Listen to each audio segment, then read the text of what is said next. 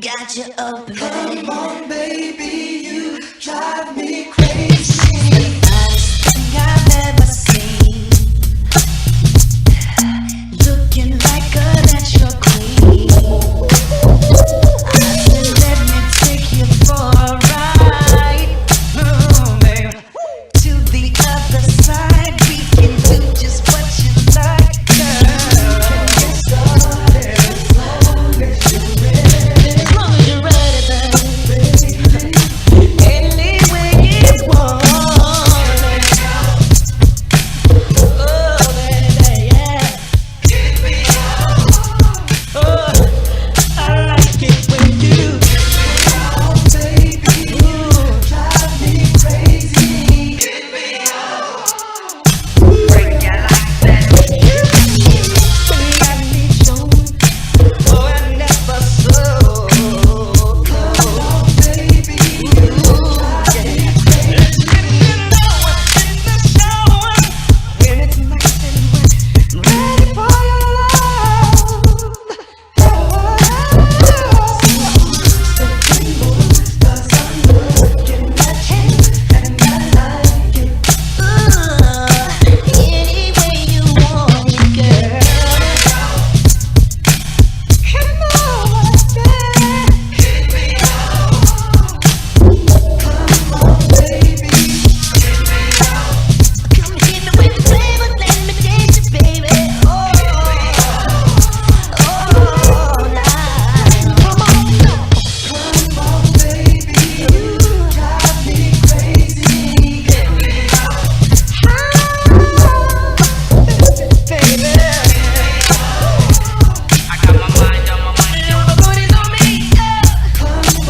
baby, you drive me crazy.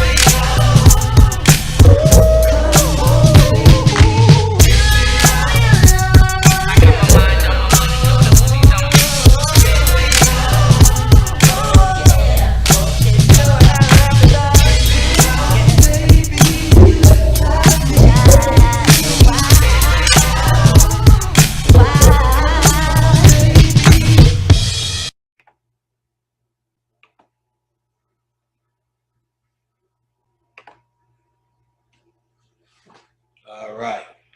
Peace. Peace. Back with you after a long hiatus, a long pause. But I'm back with the most relevant shit that you can possibly dissect on YouTube. Very important lecture, this one, and it will be packed with an incredible amount of information based upon the time and the situation that we're in. So it will be packed with a lot of necessary information. First and foremost, I'm going to give a shout out to the now ancestor that helped me break through spiritually this information to be able to dissect it and give it back to us as it was ours to begin with. Therefore, your birthright. Therefore, what this whole conscious movement, before it turned into a shit show, was really all about, trying to discover the mystery of our existence in the many ways we would do it. And I guess you could also say some of this movement was for a better standard on earth of living as well. But the occult aspect, which I was entered into this community with via Bobby Hennett, was really not focused on a better human living condition. The true understanding of the occult is not just pictures of Baphomet and yelling out the dark side. It was actually to study that which is unseen. And the greatest mystery in the unseen is death. So death is actually what you're studying in the occult. Truthfully, all consciousness, you're supposed to be studying death, because death is the greater part of what it is. You are. It's a big part. This is not the big show. This is a side effect of some sort. You can go into many theories on what this side effect is, but nothing points to that this is the big deal, being a human being. So understanding that, to have a true know thyself mentality, is to really know or deal in that part which is a mystery to you. The greatest mystery is death. So we need to understand that the Kamite, not all of them, some of the niggas was farmers, just like you have McDonald's workers today. It was the same concept. And then there was the conscious, who were most likely or highly likely dealing with the mystery system in some form of initiation or university level teachings, or whatever you wanted to call it back then. Long story short, the conscious probably were the ones who found the calling to go through the mystery system, as opposed to being chosen, because this is something you're born into, something your spirit is saying, I'm done here. So you start getting thirstier and thirstier for more information. So that thirst is what led the conscious to getting their answers in the mystery system, I'm sure. It could be more political and more, I know later it turned into an elite thing, a secret society thing. And we're gonna explain why it, in this one. It turned that way because they deduced that once they understood this mystery, even us, once we understood this mystery, that masses of people couldn't do this. This was a understanding reserved for pharaohs and kings, they would say. So what they were saying is, you have to earn this. And what I've noticed, because that was a big deal when I first started, you're saying it, they're not supposed to hear this. You got dumb, uninitiated into whatever high comedic thing we were doing.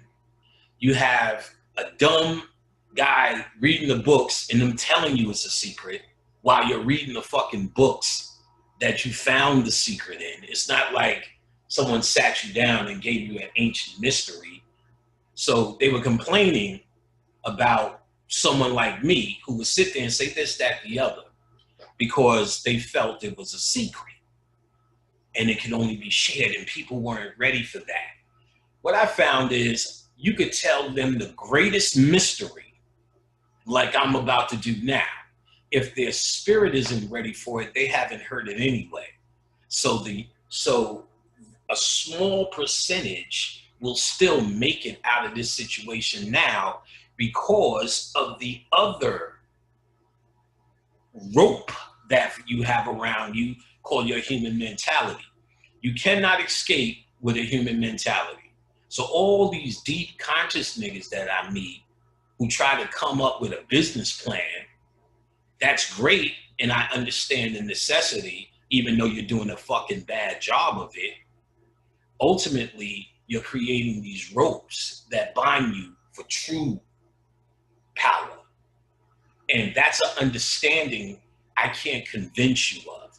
That's an understanding you have to find on your own. Therefore, no matter what I say, though you may have an intellectual understanding of it, you have a spiritual and emotional connection here. you still have a I want to do something for Black people mentality. Therefore, that's what's going to bind you to this place. That's what makes your heart heavier than a feather. Why my heart is lighter than the feather? Because I'm being in this judgment process in death. What's being weighed is the ropes or the emotion or the baggage that I hold based upon my commitment to this place, whether it's successful commitments or the fucking idea of what I want to be. Either way, that becomes your baggage that makes your heart heavier than a feather. Therefore, there's nothing I can say, there's nothing anyone can say to make you get this. This is something you have to feel, because you truly went through enough lifetimes to say, I've done the thing. And we've been here long enough to have done the thing. But what you have is a bunch of old ass, done this shit before ass niggas who don't know how to move forward. They can't move forward with these groups that we're in. In the end, the best that the group has to offer, even if all the plans work, is still a life on Earth with the possibility of it becoming what it has become. And it's guaranteed to do that because the Earth moves in cyclic patterns. It's all a circle. It's all going to come around. So it will come around to the glory of the pyramid days called the Golden Age, which we are here now. That's what we're going to talk about. And we came out of the Iron Age, or what they call the Kali Yuga. Fucked up. Kali Yuga is the ultimate in humanity, the Iron Age. It is the age of disorder, confusion, and I don't need to explain. The death of this place is now. Well, the death of this yuga, let me say. Well, first we're going to start here. This picture fell off my wall. When a picture falls off the wall, that's the spirit talking to you. This. And as you can see, it cracked when it fell. This was a spiritual indication that Kali Yuga is over. Or let me say another spiritual indication that the Kali Yuga is over. My Kali picture broke and fell.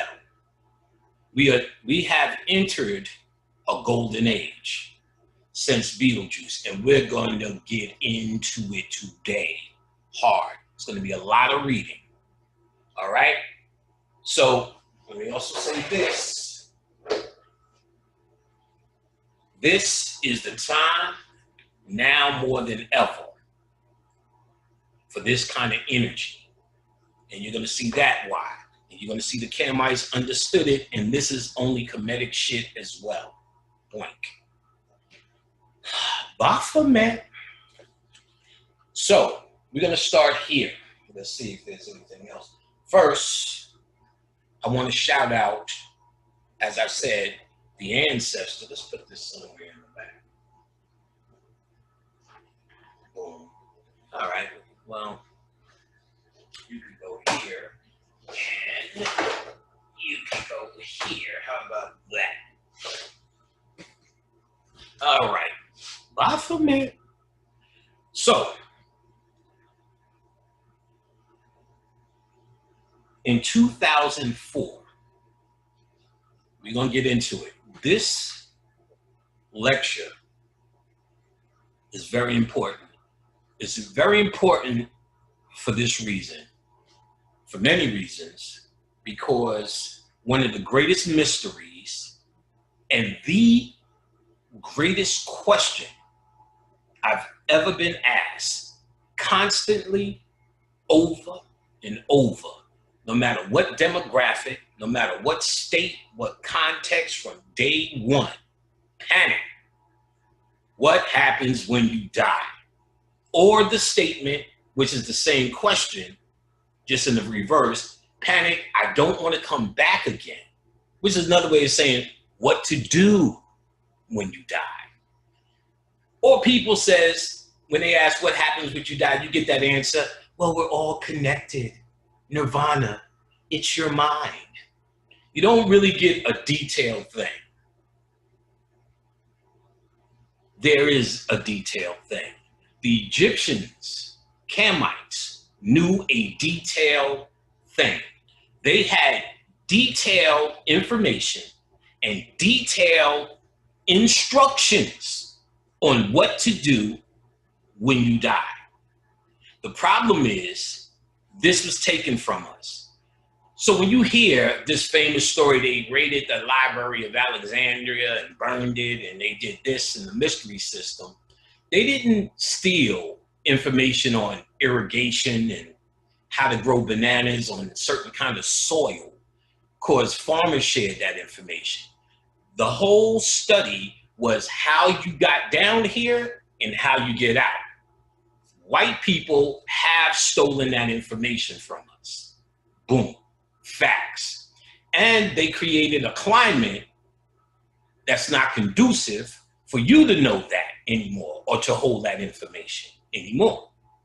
They made you stupid while they have your information, your science, but the problem is our science is based upon our genetics, and they do not have the genetics to pull off the afterlife task that leads you into the quantum reality of everlasting life. We have that. We've earned that.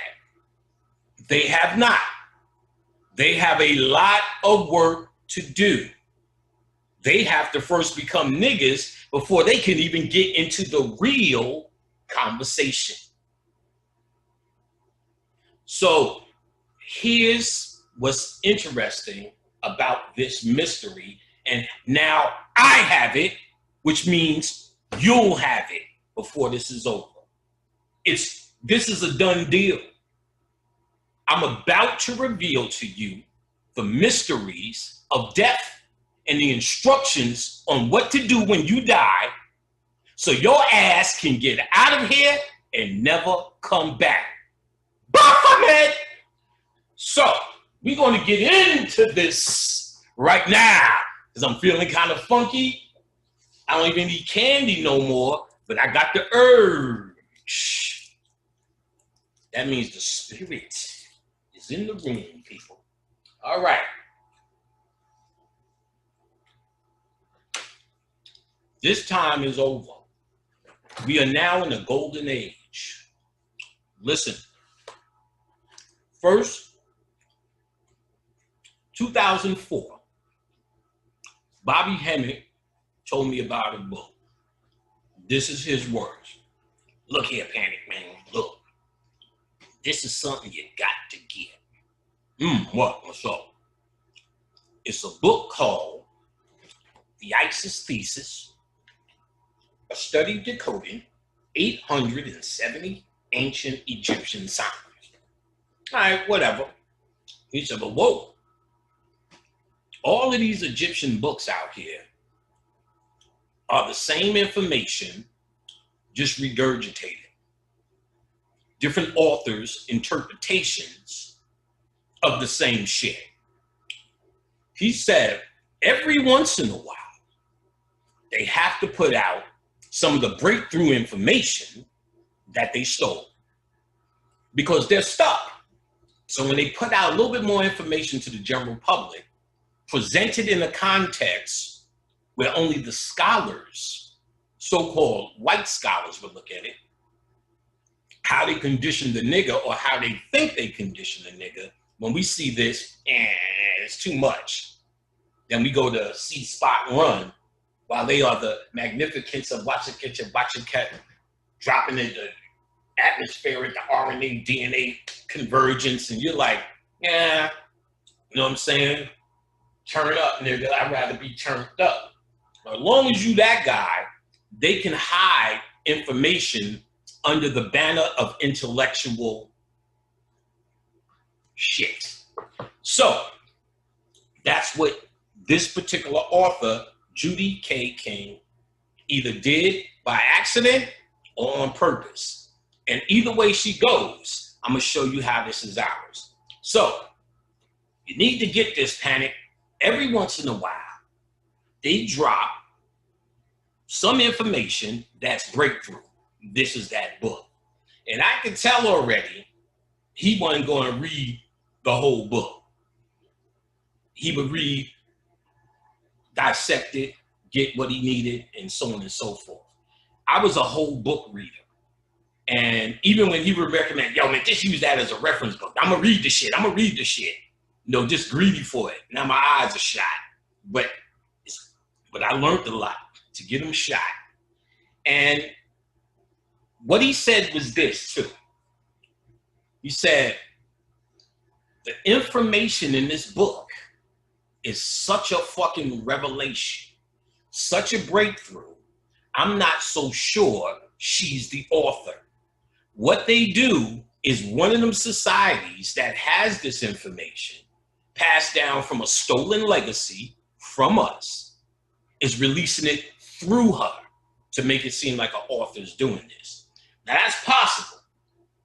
This book, 2004, along with a companion book, The Road from Orion, Judy K. King, this literal book explains this book.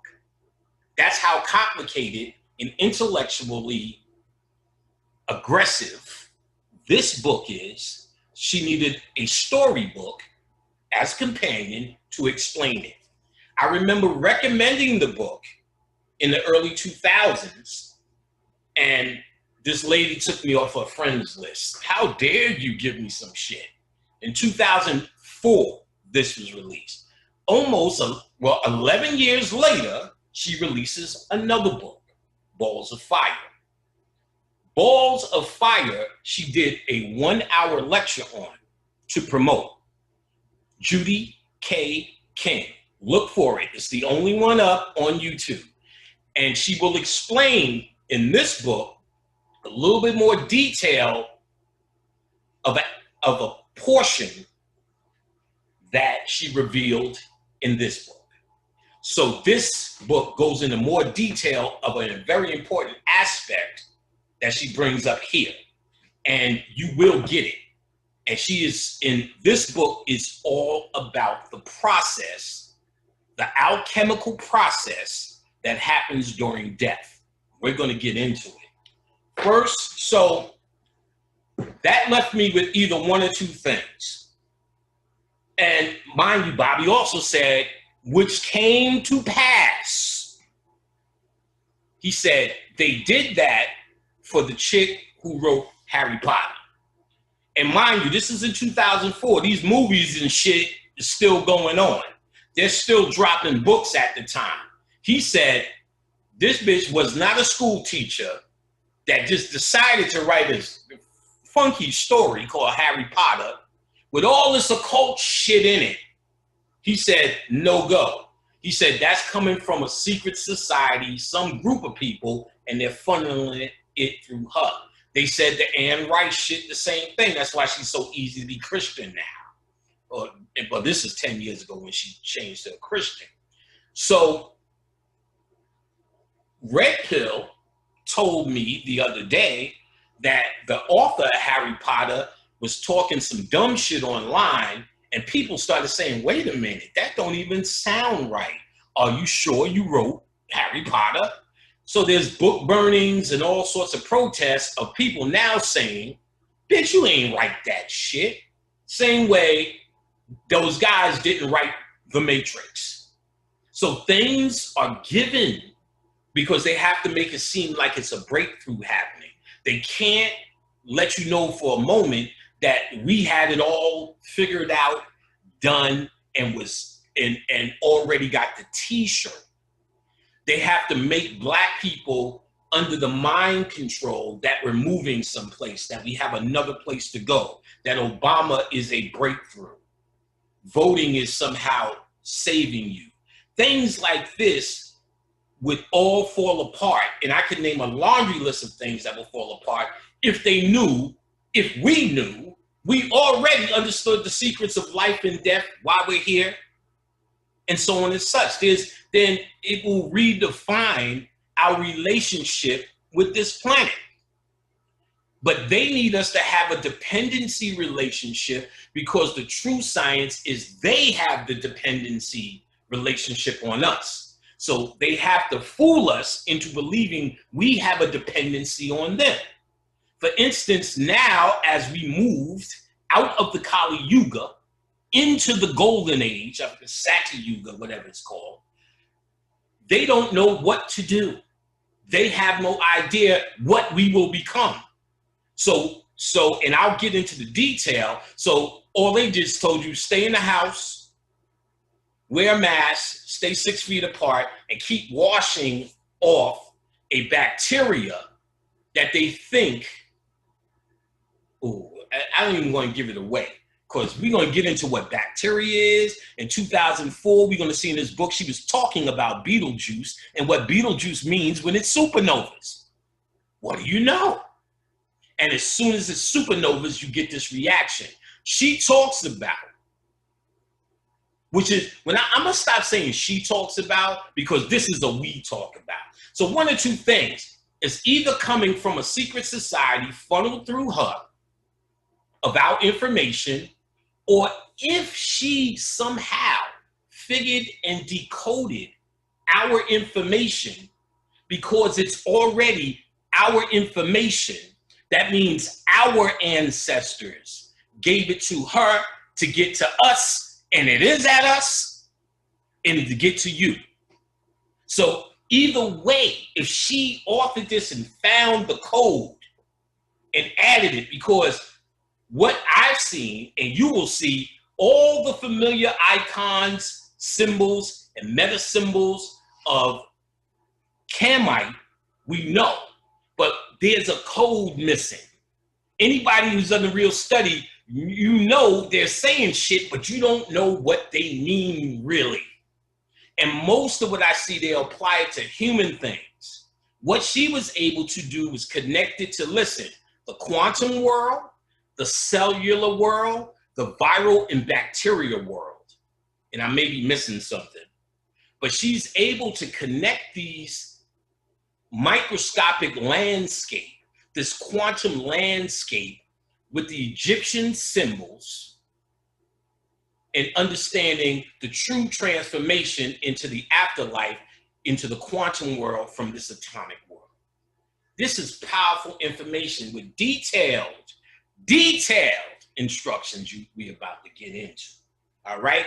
So, again, it's either from this woman, because our ancestors took that ass over. And let me explain. In 2004, I picked up the book and read to about page 125.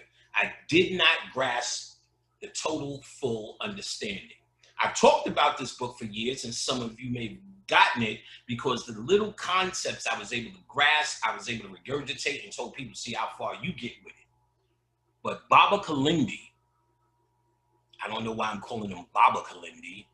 Maybe because everybody else calls him Baba Kalindi. So Baba Kalindi, I don't know if he was called that. I don't know. He's an ancestor now. And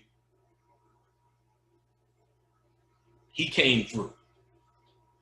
And it was surprising because, to be quite honest, I don't think he was a fan of mine.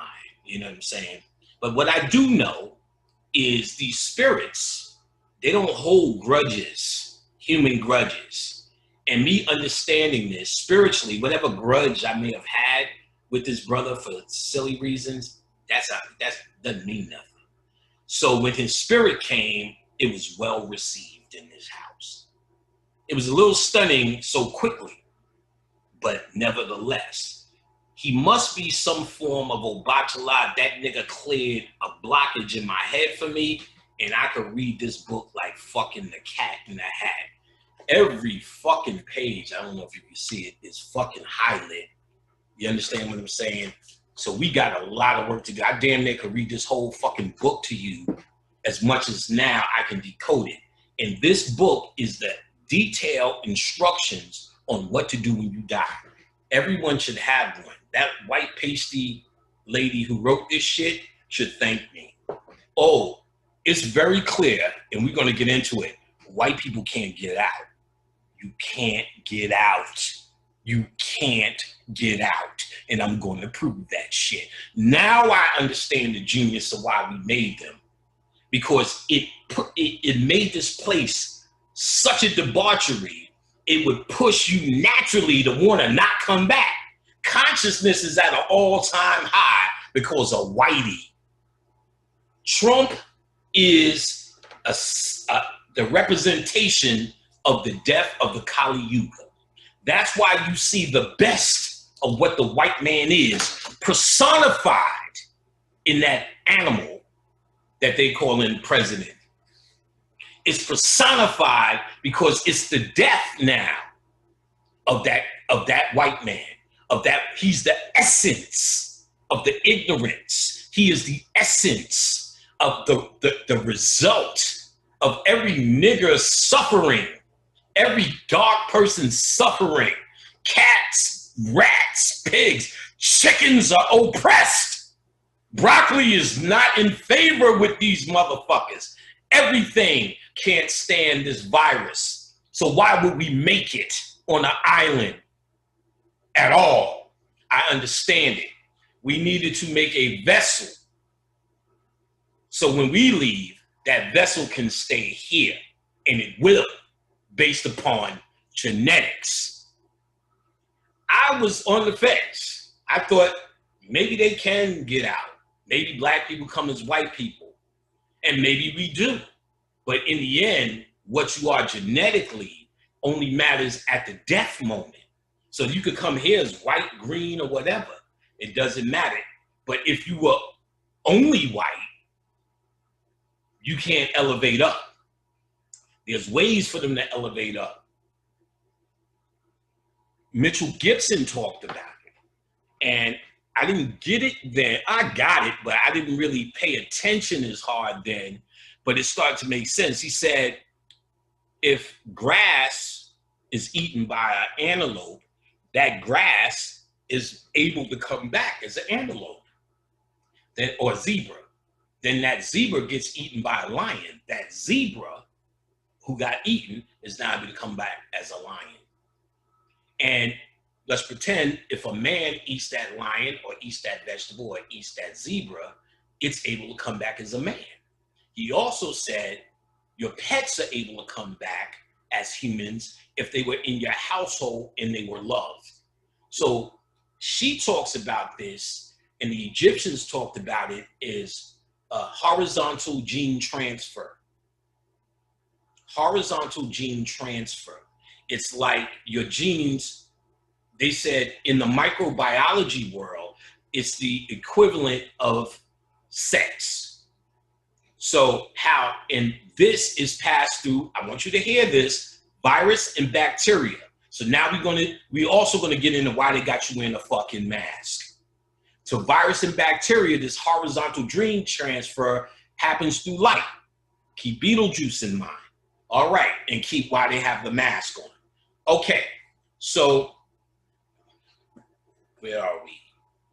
So shout out to Baba Kalindi for coming through and clearing a blockage in the mind. The brother is very powerful, no doubt. Because he came through like a motherfucker, karate kicking, doing all of this shit. So he was doing all this calm shit, and I think he was just showing me that we were calm. You get what I'm saying? I'm with it, you know what I'm saying? I don't play that not speaking shit. Let's go. So he came through, I could feel him blocking us. That's some Obatala shit. And then when I picked up this almost impossible book, let me tell you, in 2004, picked it up. Like I said, got the little parts. I tried to pick it up every year and just kept putting it down. I just always knew I had to deal with this information. Not even to be a lecturer, for me. because that's how important. That's what this is all about. You can't tell me nothing now. You know what I'm saying? You can't tell me nothing now. Now I am absolutely clear on our Egyptian shit, and I knew I would find it. I knew I would find it. I know why I came here. I never would be stuck here. Never. I came here to unstick you. So this is why this is happening, and we are all in this together. We are all doing this together. I just said Baba Kalindi, who, like I said, me and him really didn't speak much. In fact, I would like to shout his whole family out, and I'm with you. If I know they don't know me, but if ever you need anything that I can do, please don't hesitate. Don't hesitate. I did meet one of his daughters online. She was very nice. This was in the early 2000s. She actually shouted me out, "Hey, Brother Panic, time to time I listen to you, blah, blah, blah, blah, blah." I said, "Okay, blah, blah, blah, blah, blah." She was just a very nice, very respectable young lady. I'm sorry I don't know her name, but all of his family, all his daughters, very beautiful, very nice seeming people. A few of his daughters, I used to see their activity online, very intelligent, knew their shit. He taught them well, I could see. And they were, the daughter I met, very well mannered. So I would like to shout them out and like to say, once again, Baba Kalindi came through. He's in the house. We pouring liquor to him. I got to figure out, what else he likes. I'll get it. You know what I'm saying? And, well, I hear him now. He said, put out some mushrooms. I got you. No big deal. Okay. Ayahuasca. He wants the heavy stuff. Panic got you. Ooh. In fact, I don't know if that person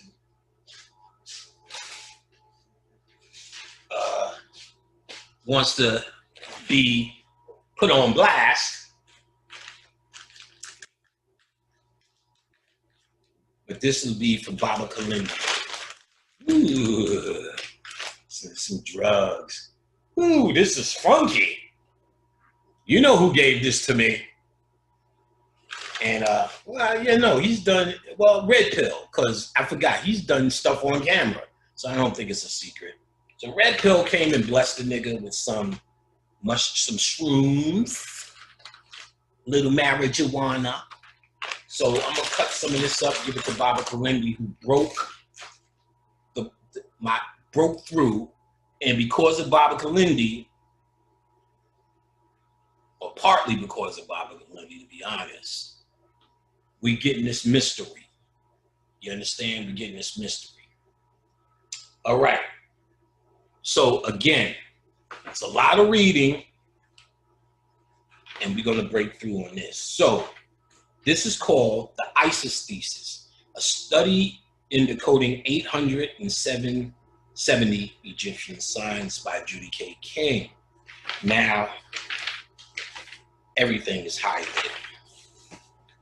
So again, I'm going to try to take what she has as intellectual concepts that may take you a while to muddle through. I'm not saying you're stupid and can't figure it out yourself.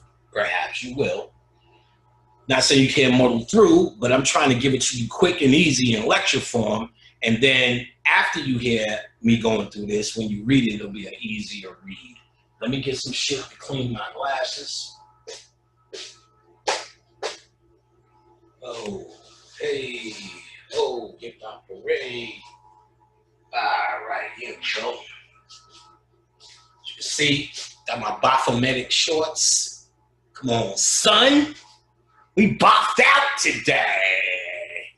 All right, okay. Of course, I don't have a cloth to clean these motherfuckers.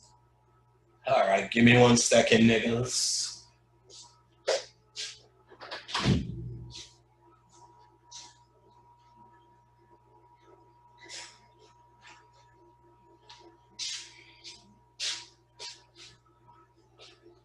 All right. We about to get in it. On it and in it. I'm going to talk about the mask and all the rest of that crap too. The bacteria.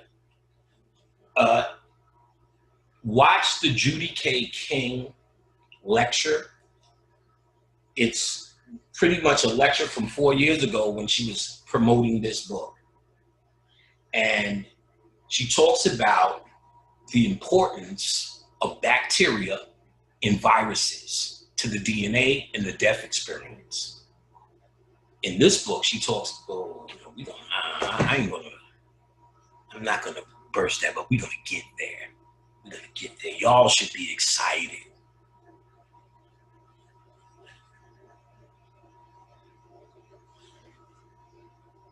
Baphomet. All right. So, Egypt's confusing funerary texts. So, funerary texts. All the writings of Egypt, of the dead pharaohs in the tombs, are collectively called the funerary texts. And there's a few of them, we'll name the list. So, Egypt's confusing funerary text demonstrates an advanced knowledge of 21st century quantum physics, molecular biology, space physics, bacterial genetics, and supramolecular chemistry. So 20th century shit, molecular astrophysics and all that fly shit that they acting like is new, she's telling you in the first opening statement of the book, the Kemites already knew it. So that means Neil deGrasse Tyson and all the rest of these guys, whether they're conscious of it or not, are only walking in the footsteps or retracing something that we've already done. The ones you are laughing at, called woke people, let me even rephrase that, because woke is the pop version of consciousness, and consciousness had duty on it anyway, if you're going to call it a people in a way.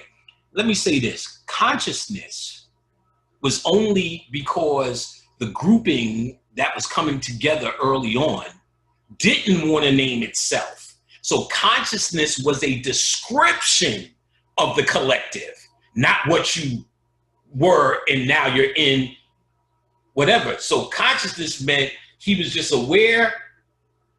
He's not walking around with his head in the sand. Could he be stupid and conscious? Absolutely. Could he be saying some ridiculous shit and be conscious? Absolutely. But just saying you're conscious didn't mean you were one thing or another. The only one thing you can say, it just meant you wasn't like the masses of dead motherfuckers. So it was dead or woke.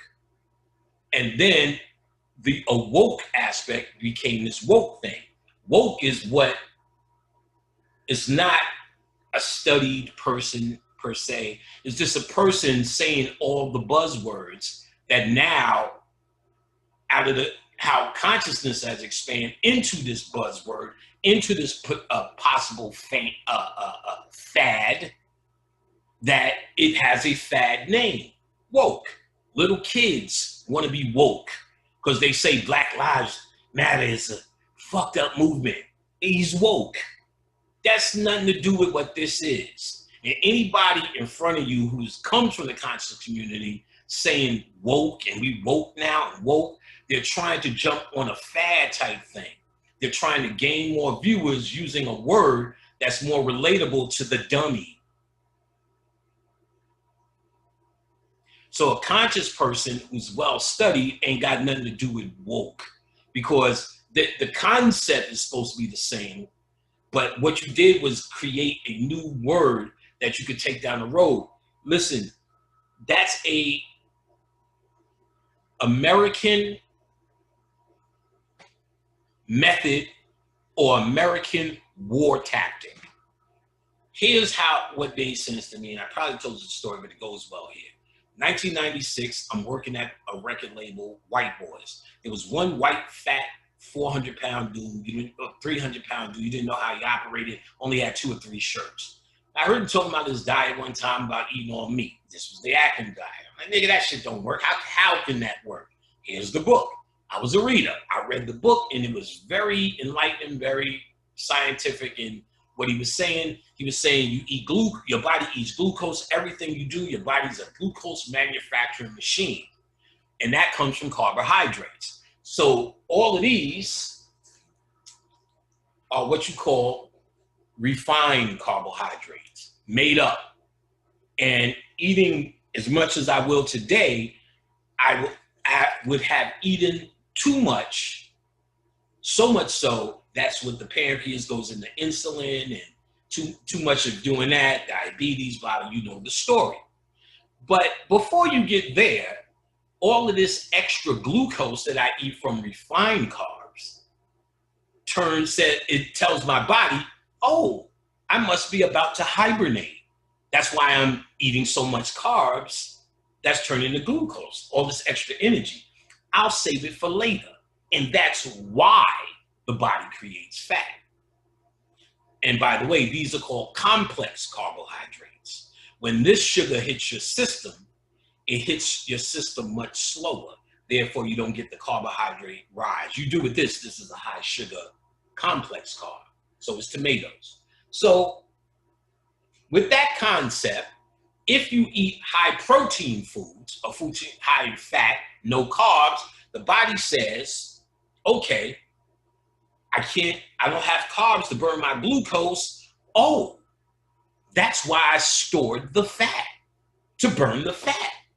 Okay, I'll burn the fat. You know what I'm saying? That's what I made it for. No glucose, fat burning. So the more protein you eat, the more aggressive your body becomes at eating its own fat for fuel. Boom, makes sense. Then he gives a whole laundry list of all the diseases it cures. Diabetes, this, all these case studies. He said losing weight is actually a side effect of this Atkins diet. Okay, that's the concept. 2 weeks you do it, then you get a little bit more complex carbs and this and that. But 2 weeks you're on this strict fat, high fat diet. And at the time, I didn't eat most meat. I only ate chicken, so it becomes real boring. You're not supposed to eat any sauce. So you raw dog and chicken, no other side meal, no bread, no carbs. Little bit of vegetables, green vegetables, complex carbs, don't hit you slow. So there's nuts and things you could do, blah, blah, blah. After 2 weeks, I lost so much weight. I lost the same amount of weight that it took me a year to lose on rollerblades and biking. And I went to zero body fat in 93 or 4, in front of the mirror naked, doing shit like this. Great. I was very close in 2 weeks. I was real pissed. No exercise, anything. So during the 90s, when I cared about the shit, I would just do Atkins, lose weight, gain weight, lose weight, gain weight, lose weight, gain weight, lose weight. I just got tired of it. But what I seen, which was very interesting, was the popularity of this diet starting to explode. And what I noticed when I went to the supermarket, about 90% of the supermarket was off limits, which means so much unnecessary shit, and we got that we buy. And so if everyone did it, this would devastate the economy. He tells you, you don't need to exercise. Remember, that's the mainstay of America, exercise. We think that's what it is. Like LA Fitness during this whole pandemic has still been charging me $80 a month. I mean, I could stop at any time, but ain't nobody going to them fucking gyms. They could pretty much say, we're going to tone this down to no, because that's America. That's what we become, and dependent on this. So what I seen them do to end Atkins was not, they first tried to destroy him. Oh, you get heart attacks, all that meat.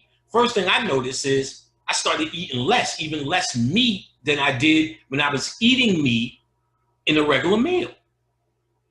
I was eating like 3 wings and I was done because you're burning fat, which is much more heartier. So I'm eating 3 wings, maybe a little bit, not in 3 meals, just 3, 4 wings. I'd be done. Hours later, 3, 4 more wings, and you couldn't help it. You didn't want anything else. It was great. So, all right. So now I started to notice they made it a fad. Entenmann's made a low carb cake. Breyers made a low carb ice cream, which is still sold. There became all these low carb candies, chocolate, and used shit, Twinkies and shit, low carb. They made it a low carb fad, and they told you about it. There was chocolate, sugar-free shit everywhere. And I remember this specifically as one who went on Atkins and off in Atkins. So when I first started, there was nothing. Like I said, I was raw dog and chicken. Then when I got more, I started seeing there was more and more options over the year. Then I seen the regular diet places started having low carb diet options. So after all Entenmann's went away, all low carb bread went away. And I said, oh, people got with it, stopped talking about it. Instead of trying to kill this dude, which they did, they talked about him every moment. He fell, he was a 70-something-year-old man, fell. They tried to say he had a heart attack. He went to the hospital for heart trouble, but he had some other heart issue, but the propaganda, all that meat, all that fat, non-exercising, to this old man. When they died, they said he died of a heart attack. All of this was wrong. So I seen, because I read the book, the facts of the book, and then the American propaganda, once they made it popular. To make it popular is the path for destroying it. People always need to move on.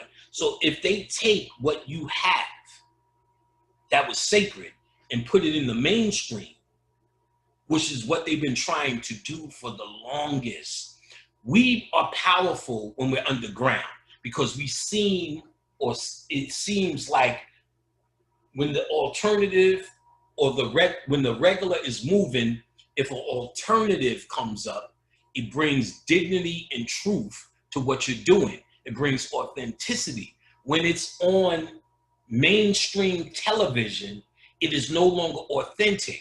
It is now shaped and molded for a presentation.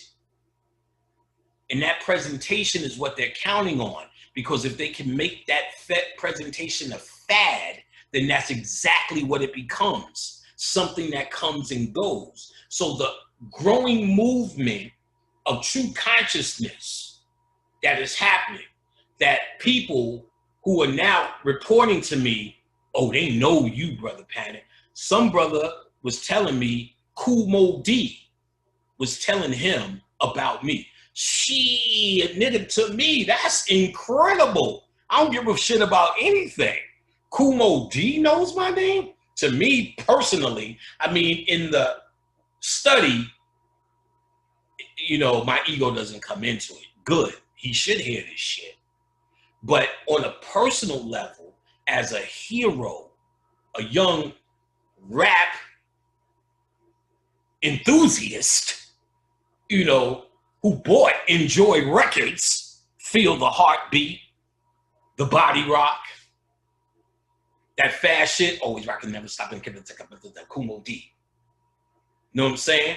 Kool Moe Dee is the inventor of fast rap, nigga. He's the first one to ever do it.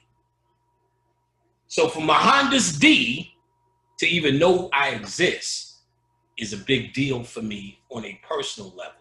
And while we there, and I know we gonna get to it, you know, I haven't talked for a while, so if this type of banter bothers you, well, fuck you, just forward and get your answer. But you will get a thorough answer today. But if Kool Moe Dee knows who I am, to me, that's a big deal. So if this thing becomes the fad that it's becoming, it becomes empty-ended and now defined. So the real guys, it won't work like me and the other brothers who are dishing the real shit teaching. They become idiots. They become old. The story they're telling is now old, even though it's the most important thing a lot of folks could hear who's seeking transformation. They'll psychologically think what we're saying is some old shit. Like how one day Run DMC was popular. Now, if I came talking that, if I made a song like that, she was going the other day, you would say that's old. It already happened. That nigga sound like an old man. It's like that, and I'm panic. You'll be like, oh, this nigga is old. That fad already happened. So woke is the government's attempt to fadize this information. And any nigga from our clique talking that woke shit, that's on you.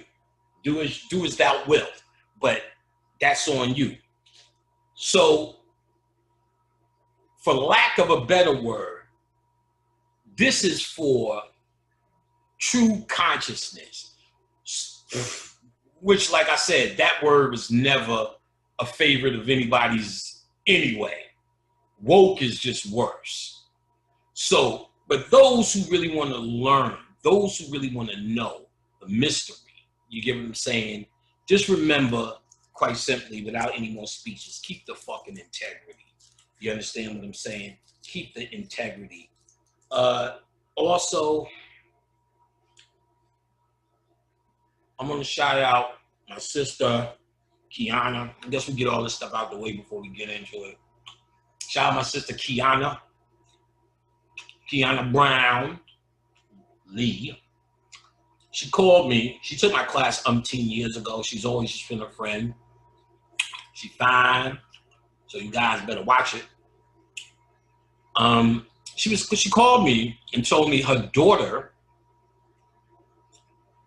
is dating a rapper. What's his name? Something with the chopper shit. NP with a chopper. But what she told me was, he's conscious. Not woke, conscious. She told me was, Panic, he's really on it. And I know her for years. She wouldn't call me unless she's seen something. She wouldn't even bother me. But she says she's been answering his questions, but she thinks he needs some brother Panic in his life. Well, it's interesting. I said, if he's tweeting shit,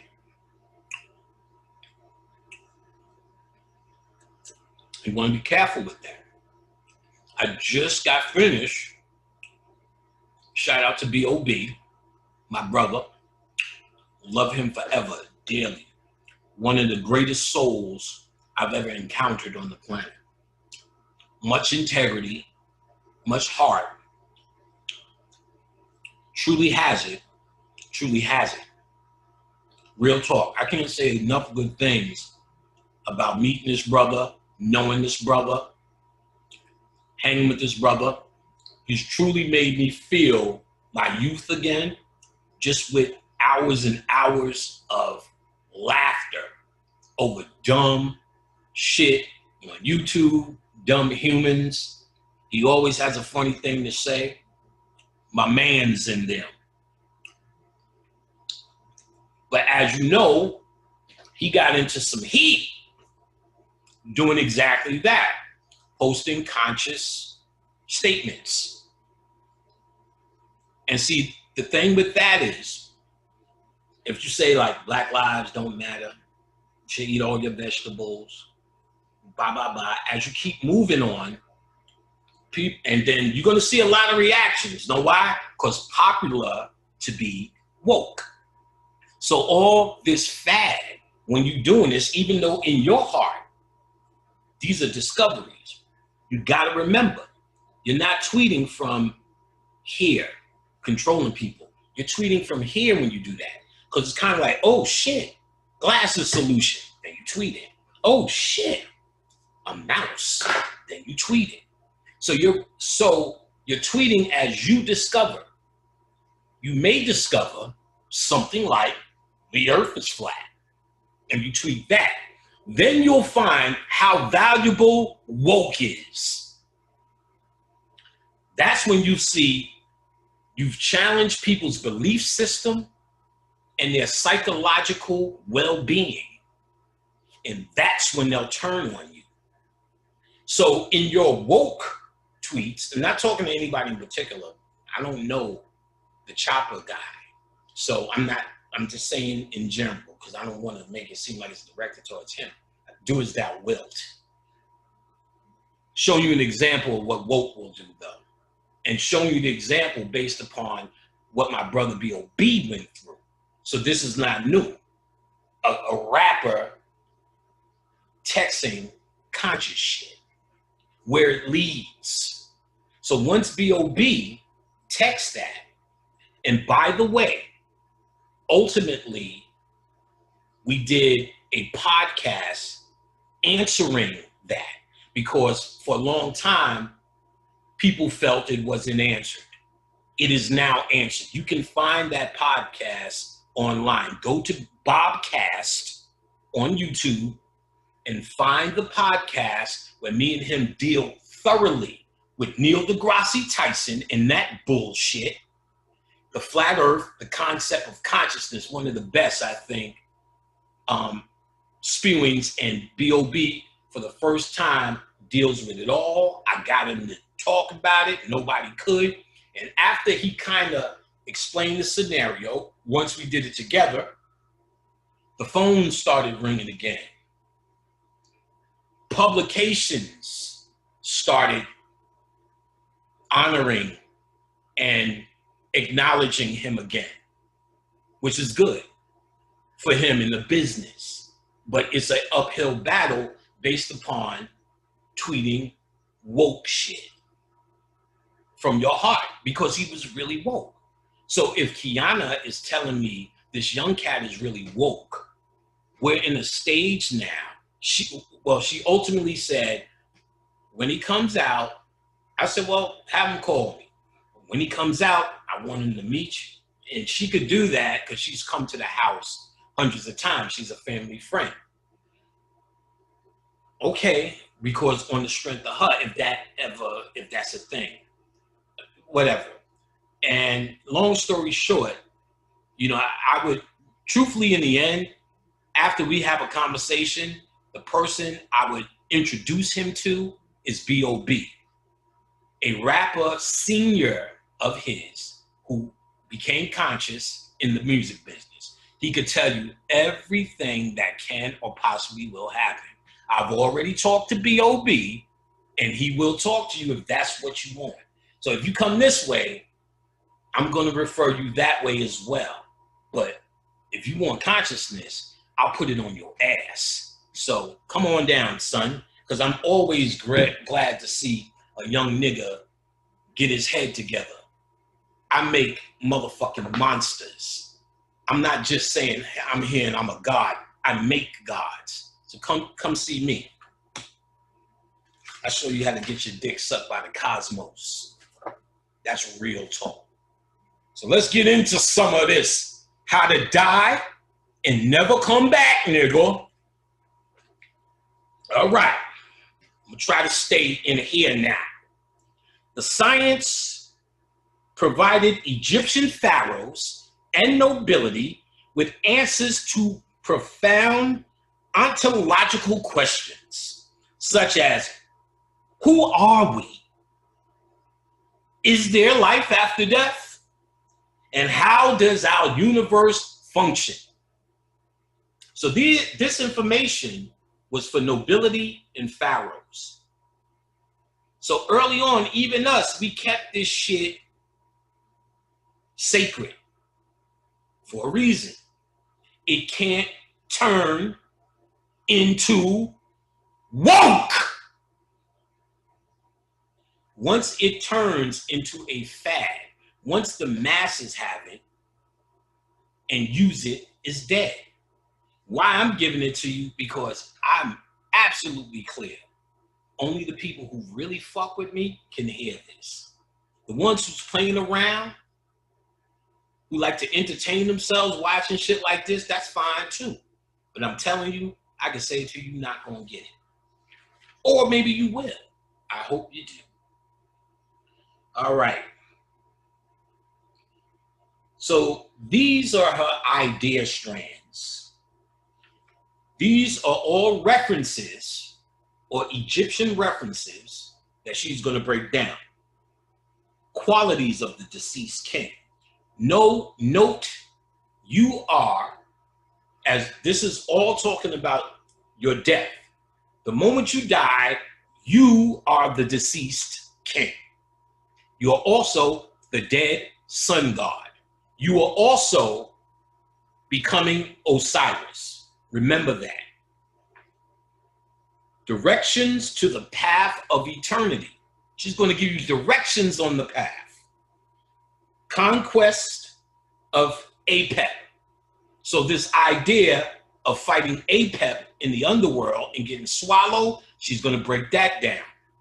And mind you, let me say it again, like I said, she's going to break that down. What I really should be saying is she's going to interpret our shit. Ancestors either gave it to her or she's revealing shit they stole and she's representing some society dispersing this information. What they didn't know was the wrong nigga got a hold of it. This is typical shit niggas don't fuck with. I'm telling you. Just reading it, nigga, you're going to want to put it down. I'm giving you an aggressive reason to get into it. Baba Kalindi made me understand this shit like cat in the fucking hat. Importance of Isis, importance of Thoth. Deceased king has efflux. They talk about what the efflux is. You're going to love this shit. Importance of Anubis, importance of Horus. Deceased king is the fourth god. Deceased king is a judge. Osiris risen. Mind you, you don't know what none of this shit means. It means, you could say the importance of Anubis, but they talk about that in these funerary texts or the book of Coming Forth by Day.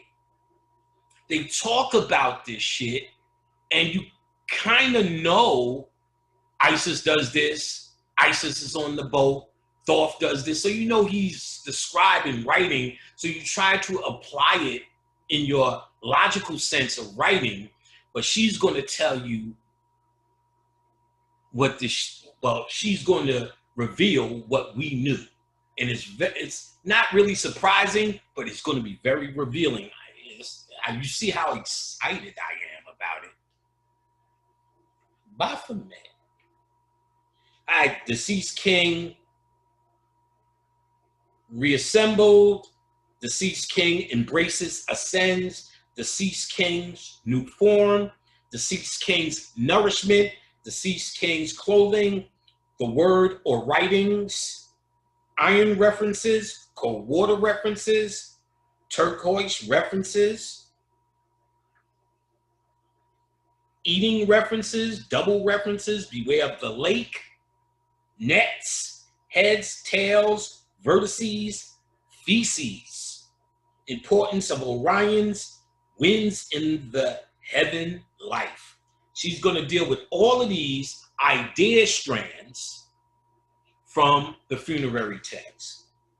So a summary of those idea strands, both the pyramid text and the coffin text exhibit similar idea strands that describes ancient Egypt's religion of science. So she's classifying ancient Egypt's religion was science. Religion was science. As I told you before, what white people did was separate religion and science, and those who have a more logical mind follow science, evolution, Neil deGrasse Tyson as their main preacher of the logical, explaining why we exist. It's just a this and the Big Bang and a that. You have no purpose. And then once the Mandela effect happened and people were questioning the shape of the earth, the new propaganda was your assimilation and assimilation. He went on this rampage, simulation, simulation, simulation. So if we're assimilation and somebody created this, then how could we be from the Big Bang and evolution? That directly contradicts what NASA's been saying. Our origins are Big Bang, evolution, accident. So with that psychedelic mindset, evolution, Big Bang, it says, well, this is an accident. So the greatest thing in existence from this accident is me. Therefore, all I am is a human because I'm an accident with no purpose. So as a human, all I could do is invest in humanity to be a better human. Eat all my spinach, live long, raise my kids, vote Democrat. So that's the Big Bang thing. So the contradiction is with Neil deGrasse Tyson, we're assimilation and assimilation and assimilation and assimilation. That says somebody made you, somebody created you. So that contradicts their old way, but does it? Because psychologically, if you feel that you're in assimilation, that means once you get out of this, you think you found your answer, you may be in another simulation, and this shit may go on forever. You don't know. That's another way of saying I have no purpose but what's here. Why look for simulation and simulation? I do. So psychologically, he left you in the same place. So logically, while you say these sound like contradictions, the mind control that they lay down is the same thing. In the end, you don't mean anything. When you're conscious, you have purpose. This is purpose. You get it? So they separated religion and science, and then religion, we already know. That's for the mindset of believers. They'll tell you Jesus is coming back one day and he's doing all the good things for you. And each bad thing that happens, the devil's doing it. I believe that. So there's people who have that mind and the scientific mind, and those things, belief, which is spirit, and logic, which is understanding of self, supposed to be married. That's what we do. That's not what woke is. Woke is saying the phrase of the day. Melanin, Kundalini, chakras, Hotep, beloved. That's the word of the day. That's woke. Consciousness is an inner journey. An inner journey.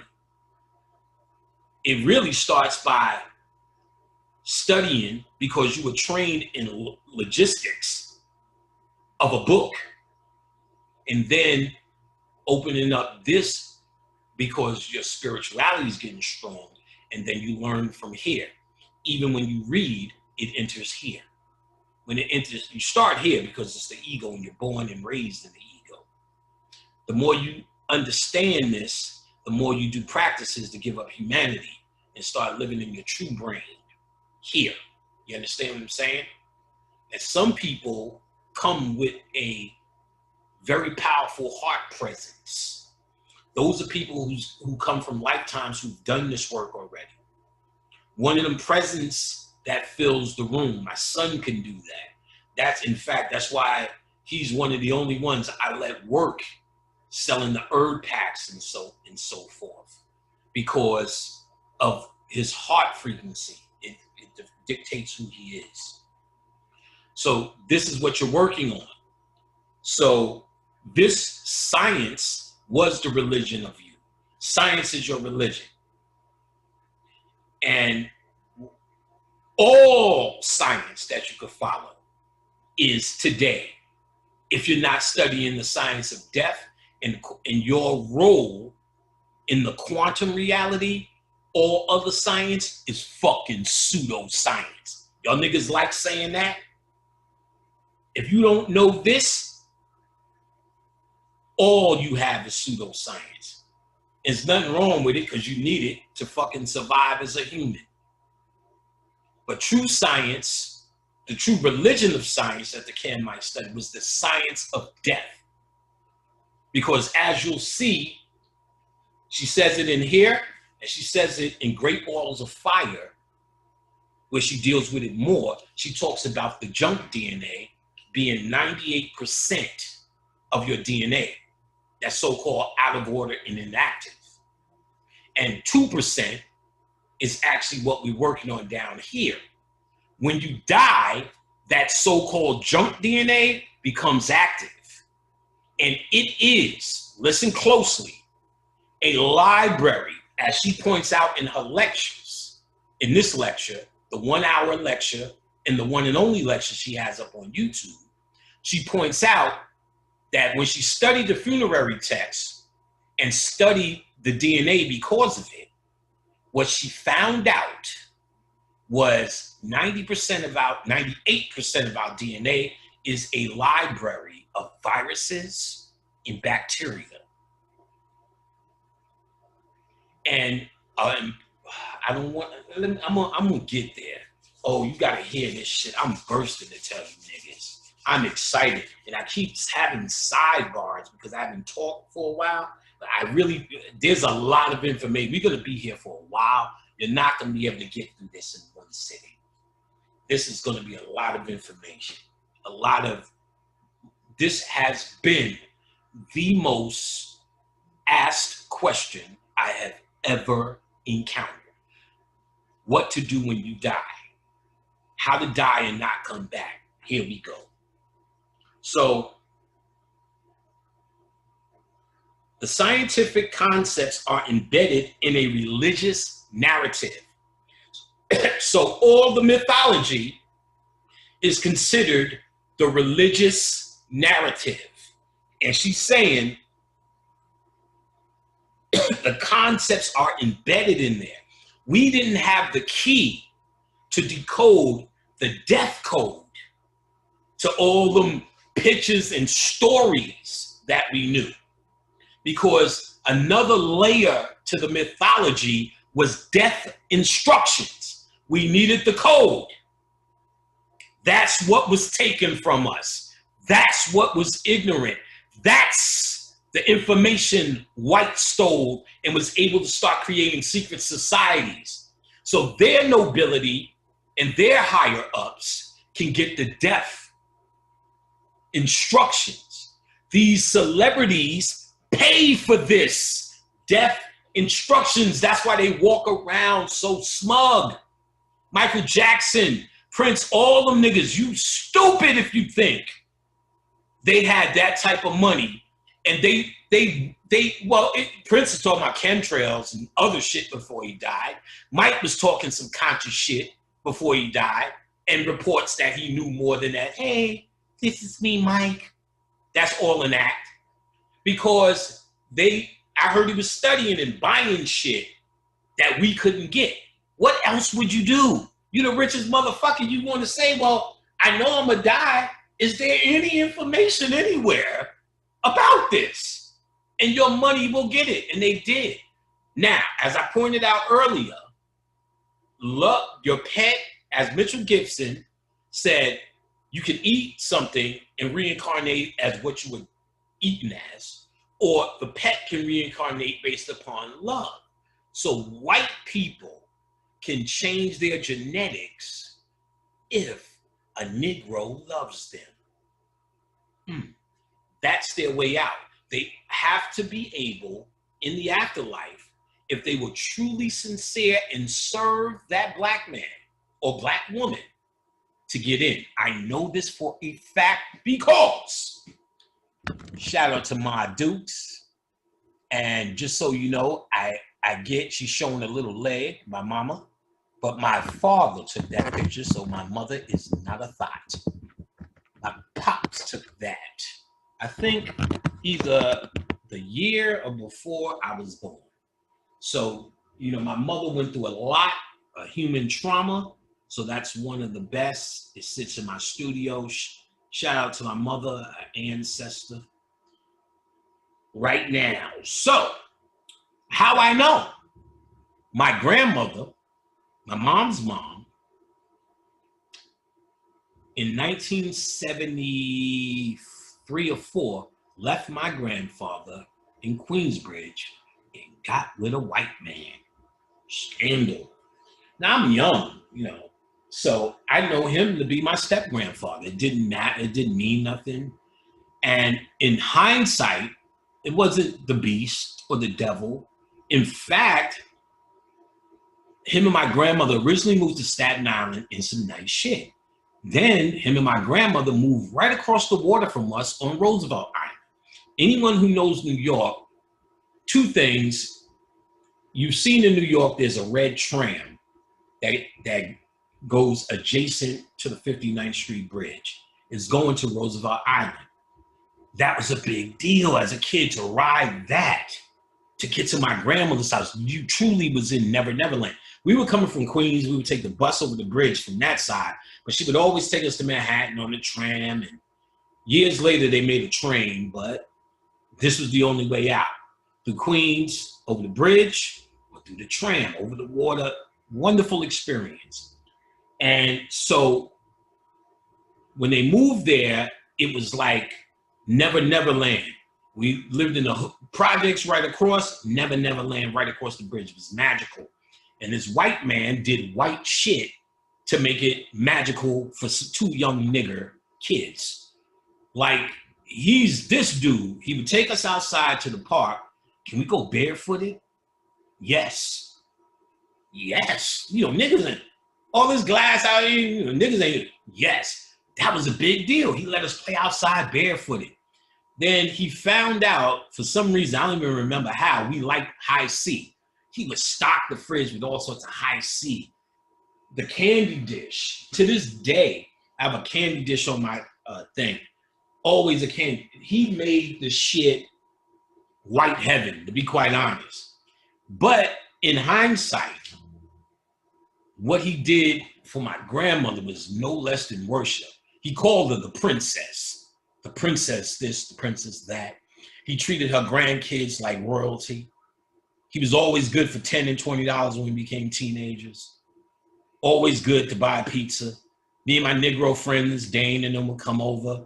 Dane will tell you, Mr. O, always high C, always whatever, always a soda, always ice cream, always eggs and bacon, you know, nigga shit that we knew how to cook. And she was the princess, he worshiped her, and so on and so forth. He passed in early 80s. It was sad, you know, felt a certain way, we knew him. I don't even know if we went to the funeral. I don't even know. I don't even think so. You know, we're still young. For whatever reason, I don't know. I never met his family. I don't know if they didn't like I don't know the politics of it. We were too young. When my grandmother died, I didn't hear from her for a while. Then when she started coming, she was really glowing, very light. What the fuck is happening? And I then eventually, maybe the third visit, she started telling me she's allowing Mr. O'Shea, this white man, to merge with her DNA. And this is how he actually gets into heaven. This is how white people get into heaven. They must join or do something which is really worship a black person, which is what he did. He worshiped the family. He made, in my memories, a more powerful childhood. He did that, this white man. You know what I'm saying? Not taking away from nothing. My father, mother, all of them was excellent at what they did as black people. My grandmother was magnificent at what she did. You understand what I'm saying? My grandfather, magnificent. But he did add, from a white perspective, they think differently. They think give the nigga whatever they ask for. And he did. That's a different experience from black folks. As much as my mother gave me what I wanted, it's more what you need. That's what black people are doing. But, you know, that's how much money we got. Different story. He merged with her. Then when she crossed over, I could see him existing in her. Then he was able to come. He told me he wanted tobacco. He was a pipe smoker. Boom. Told me some other things. Boom. So I knew when I was in New York, they had a path, but only through us. Now I see why. God damn, we got a lot to do. All right, so the scientific concepts are embedded in religious narrative, detailing the afterlife adventures of the deceased who desires eternity and transformation. In this magical process of recreation, so when you die, you want eternity and you fail if you come back. You go through the cycle. Cycle is your hell. So you're looking for eternity and transformation. What's the transformation? You are transforming out of the world of matter, atoms, into the quantum world of all potential energy, the chaos realm. Back to your true home, your connection to everything, your ability to process everything. Your DNA as panic is now injected into this new specimen built for eternal life. Whereas panic's consciousness and what he's learned down here is added to the database of the new me through transformation and recreation. The dead pharaoh or king, which is you, becomes a god. He does not die again or go upside down. We're going to explain, well, I'm going to explain what upside down means, but we're going to get to it. There's a chapter on it. And he is not seized by the earth gods. What are the earth gods? You've been calling them the demiurge, but there is a force or a energy that seeks to keep you in the circle. You're trapped here. Look at it as your soul was moving along, da-da-da-da-da, and these earth gods said, we're going to capture that energy, put it in a container, and feed off of it. We're going to put mechanisms in that container. These mechanisms will create elixirs based upon that energy's emotions. So we know this energy that we've got in this container encapsulates a part of the universe. Therefore, is capable of manifesting anything in the universe as above, so below, microcosm, macrocosm, with inside the expression in matter through the body. All we have to do as the earth gods is create scenarios for them to suffer from or find joy in, to create these elixirs called adrenaline and dopamines and pancreas juice. When your heart beats faster, you create shit in your thyroid. All of that are elixirs that go up into the ethers that the earth gods feed off of. The fight or flight instinct that you have, that most, which is probably the greatest delicacy, because most of the animals stay in fight or flight mode. A lion's always ready to eat that ass. And a deer's or and a zebra, when they drink water like, nigga. Because they're always ready for flight. And that is something these earth gods, this demiurge, feeds on. It's not a person, it's a will. It's a chemical configuration. It's a configuration that has a mentality that breaks off into you. What's the mentality of the earth gods? It's called your ego. It's called everything in your humanity that's foul. Everything in your humanity that you have to learn to stifle. You have to learn to say thank you. You have to learn small talk. You have to learn when you get in the Uber and in your heart, you don't give a fuck about the person driving. You don't. Let's be real. Just get me there. Shut the fuck up. Don't play the music too loud. And we good. But you learn you have to talk to them. And yeah, how about those fucking Falcons? Yeah, this weather, who knows? Yeah, you have to feel sorry when someone tells you a sorry story. Oh, wow. Even though in your heart, you don't give a fuck. Be real. Unless it affects you. Because that's humanity. And if you do care, it's only something you've been trained to do. It's a training. So you may have something in your heart chakra that receives, and you just receive bullshit. You don't do nothing about it. Or maybe you do.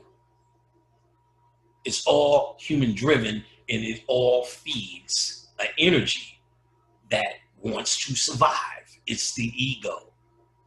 It's bacteria manifest. You've just been infected. The human thought in the human being is a virus or a bacteria that's infected your true light. To get a cure from this, you're going to get now. I keep saying that, but it's going to happen. Not only, okay, he does not die again or go upside down, and he is not seized by the earth gods. Not only is the dead king a celestial being, but he's also a magician, a falcon, a flowing fluid, a snake with many coils, and the eye of Horus that pours out of a star. Listen to these codes, which will be decoded. Add to this is the claim that he is self-created, unique, and firstborn. This is the true virgin birth. You are self-created. There's no, Oshun is not going to save you. No. That's an energy that you use down here to get by. When you get up there, it's just you, nigga. Oshun ain't coming. Horus ain't coming. Jesus ain't coming. Satan ain't coming. Baphomet is not coming. This is nothing more than a fucking equation. Anyone trying to shit on it, go ahead. This is not a religion for me. It's a power symbol. I don't care if you believe in it. It's not a belief system. It's a no or not no. And they're going to show you Baphomet in this book. Baphomet. In the end, he's not coming. You're a self-created being through the death process.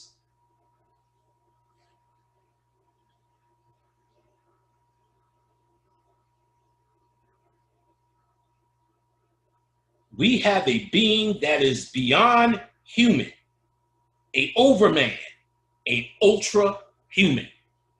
So through the death process is how you become all those things you keep woke trying to be.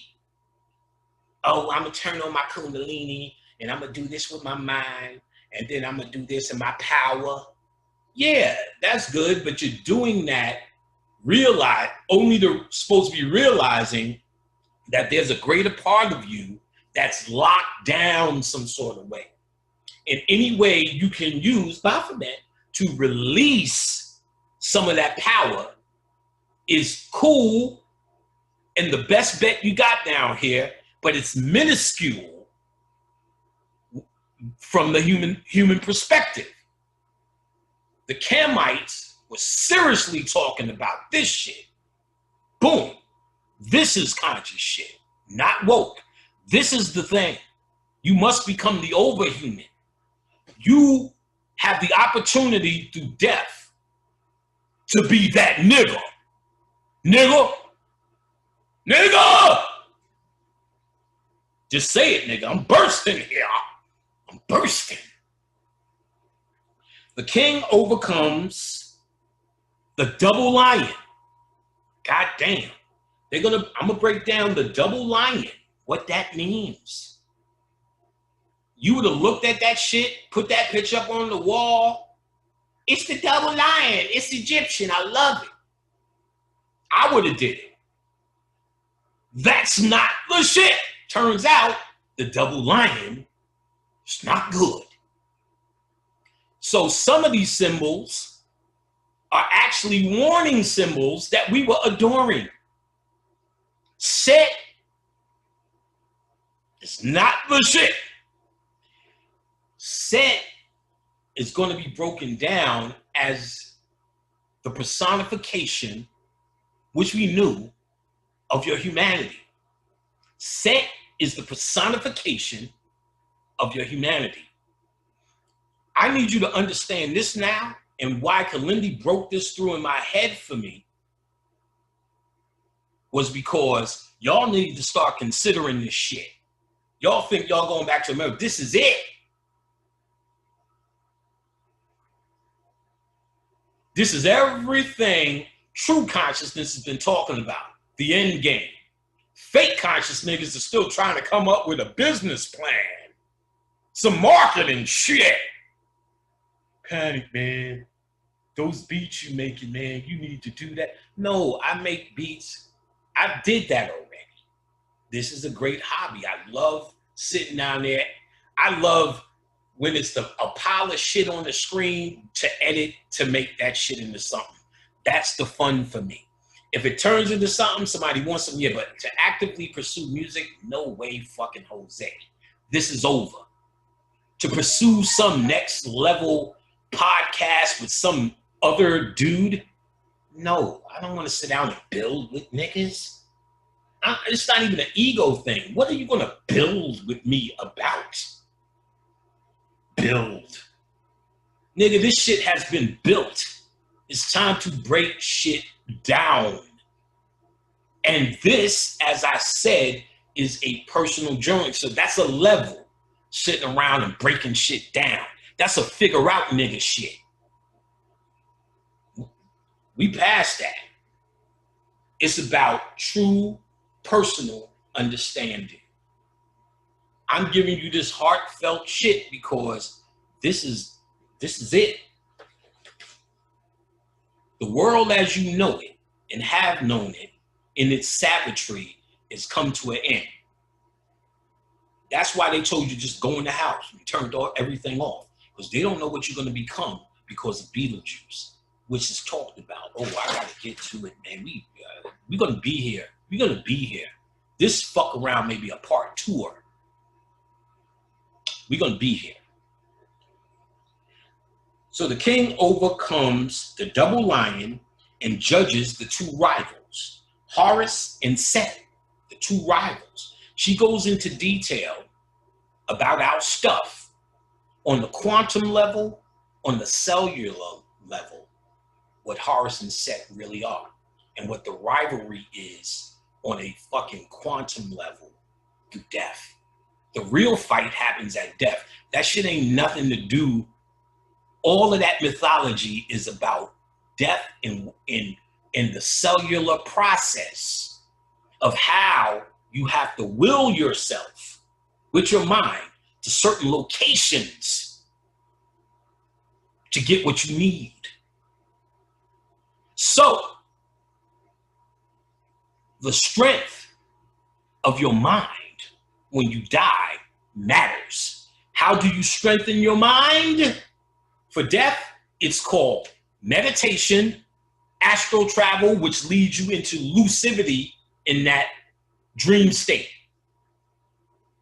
Another way, which I would have never said before, but after experience it, is through motherfucking drugs. Drugs. The drugs work if you're well studied. If you're not well studied, then you're gonna be high, having experiences that you still can't explain. After I was well studied, then I fucked with ayahuasca, mushrooms, crack, heroin, barbiturates, sniffing glue, speed. Mushrooms and ayahuasca took me, I was already able to talk to trees with the focus and the scrying. After I took the ayahuasca, I talk to trees like I talk to you now. And they got a lot of shit to say. I can just do a lecture on tree talk. The mushrooms did a hell of a lot at opening my perspective and opening up different areas of the imagination, which is the fucking greatest thing you can cultivate. Your imagination and how far it could go is an indication of your pineal. I didn't think that before, but your imagination is centered somewhere in pineal activity. Maybe another part of your brain, and the science said, no, it's actually the right lobe. I'm sure it does, but spiritually, it has something to do with the third eye. Because once I started taking the mushrooms, which is shaped like the pineal, it is food for the pineal. And Kalindi was known for giving motherfuckers doses that I don't know. He would have had to hold my motherfucking hand, because me and B.O.B. took a master dose, because that nigga there. I went to his house. I'm like, let's do some shrooms, baby. And I'm thinking we're going to sip some tea and have some giggles.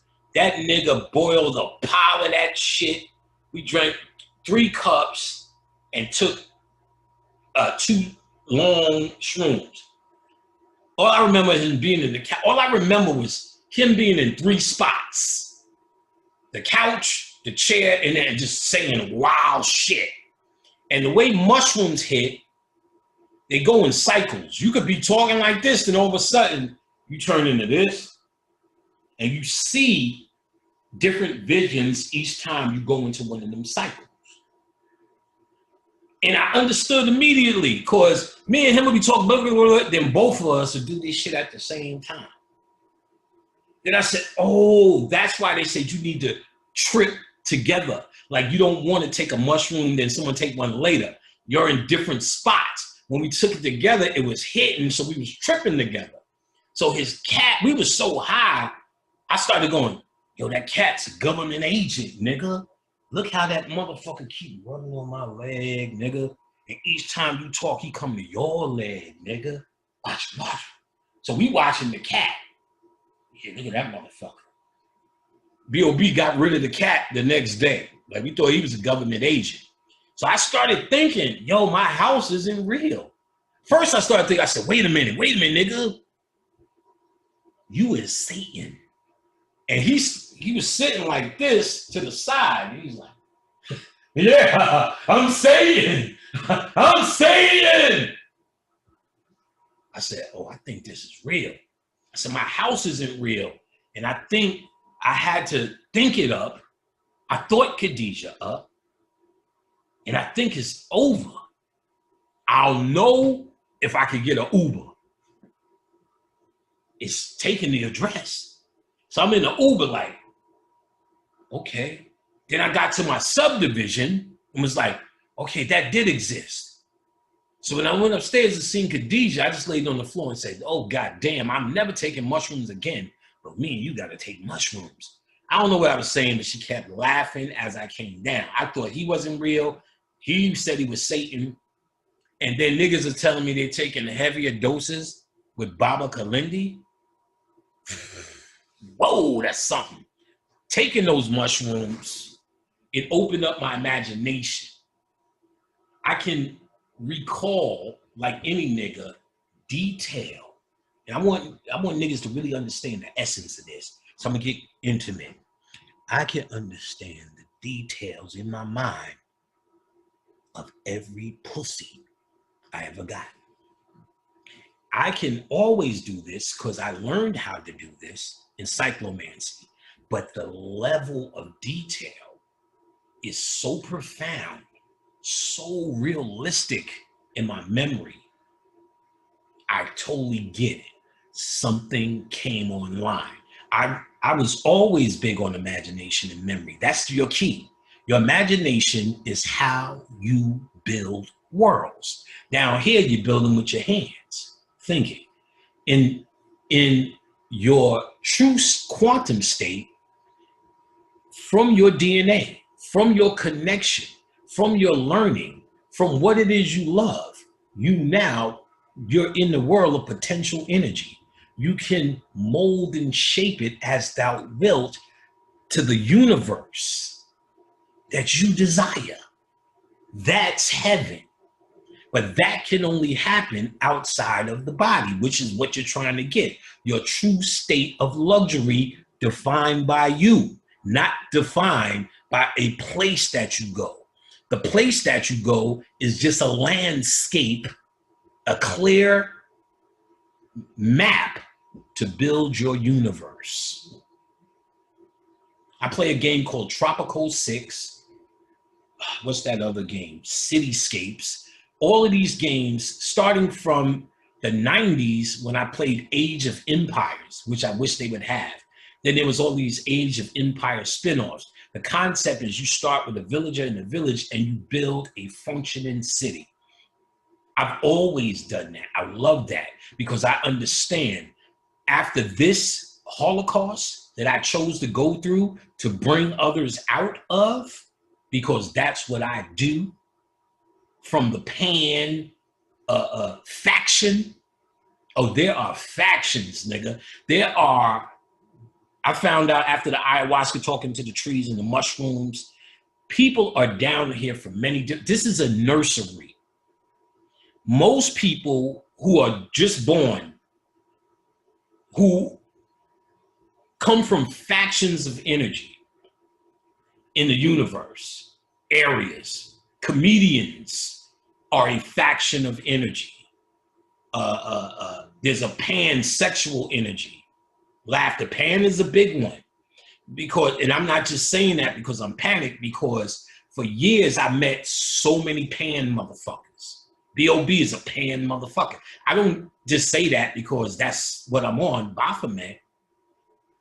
When I did the ayahuasca, I wanted to find out who B.O.B. was. And the trees told me, oh, he's your brother. He's a pan. We're raised and born of forest energy, tree energy. That's why the ayahuasca started talking to where I'm from. The trees started telling me any place where nature exists, they can move through the quantum world and visit. So in other words, that tree isn't local. The physical structure of the tree is local, but the consciousness of the tree can move through any tree on this planet in any nature structure in the universe. That's a pan energy. So we're able, if we wanted to, without coming back into a human body, through nature, go anywhere we want in any existence, because a lot of these existences are moving for different reasons. Ultimately, to get to the level of consciousness, to understand the death process. And don't think after I tell you this death process, you in like Flint. You have to have enough light to go through this journey.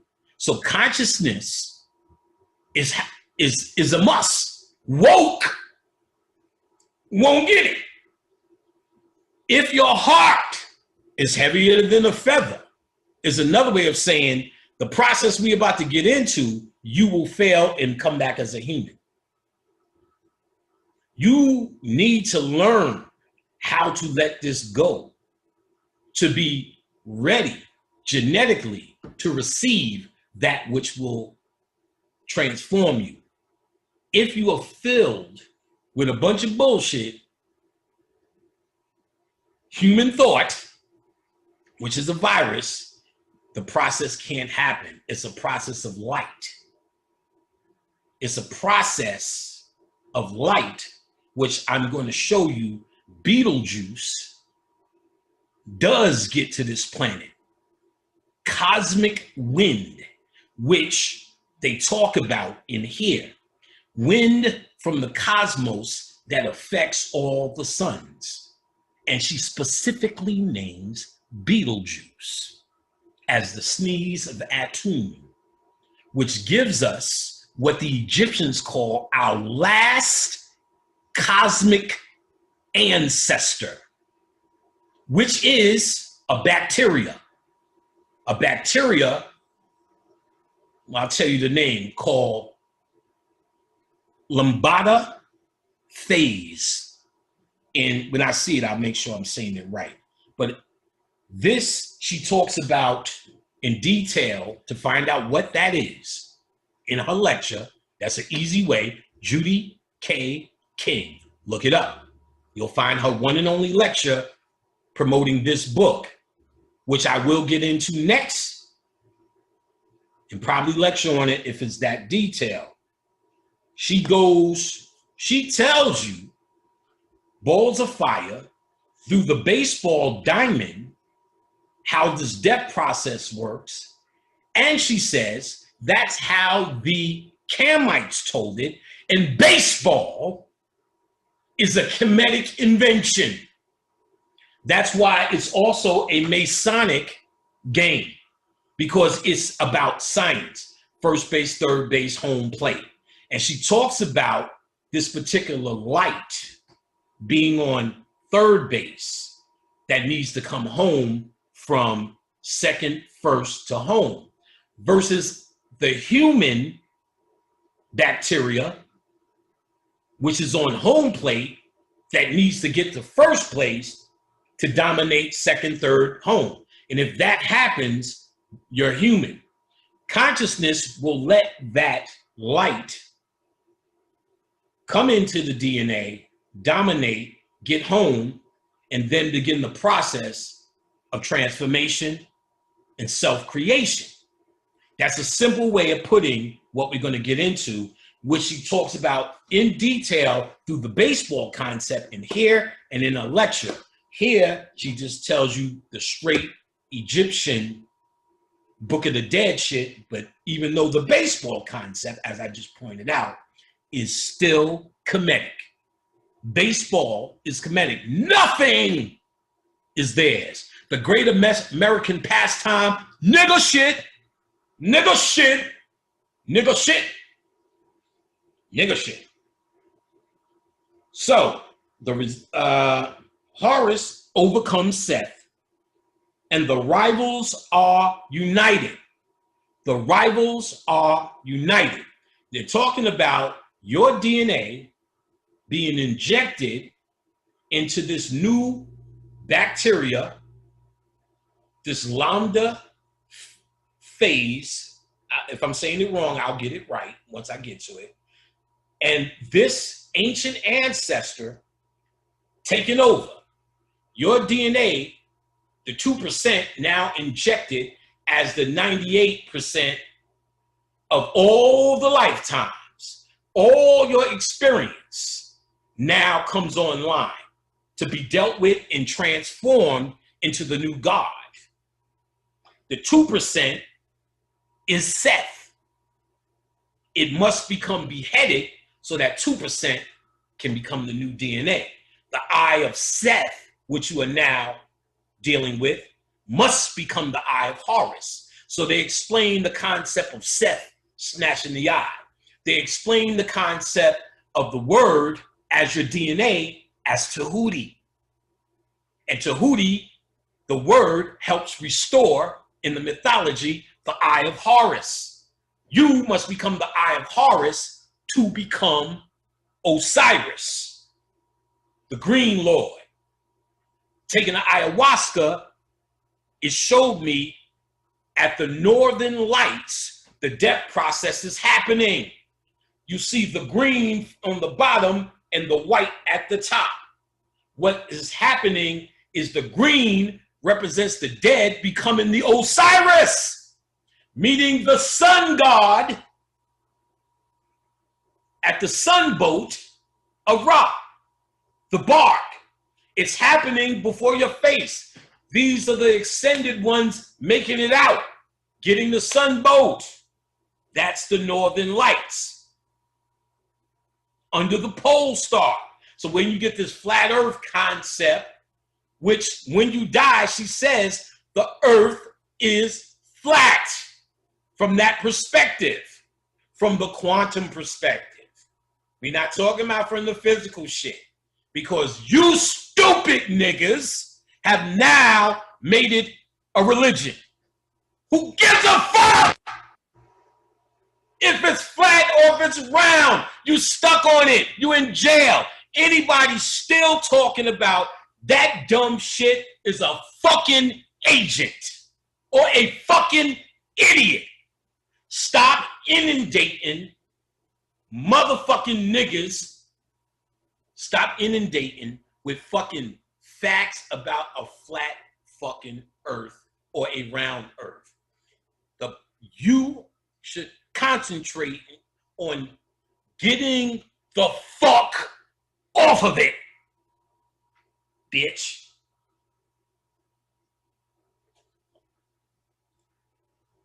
The results in the restoration of the Eye of Horus and the risen Osiris, the green at the northern lights is the risen Osiris. Those aren't people. Those are an energy stream that what you're seeing is an energy stream that you must become a part of. That energy stream is the weakest part, and we're going to get all this in, of the magnetosphere. That's where you have to will yourself for the process of changing your DNA to become the God.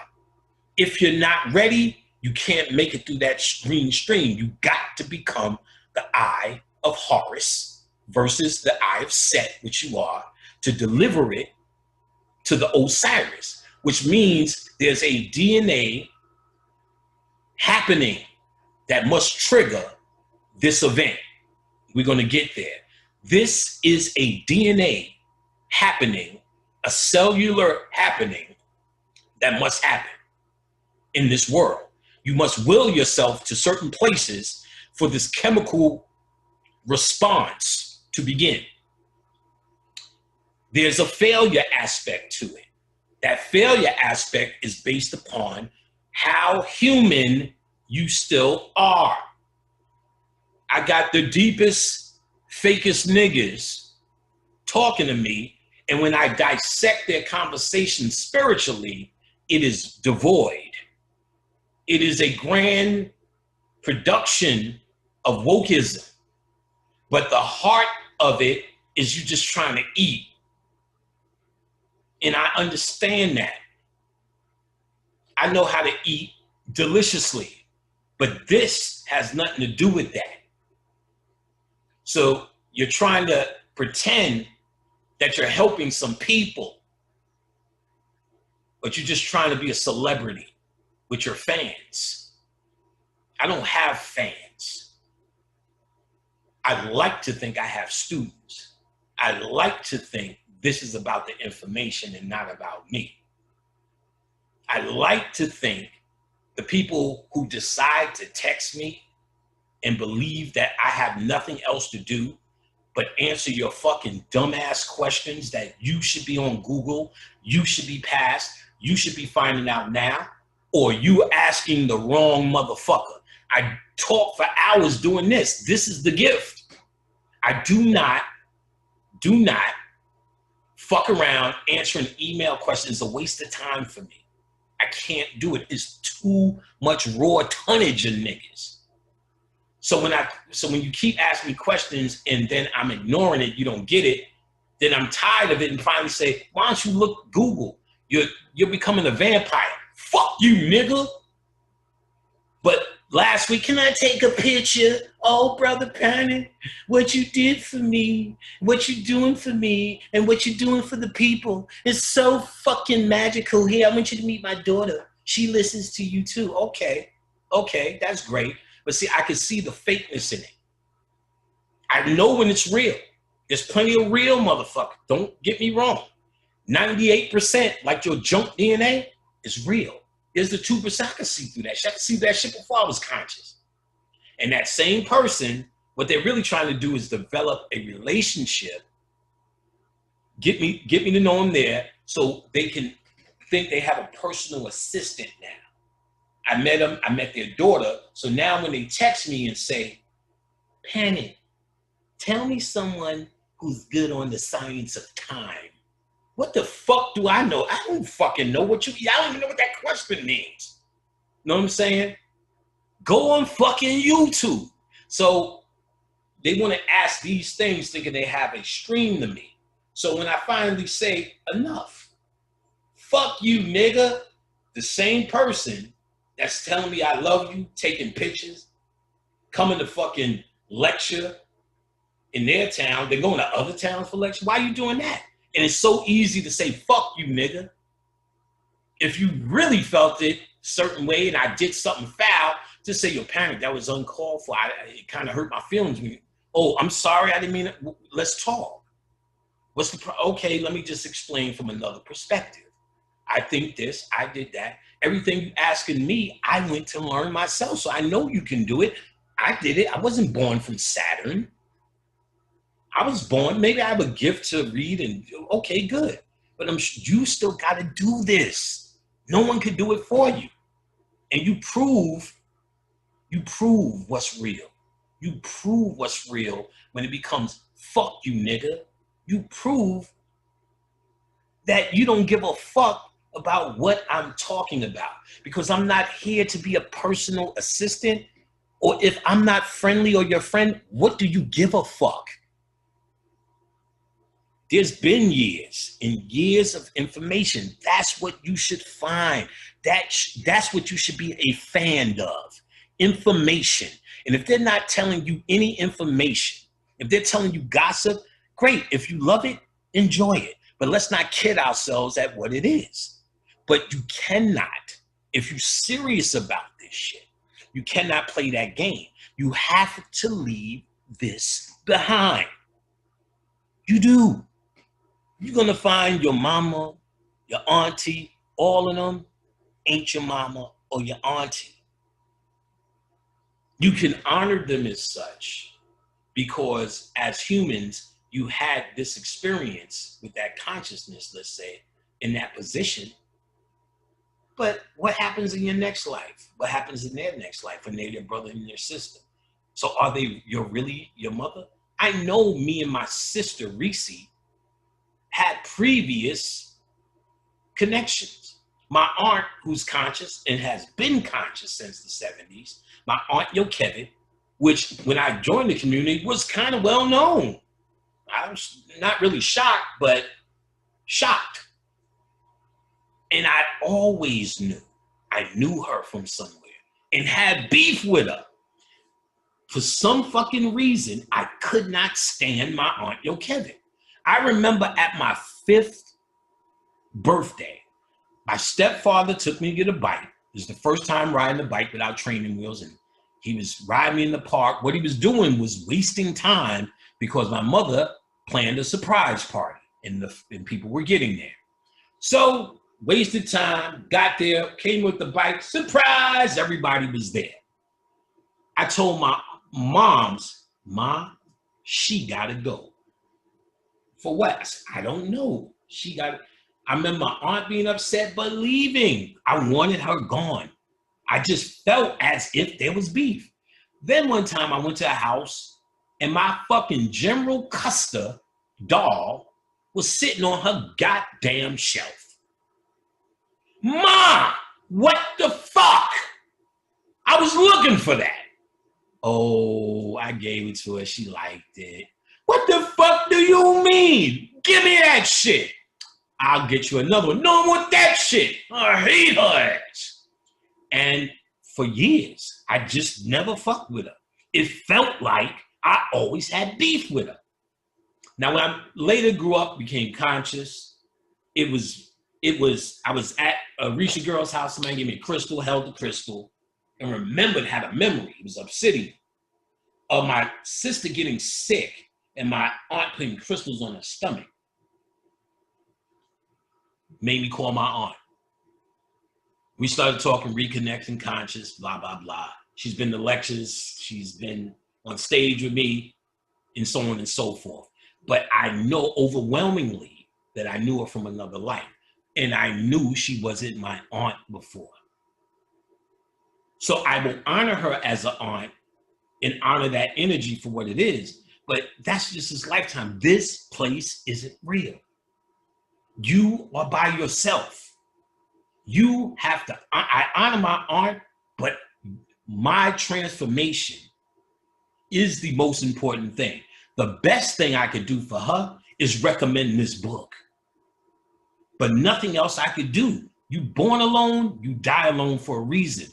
This is your honor, your birthright, and your understanding. God damn, I keep stopping because there's just so much to say, niggas. I hope this is interesting. I know y'all excited about hearing what I got to say, and I'm not trying to hang on because the information will keep us here for hours, and we will be here for hours. But there's so much shit that just needs to be out the way. I'm sorry. All right.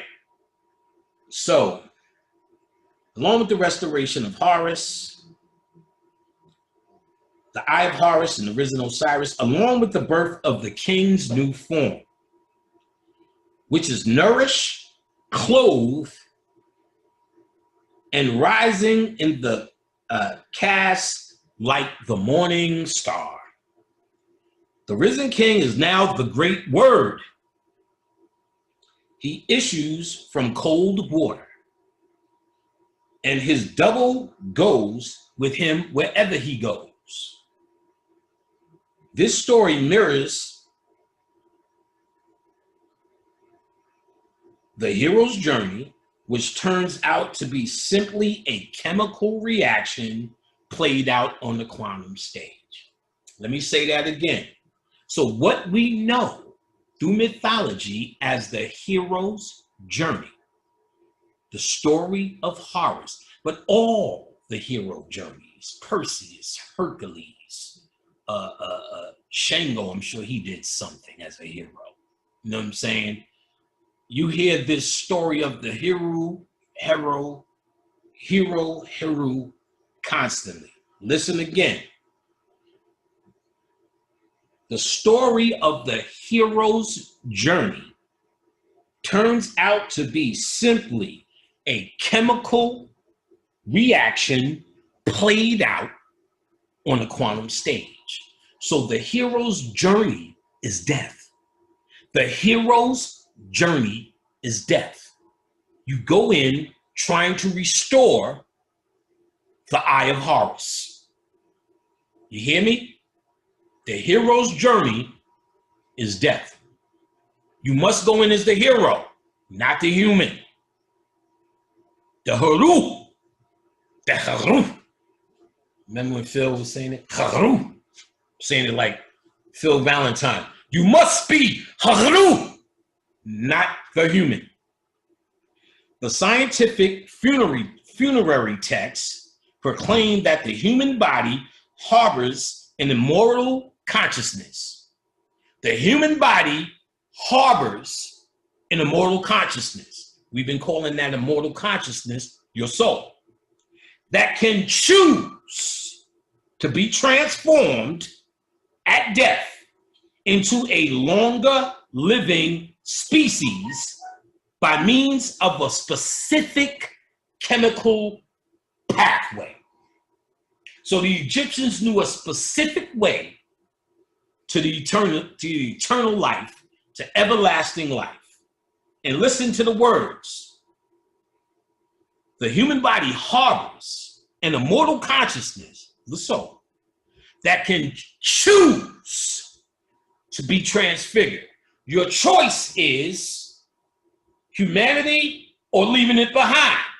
When I leave it behind for consciousness, true consciousness, as I laid out, I'm choosing everlasting life.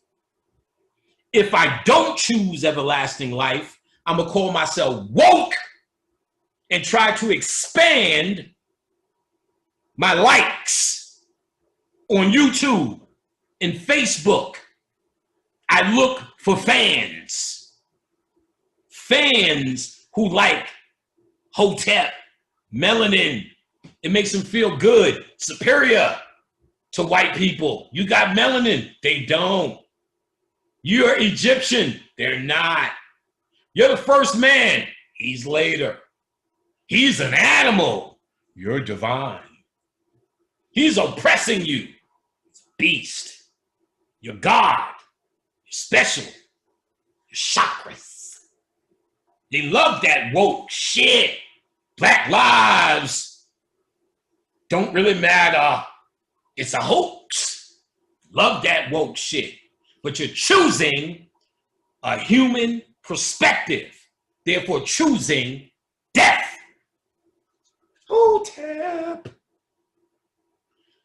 By means of a specific chemical pathway, the secret knowledge inscribed in the pyramids of the 5th and 6th dynasties was only for the king and royal families. Consciousness, the shit that you're getting for free on YouTube, that you're fucking squandering, was put aside for special motherfuckers or motherfuckers in society who claim to be special. Because that's how valuable this is. And because you're woke now, you don't even know the value of the shit you're getting. Shout out to my brother Tef in Scotland, living in a fucking castle, Teferu Azar.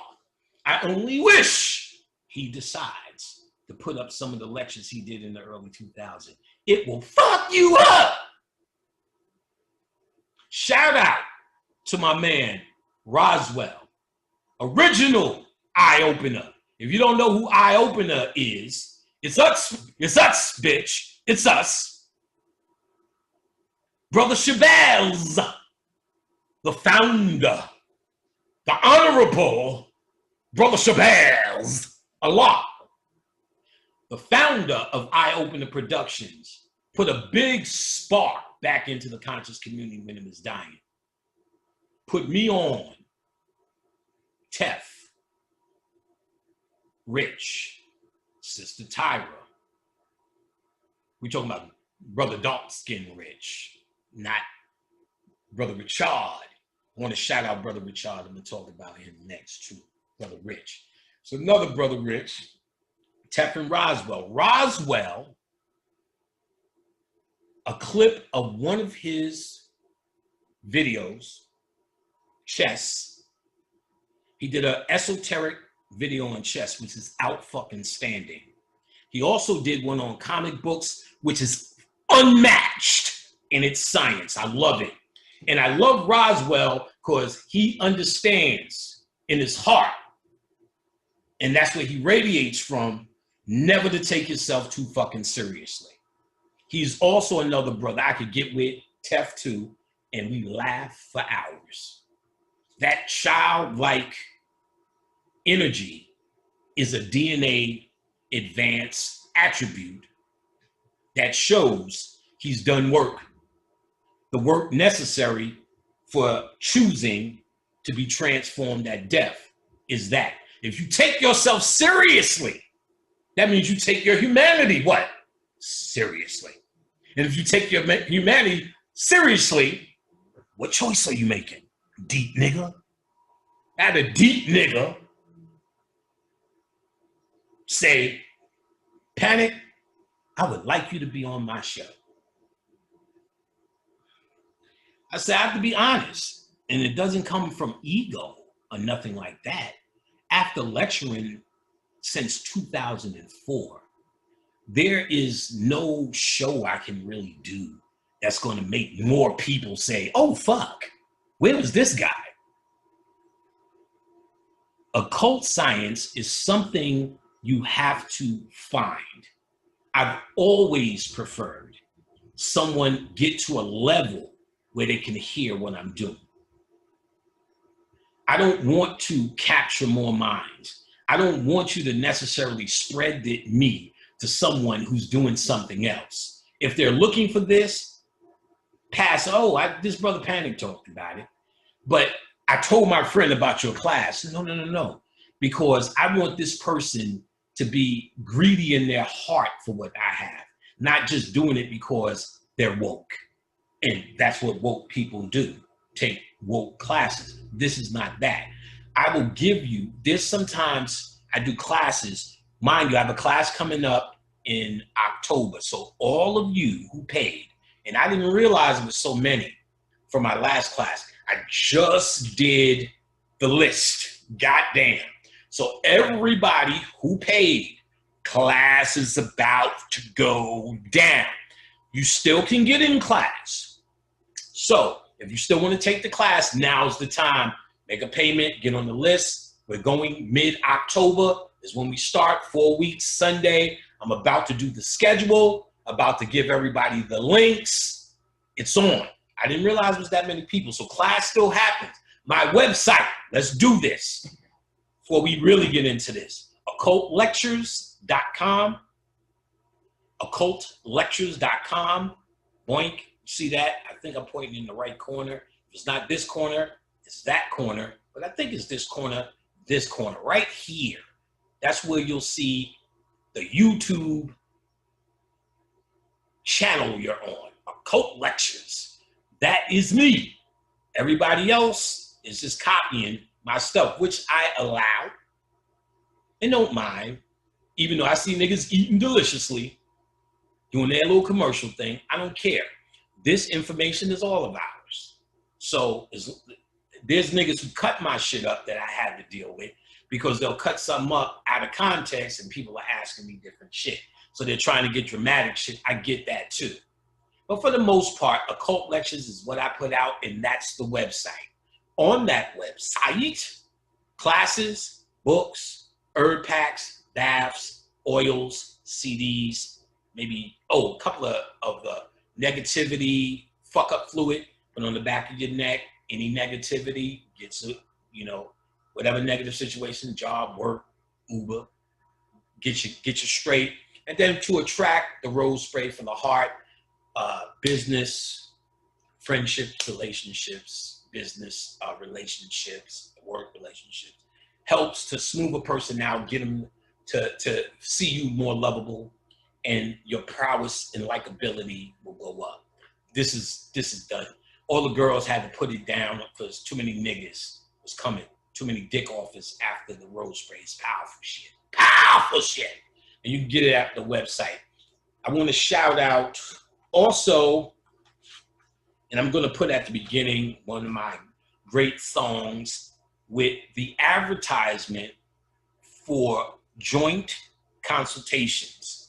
Khadijah and I are now doing joint consultations. It's something we started at lectures. The lectures are a smash success. If America gets back to some semblance, which I really don't think it's going to do, but let's just say it does, and somehow we get back to gatherings, you know what I'm saying? They're going to try to make sure everyone gets a vaccine and all the rest of that crap. We know the story. But if we get back to it, I forgot what I was going to fucking say about lectures. Doesn't matter. When we were doing consultations, we did the lecture on Saturday. We stayed the extra day, and whoever was in the lecture came back the next day to the hotel to do consultations with us. It was incredible, the joint consultations, what we were uncovering and finding. So much so we decided to do it at home. So you can get that at Khadijah's website, Samdi Readings, SAMEDIREADINGS.com, Samdi Readings. Or you could go to my website, Boink, Occult Lectures, and there's a link to her page. You could also get readings from her and her class, which is based upon the chakra system, new breakthrough information, spiritual channels, which are fucking incredible.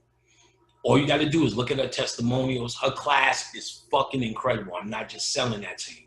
It's a must. If you take my class and take her class almost was developed missing in the places I couldn't really go.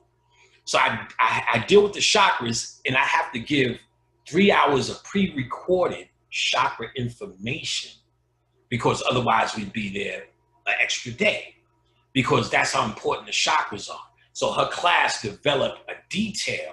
Wait, because my class deals with the mind, the subconscious mind, pineal. Her class deals with the heart, the chakras, and the emotional system. Fire.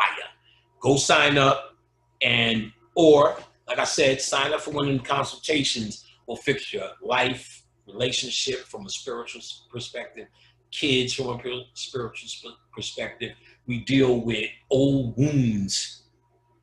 And you talking to a wounded ass nigga who knows and did a lot spiritually to release, overcome, and forgive,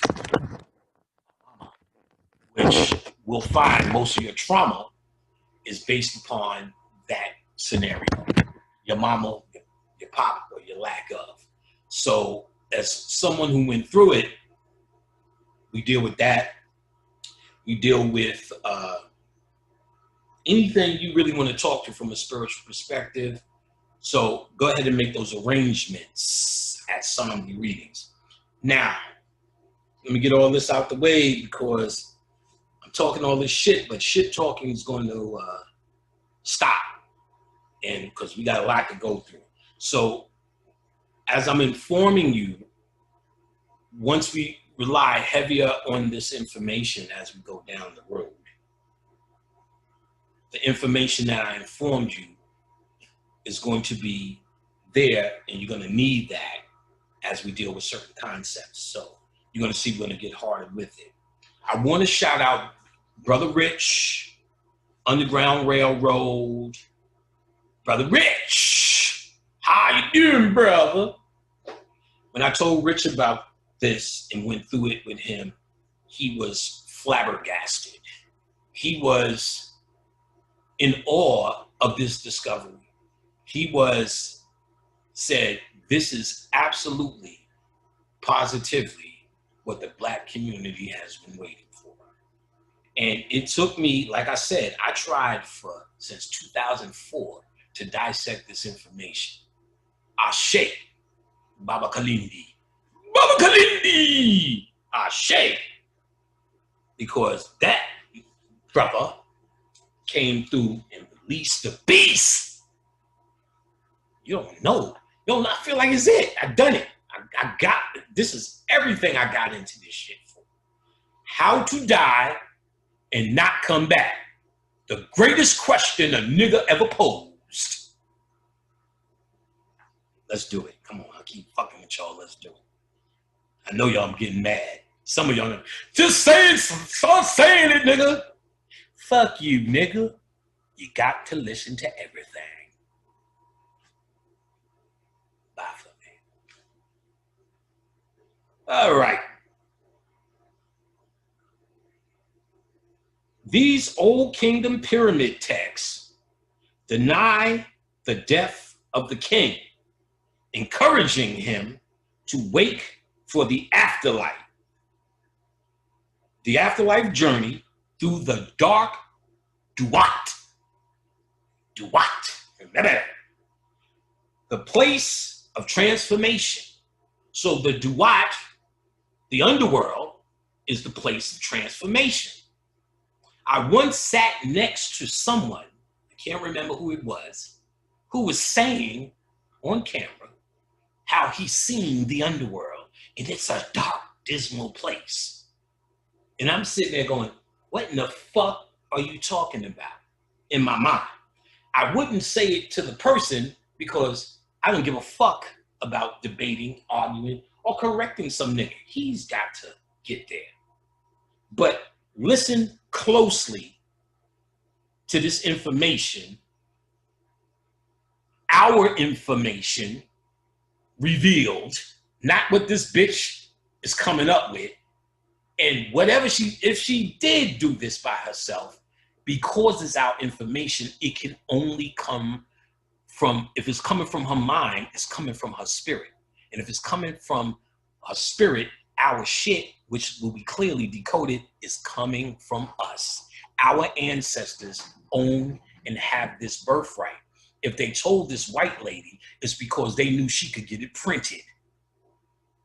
And if they told this white lady, they knew one day as in today, it's going to get back to us. And we have it now. In 2004, I couldn't understand it. The spirit kept me out because it wasn't time. Because if I would have figured this out in 2004, it would have been along my lectures, and it wouldn't be as important as it is now, because we are at that moment now. Beetlejuice, Beetlejuice, Beetlejuice. We are at the time of transformation. There was another time, and I documented it back in the 2000s. I kept telling Bobby, something happened where ancestors left. That's a big statement.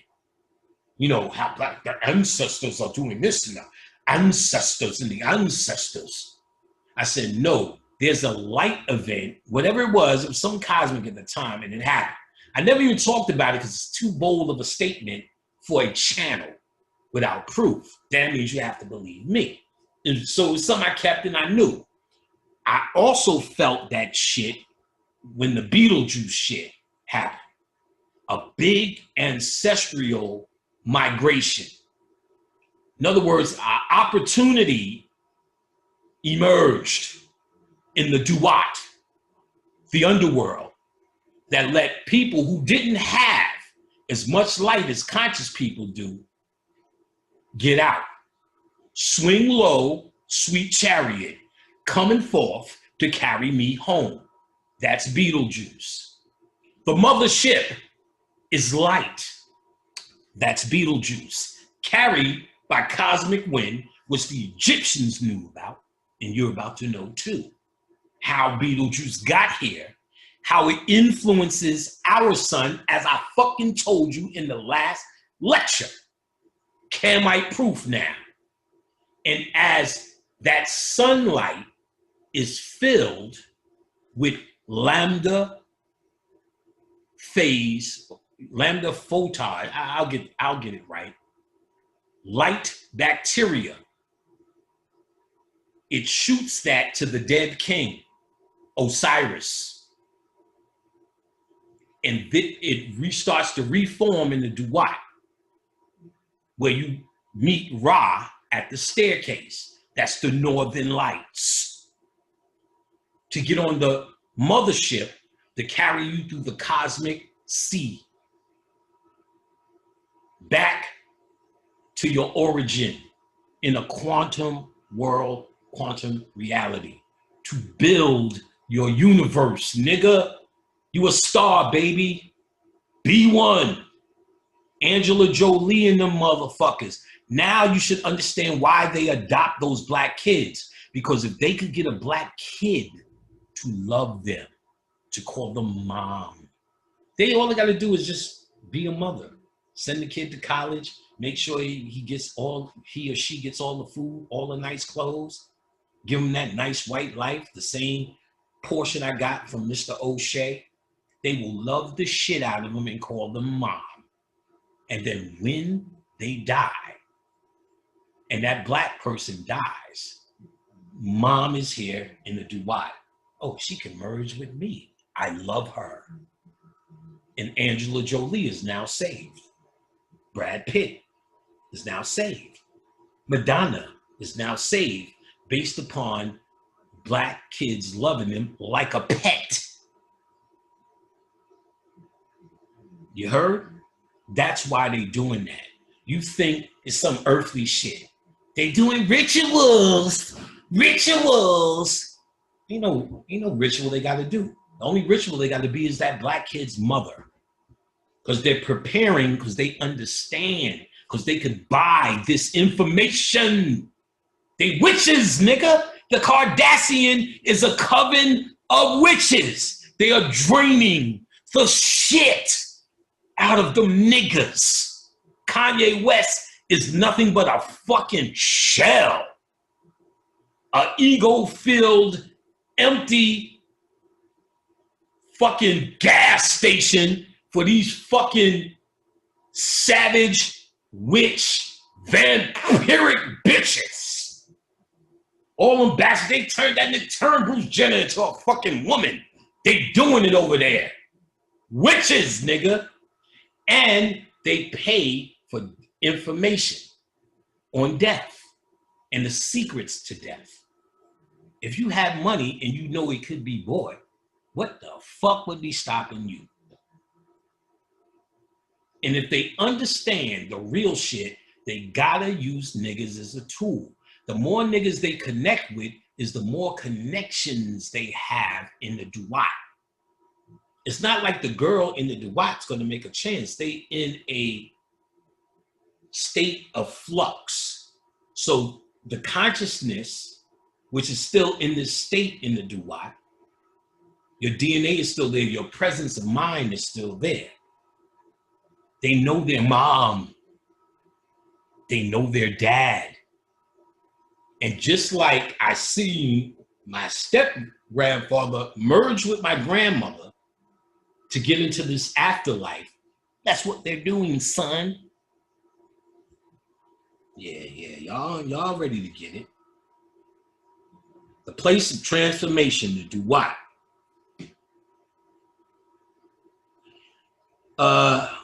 So here's the order in which the funerary text, and here's some of the names. The first text we'll call the pyramid text. That's in the archaic period. Oh, in the archaic period, I ain't gonna say all the numbers in the BC, that shit don't matter. In the archaic period, nothing. In the Old Kingdom was the pyramid text and then the coffin text next. Old Kingdom and Middle Kingdom. And in the Middle Kingdom was the Book of Two Ways. In the New Kingdom, the Book of the Dead.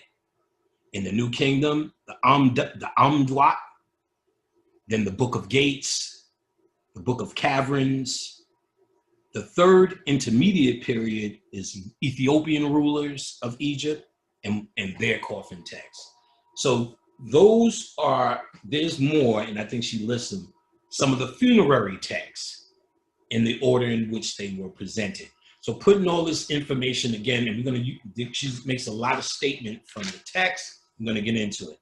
So again, the pyramid text, the Book of Two Ways, the Amdot, the Book of Gates, the Book of Caverns, the Book of the Dead, the Edifice of Taharqara, and RV1, Tomb of Ramses, S1, Tomb of Seti, IS, Idea Strands. So you'll see her refer to these codes as well, and that's what they are.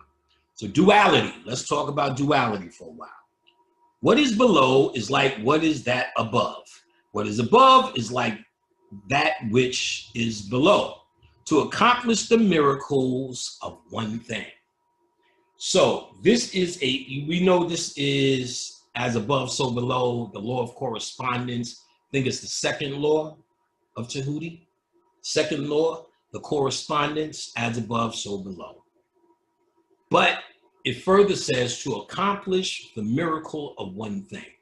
So it's first telling you to think of what you know or what you can possibly know about the human body on its cellular level, on its practical level, on its microcosmic level, and apply it to the macrocosmic universe and to the process of death. So meaning nothing happens up there that can't be understood through the microcosm down here. So this is another reason why you know thyself. To know thyself is once you understand the mystery of death, you can relate because you know the process of self. You know the inner workings of your power. So when you go to a place where these powers are used for transformation, because you know what they are, you did meditations, you did mantras, you did astral travel, you did lucid dreaming. You did all these things to exercise that portion that sleeps down here because it's not in use. When it's time to get in use, it's well trained and exercised and up for the task. That's called consciousness. Wokeness is a new vocabulary and a new way of speaking and dressing and twisting your hair into twisties.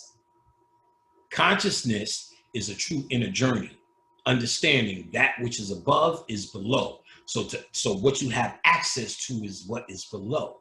What you will have access to and will be an expert in, if you study that which is below, you'll be an expert of there. As above, so below. As the deceased states, the two skies go in me. The two earths come to me. This is PT, which is the pyramid text, 332.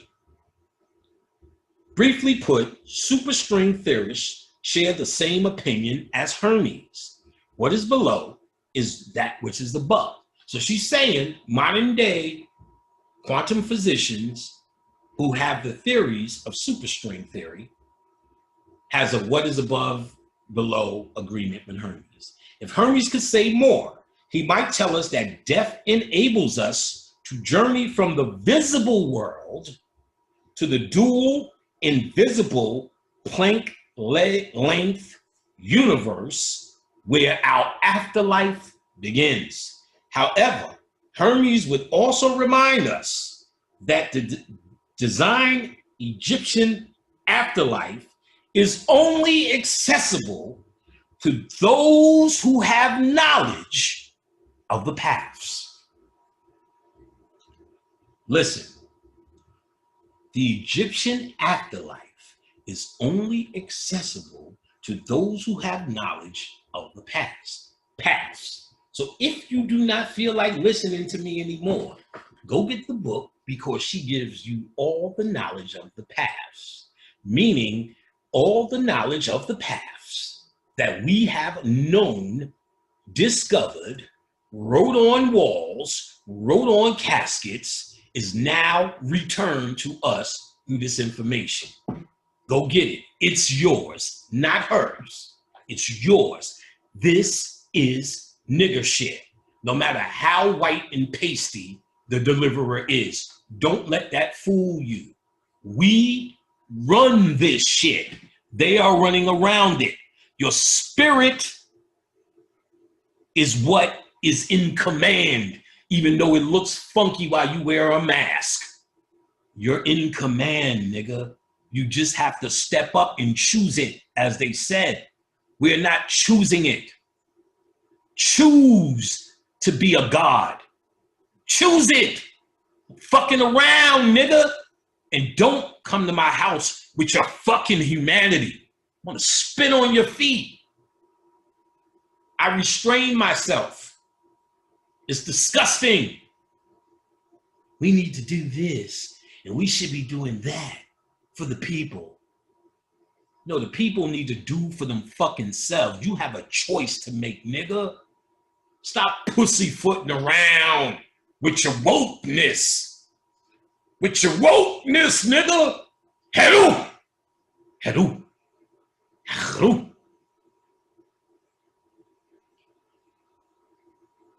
The Egyptian idea, so wait, accessible to only who has knowledge of the past. Listen, there was a specific understanding of what you need to do with death. All I hear is niggas, I ain't coming back no more, Penny. I don't want to come back. If you don't know the pathways to get out, your ass is coming back. Here you go. I'm proud to give it to you in this long lecture, and you gotta hear all the other shit to get to it. But we gonna get to it though, I promise you that. All right, so the Egyptian idea of the afterlife, in the interest of learning more about the system of signs that seem to eliminate the fear of death for those who possess the knowledge, the kings and nobility. Nobility today represents stars. So Brad Pitt, Angela Jolie, Jennifer Aniston, I think she adopted a Negro. Those adopting a Negro, or probably in some place doing Negro rituals, like Tom Cruise was turning Jamie Foxx and Will Smith on to something. Because there was a time Will Smith was hanging around with him, and fucking around with Scientology for a little bit. I don't know if he joined up, but he was doing dumb interviews. Well, have you ever read a book called The Alchemist? It's the greatest book ever. The Alchemist. I'm like, somebody told you to read that, and you're just saying that. You could just tell the way he was saying it, it didn't hit his heart. It was just something to say. But which reveals that somebody is trying to put them on the consciousness, or they're doing something. They're not just walking around this motherfucker doing this dance. Then Jamie Foxx, after he did that movie where he was in the taxi cab for a while, Jamie Foxx was telling the stories where he was hanging with Tom Cruise. So they probably was fucking, but all of this is eating ceremony, eating rituals, eating and feeding off of these niggas. They know what they're doing, or if not, they're going someplace in these places to eat. They need niggas. Let's just get to it. They need niggas because genetically, you're going to see this is a genetic thing. And that's how I know for a fact. Now, I know they're not getting out. And why I'm so bursting, why I keep talking, because if there was any mystery to death, the mystery would create fear. And that's really what people fear about death. It's unknown. But listen again. The system of signs that seem to eliminate the fear of death, eliminate the fear of death for those who possessed the knowledge. Now that I've gotten into this and have a full understanding, my understanding of death completes every work that I dug into. Because when you wipe all this consciousness shit away, the end goal is niggas is really just trying to understand death. You want to die as a Moor, die as a Nuwabian in the philosophy, Islam, Christian, Hebrew Israelite. You think of the death ritual that you're going to see, whatever that is. You're going to see whatever you choose to see. You're running this. But you can't get out unless you realize that you're running this. So when you get there and wait for Allah, there is a portion of this that is automatic, they say, once you're in the right position and have the right stuff. So the jury's out if, let's say, you're calling this process Allah or Jesus. It doesn't say that that may negate you from it, depending on, it may not just be conscious, it may be something in the heart, something you've done in other lives that makes your DNA worthy. So much so, you may have not gotten out the last life because you may have had to come back and do something else that was a little bit more mundane, but you may from other lives be that nigga. So even though in this life you are now inundated with Christianity or Islam or whatever, you still may have in your DNA the necessary tools to make the journey. So you may be calling it Allah or Jesus and still get out if you are able to make it there. But, and that's only saying if you previously understood those pathways. Because when I first was reading this book and couldn't make heads or tails of it, Bobby Hemmett called him, "No, you're supposed to do all of this and know the pathways. We ain't going nowhere. We don't know no pathways." He said, He said, because as Egyptians, we did that work, the knowledge of the pathways is still in our DNA. Here's the problem. We are so inundated these days, and that's the war effort of white people to give you an abundance of human grief. Even though you die and have these pathways in you, your mind is still inundated with all the work that you think you needed to do. Black Lives Matter, police are doing this. We never had all these record companies, and Tyler Perry wore dresses, black men, we got to stop it, then you're a human fucking again.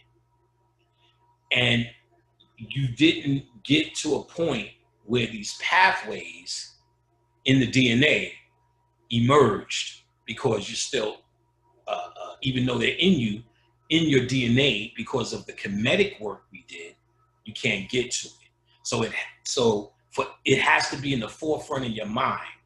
or your ability, or you have to truly be over humanity, because there is learning still in the Duat. It is the place of transformation. And for instance, my aunt, who was the first spirit to get to me, when she came, she was a devout Muslim, prayed 5 times a day, wore the shit. My grandfather, who was conscious, occult conscious, Necronomicon level. I'm gonna talk about Lovecraft too. Nothing to really talk about, but I'll mention it because that's our shit. What was I saying? What the fuck was I just talking about? Yeah, that's when I'm starting to get deeper in the spirit, because I don't even remember what the fuck I was talking about. But let me talk about, oh, it was good too. Let me see. Let me look at the whole page, maybe.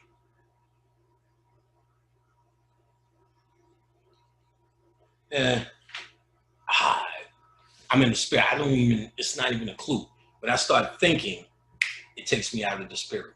That's when it's, we're gonna be here. We're gonna be here. Nigga, we're gonna be here. Let me get a spirit song. We're gonna be here, nigga. We're gonna get one of these crunches. Ashe, carbohydrates. So, first, Lovecraft. I've been watching it. It is definitely in the spirit. Listen, this is old news. It's good to see niggas doing it. I do like that guy, Jordan Peele. I think he's semi-conscious when I look at his work. But understand this. This is how it could go both ways with that. He's Black Lives Matter conscious, no doubt. Is he occult conscious?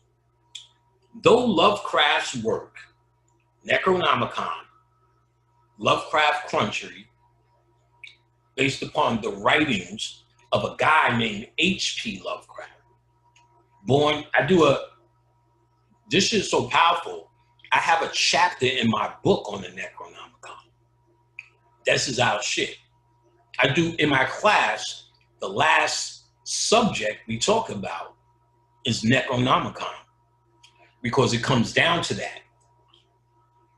Niggas doing the Necronomicon scared me, because I'm just waiting. I already got that. I didn't have to wait long for them to fuck it up. You know what I'm saying? I just knew, because I know the story. H.P. Lovecraft wrote a lot of stories, short stories. He was born in 1920 or whatever. He's an OG from white, nerd, noble, shut-in,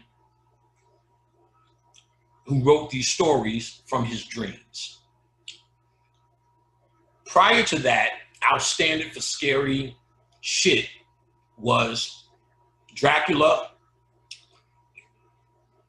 The Mummy, Frankenstein, and Edgar Allan Poe shit. Vincent Price movies was the manifestation of what was scary. H.P. Lovecraft, his writing was so profound. His bitch is Stephen King. Stephen King will tell you, Lovecraft's dad, he invented that type of shit well, very well. Then he revealed, because the stories would pick up on each other, so much so that they became, he first wrote something called The Hound, where he first talked about the old ones. And he talked about the mad Arab who went to the desert and channeled the great old ones. And he also talked about how to summon these great old ones. Then he started writing more and more about these great old ones: Cthulhu, Shub-Niggurath, Yog-Sothoth, Yig, Nyarlathotep. I think I said Shub-Niggurath. So I break down in my book the primal energies in the body before the human gets involved. Here's a great example. Kali. Our Kali Yuga, which is over, you can see how the glass is severely broke, fell off the wall. In my spirit room, that's it. It's over. We're in the golden age, baby. It's your turn. They don't know what to do. Get in the house, put a mask on. We're going to see what you niggas become after this Beetlejuice, which shoots off that lambada phase energy. So it automatically hits the DNA here. And through the death experience, this energy, this light that conscious people were cultivating through knowledge, the regular people now have. Swing low, sweet chariot, coming forth to carry me home. You niggas have been rescued from Orion by what is a tomb, creating a new world. That's a sneeze, they say, or a tomb busting off is a supernova. Beetlejuice, Beetlejuice, Beetlejuice. It hits the suns and redistributes light to you. This ancient light, the Egyptians call our cosmic ancestor, a bacteria called Labada photage. I'm gonna get it right, phase something. I'm gonna get it right. Hotel. So Lovecraft Country. So Lovecraft, I want to keep going with that. His writings, because they were dreams and they were continuing, collectively, people started calling them the Cthulhu mythos. Then a little bit later, people started calling it the Necronomicon. Now, what he did, because these short stories that were featured in a comic book called Weird Tales, when my grandfather, who I said was conscious, when me and my aunt, who I said was conscious, was cleaning out his house after he passed, I found a box of them motherfucking Weird Tales with true Necronomicon stories. Some of them were for 1920. I only wish I knew what I had back then. I would have had them now. And I was reading the actual Necronomicon stories, which my grandfather was fucking with already. He was a crazy book nigga. I have a picture. My sister went to my uncle's house, got a picture, old pictures. It was one with my grandfather holding me and him always argue. He was a grump. I used to stand on the top of the stairs just so I could be face to face to argue with this nigga. My uncle told me one time I was doing that and said, "That's why you're going to die before me, motherfucker." I remember he threw me out during Thanksgiving when I was 6. The cops made me go back upstairs. Me and him went through it. Now, this picture, he's holding me smiling. That was incredible. I wanted to blow it up. And he had books all over his shelf, and I knew he was a cult. I said, now that I study books, see what he had. Blew the picture up, couldn't read nothing but one fucking book. The one book on his shelf that I could see was fucking Cyclomancy. God damn. Now listen, I went to Rhode Island to fuck some bitch because, well, fuck some queen, because that's where the spirit was leading me. When I asked the goddess to reveal to me any secret, no matter what it is, when I came pure of heart, I woke up 2 hours later with Muslim things, hives. That's the first call I made to Bobby Emmett. He said, hives, he was eating cereal or something. Well, hives are the Shiva energy. You ask the goddess, and she bless you with the Shiva energy. After that, girl. I was going all around the country, just spreading dick. Philly, Rhode Island. In Rhode Island, I went to a used bookstore and found a book called Cyclomancy. It was from the 60s. I talked about this book so much, it was out of print. So I talked about it so much, printed it up. And then people were getting it from me. Sold it. Became pop, made a PDF. I told people took what I made a PDF, and I said, if you could get it on PDF. If you can't, you still buy it from me. And so, but I explained how powerful that book is, and it is. like I said, it expanded my imagination. I knew how to move things. Now with my mind, I used to be in New York City practicing that, trying to get people to go to sleep on the train opposite me, trying to get ladies' legs to open opposite me, trying to, in the summer, trying to get titties to rise. All worked, all good. All the Hasidic Jews, give them itching attacks, stay easy. Just make them start scratching on the train. All from psychomancy, get this shit. It will show you exercises on expanding your mind. When you expand mind, you'll have the presence to do what you need to do for them pathways.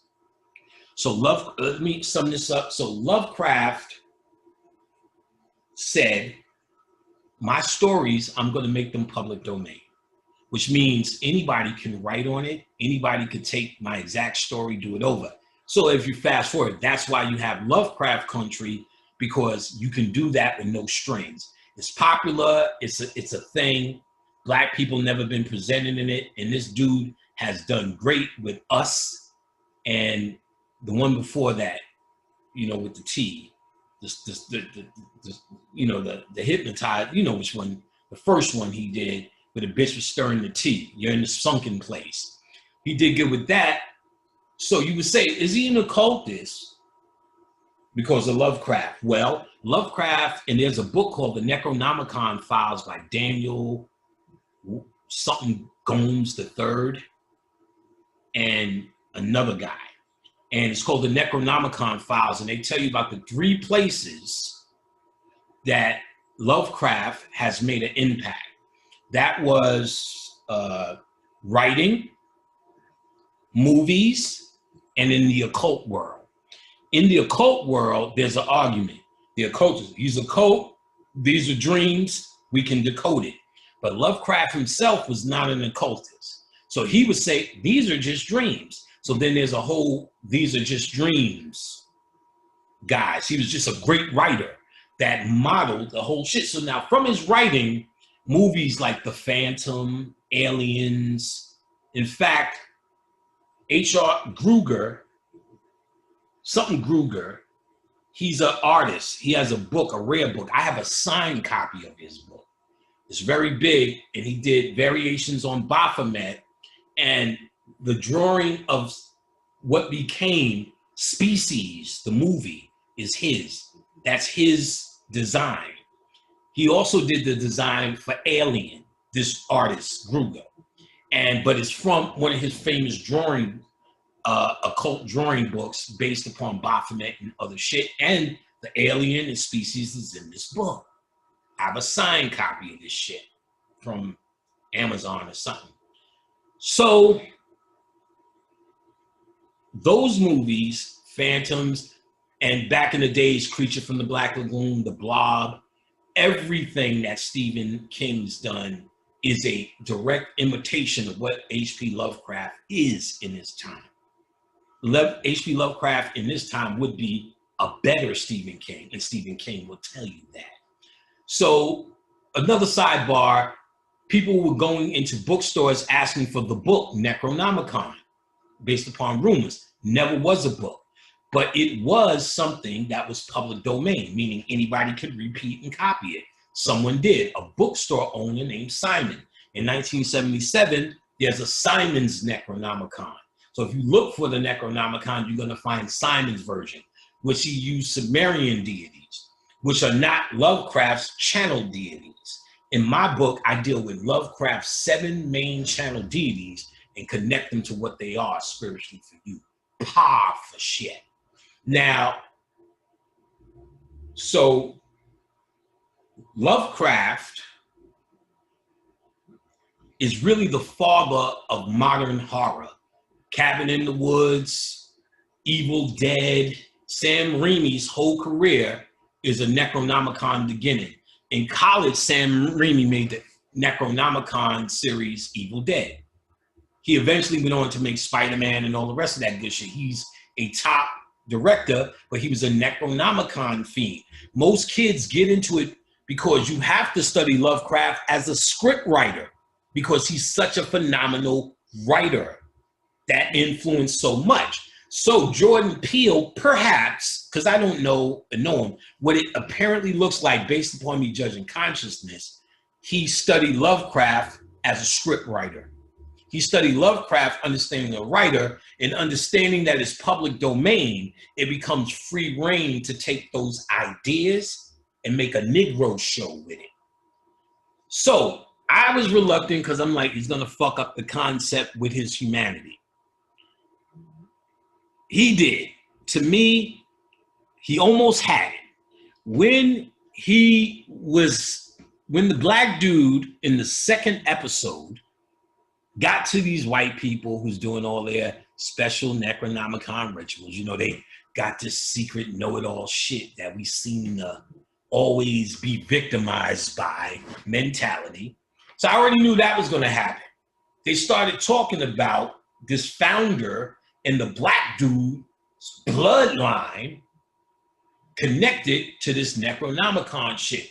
Now, my dick moved a little bit because if Jordan would have said this black dude birthright was this Necronomicon shit, something in his DNA, in his blood, I would have said, wow, now we doing a show. He at least is trying, that would at least say, without saying, all of those white people doing whatever they're doing got it from us, which is the truth. That's when I would say Jordan's turning the table, he's displaying power. And that would have been a subtle, smart way, saying that this dude's bloodline was this. He's born to this. And they are saying that and doing that, but he's born to it because this white man was fucking his great, great, great whoever who was a slave.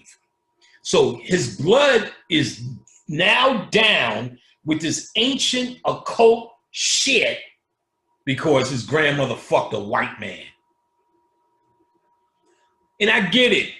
That's all these niggas know in terms of who and what they are.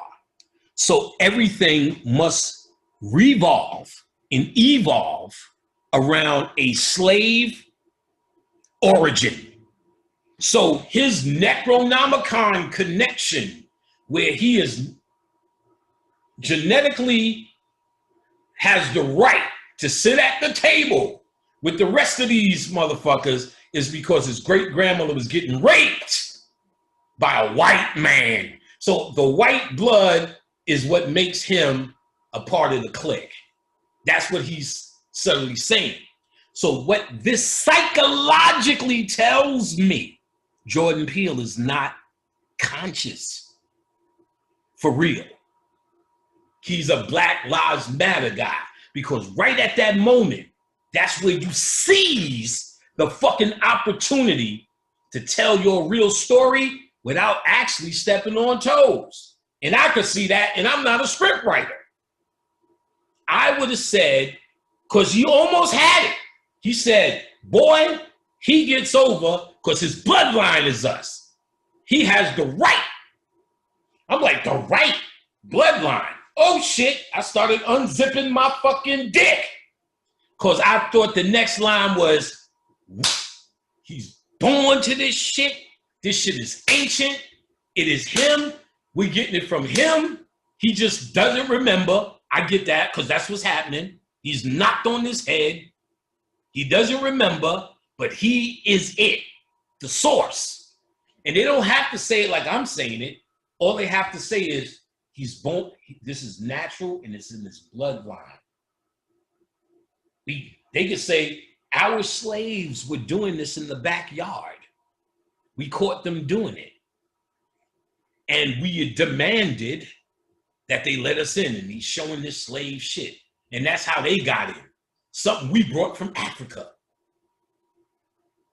Anything or any story that you need to say, this is ours.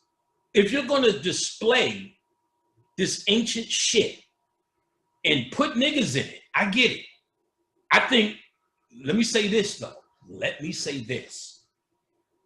Him getting that done and connecting niggas to the Necronomicon, I will have to say, and give him props is enough to take home the fucking award. Bobby Hemmett would say, man, they will not let niggas into science fiction because the Necronomicon is occult shit. And there's a lot of nigga faces. What I see him doing, I am glad to see more than not see. But it still tells me the story of his true consciousness, which is not bad. Because I don't expect everyone to be what we are or what we should be. So I think it's a big strike. I give him an excellent nod and a handshake. But damn, like I said, that was a moment. But it was a moment that only showed, you know, how far he is. You know what I'm saying? In terms of consciousness. But in terms of taking strides and breakthroughs, thumbs up. He's brought back scary movies, not even just because they're black people. Scary movies is black now. But, you know what I'm saying? The last thing they had, and it still was stupid, was that dude with them kids with that ghoul mask on. They did about 5 of them shits. I don't even remember the name of the shit. But that was in the 90s. Nothing in the 2000s was a series. You know, they killed it with all them Freddy's and Jasons. It never came back. Scary movie fans stayed with whatever they got going. They almost came back with that, which became Annabelle. I forgot the first one was fire. Then they did 5 other fucked up ones. Now they got one with that rapper girl, or that girl that used to wear the fucking band suit, who now took it off and became something else. She figured that marching band shit got played out. So now she's kissing bitches in videos. I like her, and she's pretty good. You know, I've seen her video, Janelle Monáe. I know it's Janelle, so I think it's Janelle Monáe or something. But she's walking around with 2 brains like Annabelle or some shit. I think she became Annabelle. Like, stop it. You know what I'm saying? So he's brought it back.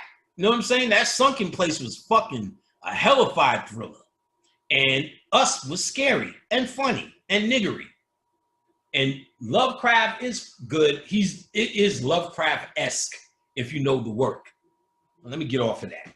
So, but you know, people keep bringing up Pack. I know you watching it, and they want me to say something deep about it, but nothing's really happening deep, I think, on there. You know what I'm saying? It's happening just like Lovecraft's writing. So I could tell he's a student of it. Niggas are monkeys. The monkey be eating this shit. I feel this is almost as racist as watermelon. Banana. This is racist shit. Banana. Nigga like banana. So I say watch it, but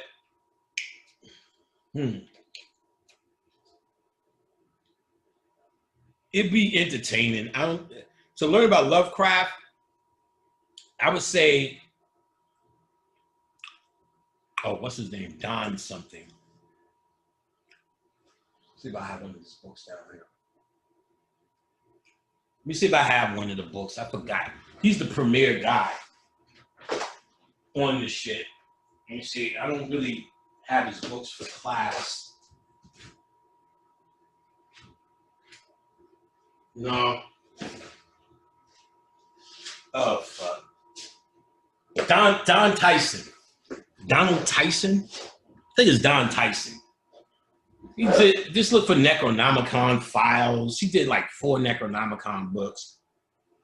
You kind of get an idea.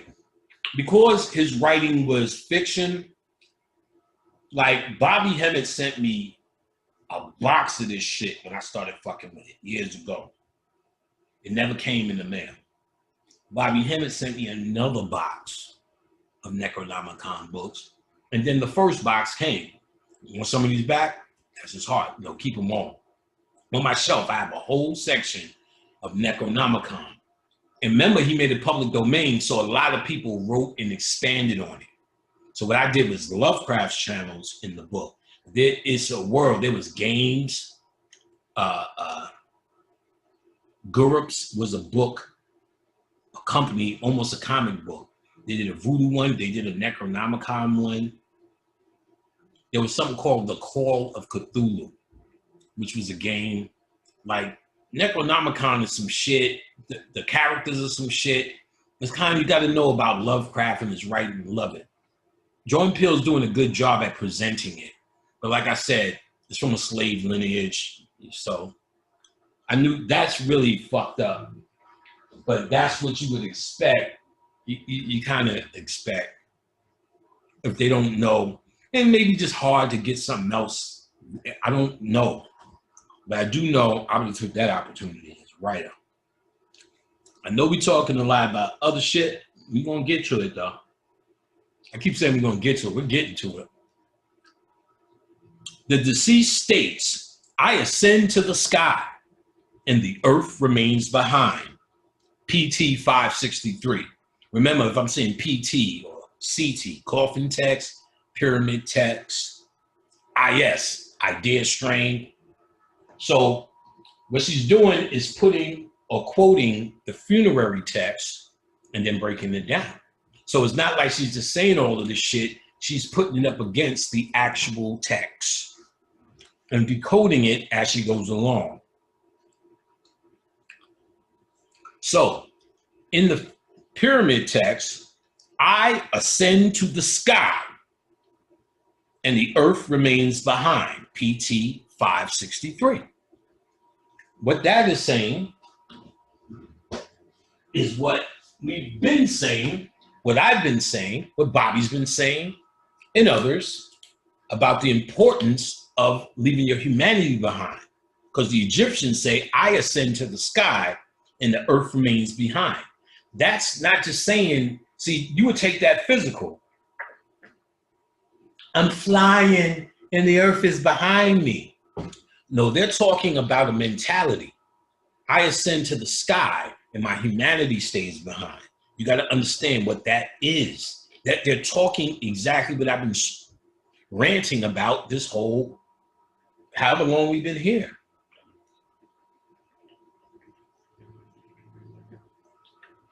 Damn, that's good. All right.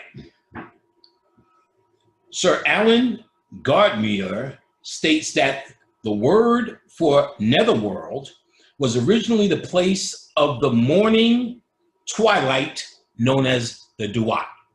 So the guy who sat next to me and said the underworld was a dismal place is recognized here as the morning twilight. The Duat is a place for transformation. If it's dismal, well, I'll leave that alone. The individual ideograms in the hieroglyphs for Duat means star. So a Duat means star. How is it a dismal place, this underworld?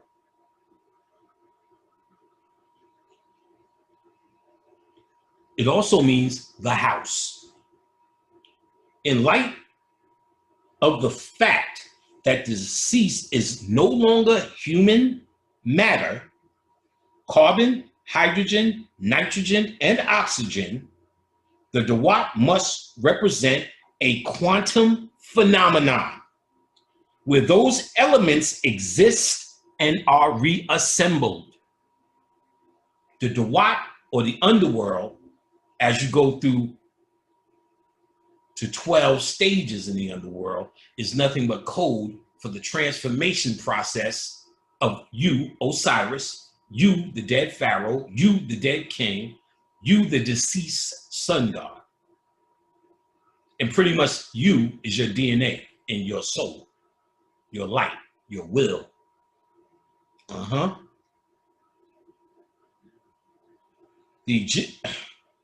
It's a workplace. It's a workplace.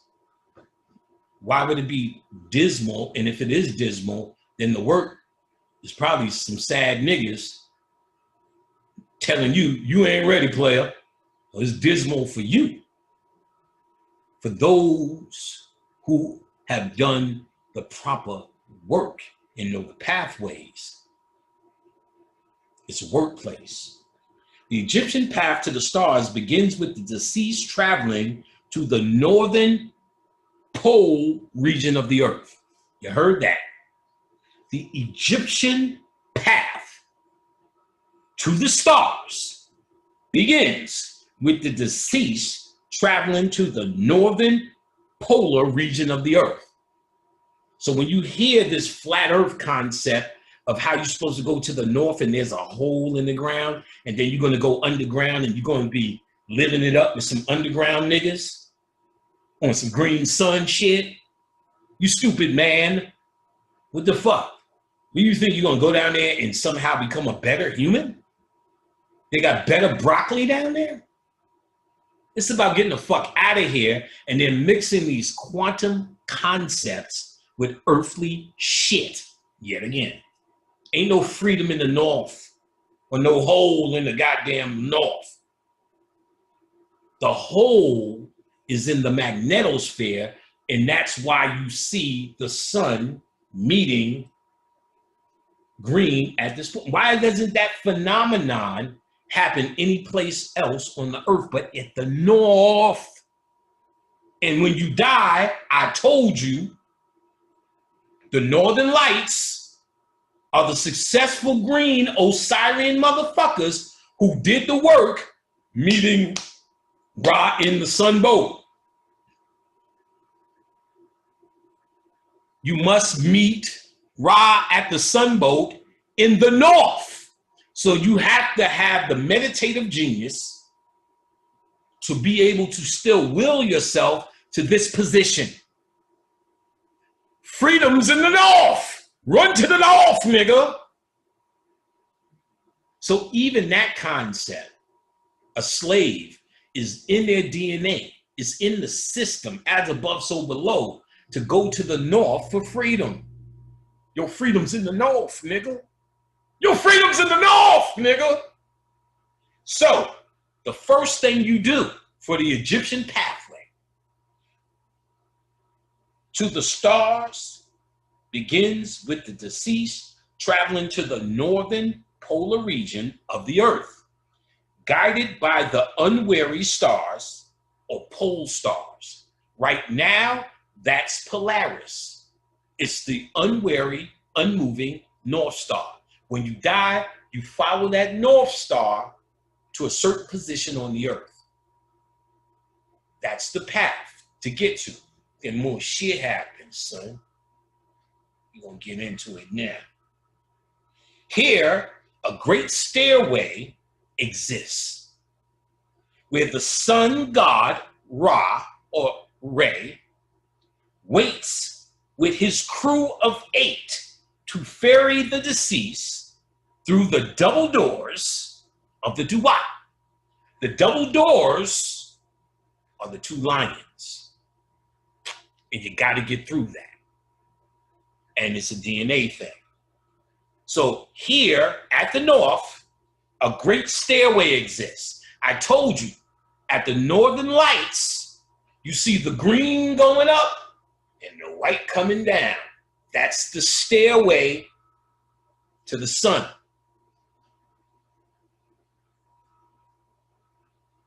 Don't just take mushrooms, stupid. Take mushrooms.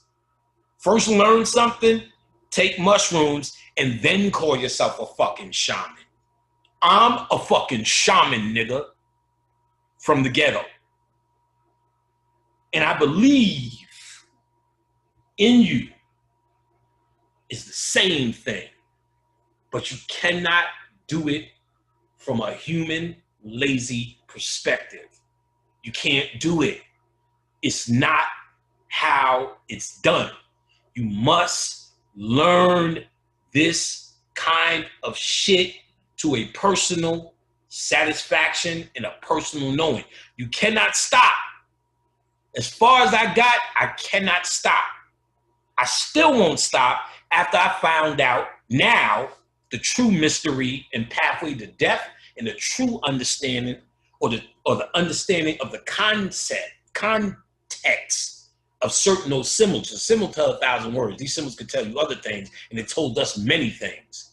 But we needed it to tell us the secret message or method to death, which is very dangerous to give you, because I'm telling you, the big shots are paying for this. The secret mystery to death is very valuable shit. Even when we did it, we didn't just give it out. I am only saying this because I know niggas can't do it. You can't do it. You'll get there and you'll fail, and you'll see why. They'll tell you failure shit. Here, a great stairway exists where the sun god Ra waits with his crew of 8 to ferry the deceased through the double doors of the Duat. The deceased is urged to go up upon the great west side of the sky and go down upon the great east side of the earth. So it's telling you a specific pathway to go. The deceased is urged to go up the great west side, and you should know this based upon the North Star of the sky, and go down the east side of the earth, with the gods in the suite of Osiris, in the suit of Osiris, and the sun god Ra, CT 18, which is what do you call it? Coffin text 18. Orion, which is PT 437, 446, 472, 738, and Sirius, PT 473. So sun god, so the suite of Osiris and the sun god Ra, or Orion and Ra, or Osiris and Sirius, or right. So the suit of Osiris and the sun god Ra are the imperishable stars and are the general direction of the deceased. Travels from west to east. The deceased travels from west to east. So once you're at the North Star, the next pathway is from west to east. West to east, I guess. West to east. Because you're going to go, well. And this is in Coffin Text 18118. Against the background of the Milky Way, or what they call the Street of Stars. This is Egyptian writing, PT. Each time I say PT, CT, and a number, that's coming from the text. So, against the background of the Milky Way or the Street of Stars, PT 262. These directions prompt one to ask 3 questions. Where is the Duat? Why go to the northern polar region? And what is the Great Stairway? So I just read to you the direction of the pathway laid out by the Egyptians and decoded. But we still don't know. So that's why we ask these 3 questions, and she breaks it down a little bit more. Where is the Duat? According to the text, after going northward to the pole, the deceased merges with the sun god and travels into the dark Duat in a west to east direction. From our perspective in outer space, we would observe the earth rotating counterclockwise. Okay. Our new science of space physics is only 35 years old, yet Egyptian textual references to crossing the waterway of the sky window, the lake, the sea, navigating the winding waterways, and being towed over the district waters with ropes of iron, CT 62, point to the actual dynamics and energy structures 21st century researchers are currently investigating in our magnetosphere. In our magnetosphere. In our magnetosphere. So she's pretty much saying Egyptians had all of this. You have all of this. So anything she's uncovering is not a discovery. It's understanding what we already discovered. This is ours. And if she uncovered it, it's only can possibly be us who put it in her head for us. If it's from a secret society being funneled through her, like the Matrix, like Harry Potter, then it's just a secret society that stole our shit that's just putting it out to see what happens. Because they got you. They don't have the genetics, baby, to walk that staircase. Let me see you walk. Wobble with it. Whatever the fuck, we do it. Right. Once you know the path, that's your ass. Patty's gonna give it to you, baby. The invisible barrier that protects us from solar wind. So what is the magnetosphere? The magnetosphere is an invisible barrier that protects the earth from solar wind. So the magnetosphere is a shield around the earth. What I found was that the 5G network, 4G network, and 3G network doesn't just shield the earth because it was put up. What it does is send frequency to the magnetosphere to make it stronger. Because when you die, you can't get out of the magnetosphere your energy. The magnetosphere is weakest where? At the North Pole. So you're moving to the North Pole because the sun gets in at the North Pole because of the weak magnetosphere, and you witness it with your own eyes watching the Northern Lights. And the Egyptian Kemetic brothers and sisters were telling you to go where the magnetosphere or the shield is the weakest. The 5G network is trying to strengthen that magnetosphere to keep that Betelgeuse light out, that Lambda phase light bacteria that dominates, that gives you the Eye of Horus. They need you to recycle here because they can't get out, and without us, hot old spaghetti-o, they have made underground caves for when this shit gets too hot for them. They understand cave logic. This is going back to basics. So they will wait until the golden age is over underground. They showed you that in Time Machine, nigga. They went underground. They only come up to eat your ass. What you think they talking about? You think they talking about? They talking about the future. Utah. They talking about Denver. All these underground caves and caverns, and they said ways to get underground through Walmart. Look that up. Underground passages in Walmart. Oh, no, they going underground, nigga. And there's evidence that some of these German motherfuckers, look that up. There's a name for them. German people who moved to the north near that hole underground. And they said all of a sudden, they was all up there populating this place, made a town, then the whole town was empty. Nobody's doing nothing. And they said they found the place, went in the earth. He said there's one in California somewhere. They showed the movie. Oh, what the fuck is the name of that movie? I see it. Where the girls went underground on a vacation and they found a hole, and there was these whole civilization and this shit was wild. That was actually a good, scary movie. Descent was the name of it. Descent. And there's there's other movies called Descent, but look for the one with the skull on it. It was a hell of a good movie, but it's about a whole underworld.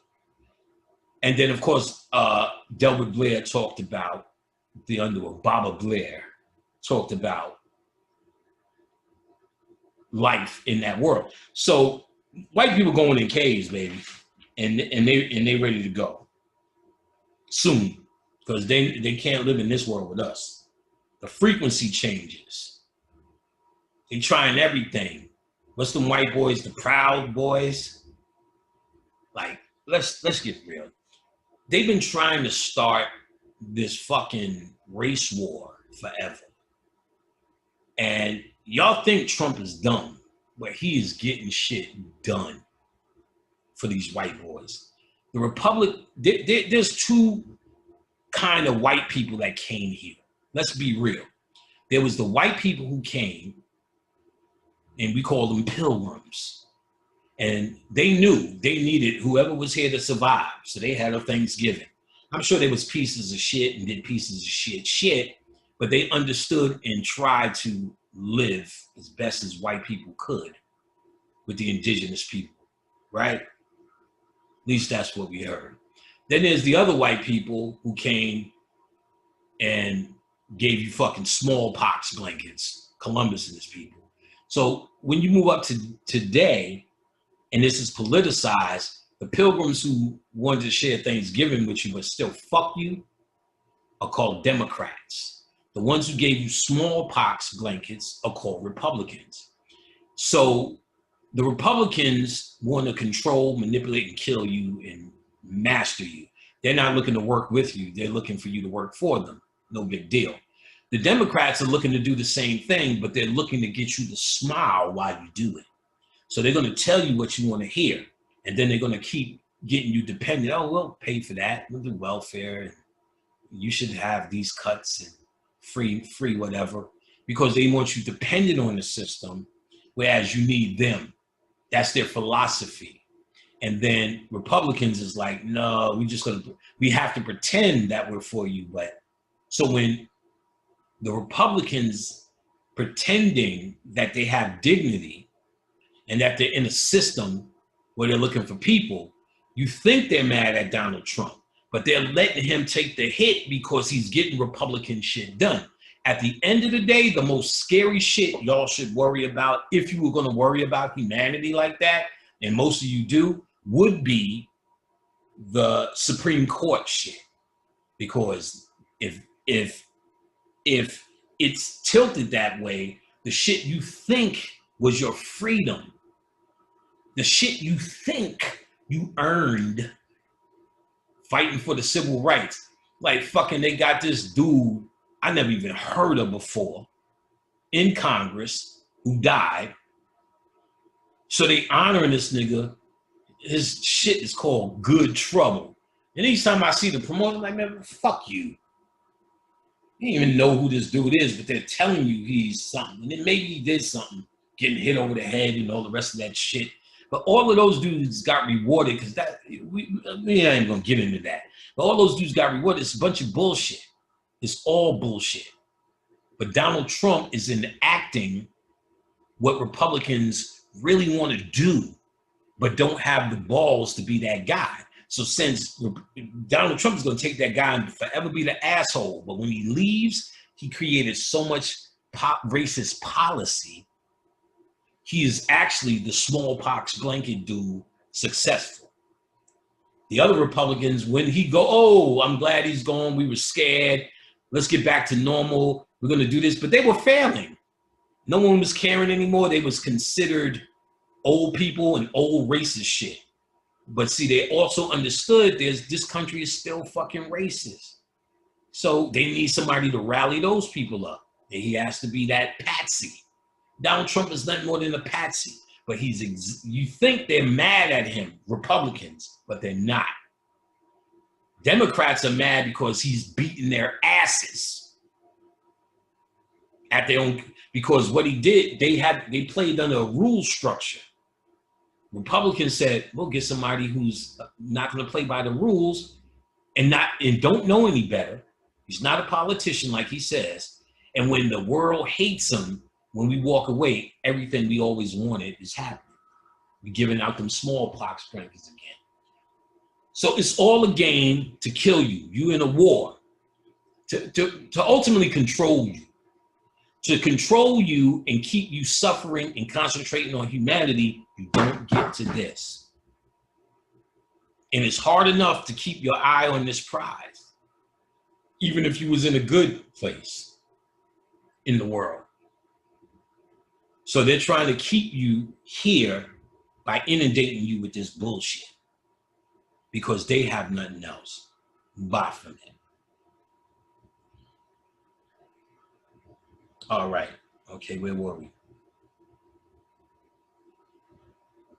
All right, Milky Way, Street of Stars. All right, 3 questions. All right, our new science of space physics is 35 years old, right? So the waterways, sky windows, being told by the districts of water, points to the actual dynamics and energy structures of the 21st century invisible barrier that protects us from solar wind. The magnetosphere protects us from solar wind. But again, that's what they're using to strengthen the shield of light from getting in here. With the 5G network, they're working with the magnetosphere. Because you could send, they know the energetic frequency. You get what I'm saying? Okay. Also, chemtrails is not just for you. It's to put shit to, is putting chemicals on, it's not high as the magnetosphere is, but it's putting chemicals in another layer to resonate in that area, for blockage. And I'm sure they come down on your head as reported and make you cuckoo, but they want it up there. They're trying to block you from light. Phil did many lectures on light code frequencies and how the stars change your DNA. Brother Phil Valentine, get that shit. Get a thesaurus, but get it. You want to get a dictionary when you hear that shit, but get it, goddammit, because he is breaking that shit down and has been breaking down the importance of light code frequencies, and you're not getting them because they're blocking. But you need to understand your consciousness can build light frequencies because as above, so below. What is cosmic is what is in you. Beetlejuice is a shortcut. But Beetlejuice for me is receiving, opening shit up, expanding imagination. You understand what I'm saying? Enhancing my power because my DNA has changed. I look like a regular nigga. But this conscious work, what is in me, nigga, is bursting. It is changed. It is beyond here. It's beyond here. I know the pathways, not just because this book just only brings it to presence of mind. I know the pathways because I knew my light is never fall down here. I know how to, this is an avatar. I'm reflecting myself down here. Some of you are really down here. Some of you are born here. Some of you are born in a nebula, and because you are born, that's what I was talking about, factions before. Because you are born in this nebula, and you are born of powerful energy, but you do not know how to use it yet. You're born as a new star and put directly in the dream world. This one or maybe others. And as your incarnations are questions, as a new entity you're asking, and you're living out these lives, learning the nature of self, all right?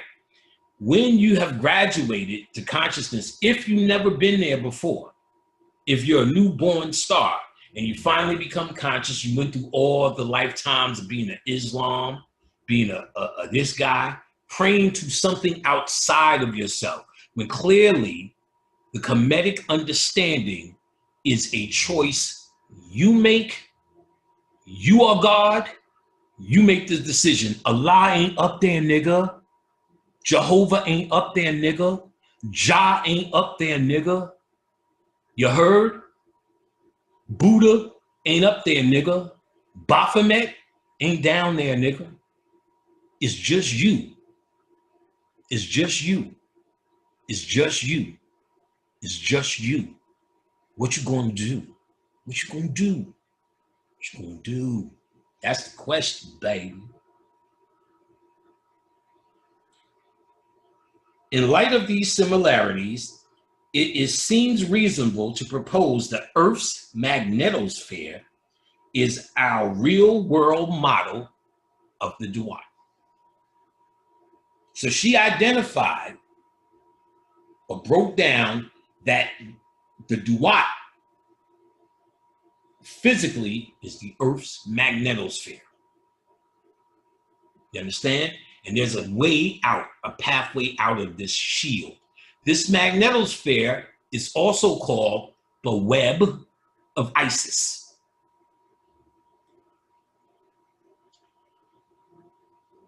All right. And the magnetospores is the winding waterway.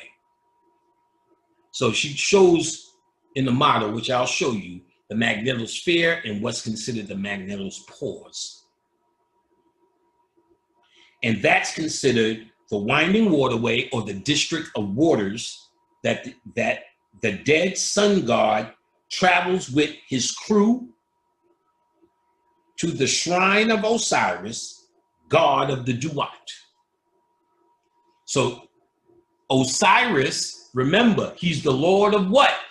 The underworld. So to master the underworld, you must become who? Osiris. That's a cellular process. Starting with Haru and Set, starting with your new self, the newborn king, and the fight he must with someone who doesn't have a right to be on the throne. Human. Once Horus defeats Set and gets his eye back, restored also by Tahuti, and she'll explain that, he gives his restored eye to Osiris, the lord of the underworld. Once that happens, the process now takes over naturally. The eye represents phase lambda DNA. I'm sorry, phase lambda protein that reshapes and reorders, takes command of that DNA. Your 2% DNA, the dead king. The 2% that switched to the bitch versus that 98 of knowledge of bacteria and viruses. Why are they telling you to stay away from bacteria and virus now? Because she breaks down in her lecture and in this book the importance of that for DNA transformation. When Beetlejuice came this way, they said, we have a pandemic, stay away from viruses and bacteria. So if niggas are getting anything, that is Beetlejuice affecting them. So much so that some are dying because they get in the light. And white people, because if this happening to them, they're just getting sick. If it's happening to a nigga, they going. When that shit hit, about 3 conscious people made the transition. I'm missing one, but Dr. Africa, which is shocking. He should live forever. Nigga said he eats beans and grapes once a week. Made the transition. In fact, I'm gonna talk to him soon. I know. Let me see what's up with him. I knew him. Lee. Knew him. So, or met him a few times. And he was magnificent brother, incredible entity, an amazing lecturer, and was incredibly efficient at calling white people out for what the fuck they were, effectively. I remember when they did Planet of the Apes, and he held up that picture of Marky Mark with that monkey and went in. Dr. Africa said, if they want to come from monkeys, let them come. But he was going monkeys. If they want to come from monkeys, let them come from the monkey. I'm not a fucking monkey. Shit was just wild. And he got it. So Dr. Africa, shout out. So To explore this possibility, let's examine the structure of the Earth's magnetosphere. The vortex structure of the Earth's magnetosphere. The Earth's plasma barrier or magnetosphere is a vortex of whirling plasma due to solar wind force. So this level of whirling plasma is a shield called the magnetosphere, and it's moved and it's whirling because the solar wind is pushing it. You understand? The sun is pushing this, and the only reason we're not fucked up because the magnetosphere is keeping the wind and ultraviolet, remember that, rays out. It's not at the North Pole. That's the weakest link. It looks like this. You see it? This is the Earth. This is the magnetosphere, how it flows. And as you can see at the North Pole, there's an indent. There's also one at the South, which she talks about that pathway we'll get into. But this is it. Here's the sun. Here's the magnetosphere. And outside here becomes the magnetospores, the winding waterway that they're talking about. So here's the Earth. When you die, you got to get to this part. That's the pathway where it starts. That's the entryway into the Duat, into this winding waterway, which you go west to travel east, whichever way that is. I can't do it with my finger, but once you get into Duat, you travel on this winding waterway. The magnetospores, probably around the sun, and that's where the process starts happening in the Duat. That's the path. All right. So they show the path in hieroglyphs right here. She's showing and she breaks down that this is what they're talking about in hieroglyphs as the magnetosphere or the Duat and the movement of it in the pathway. She's giving it. She's giving it. All right. One can easily see that the two-dimensional shape of the Earth's magnetosphere is similar to the earliest Egyptian drawings of the Duat, the realm of Osiris. So what I just showed you was the drawings the Egyptians said, that's the Duat. Boom. And then this is modern day science representation of the magnetosphere. So they did all this work to find out what we told them already. And she's only telling you, which when I see her speak, I think more and more somebody gave her this shit. Because it is too detailed, too precise, too proven to even be called a fucking theory.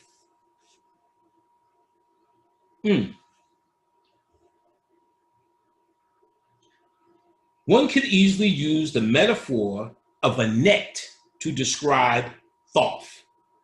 I'm sorry, to describe the Earth's magnetosphere.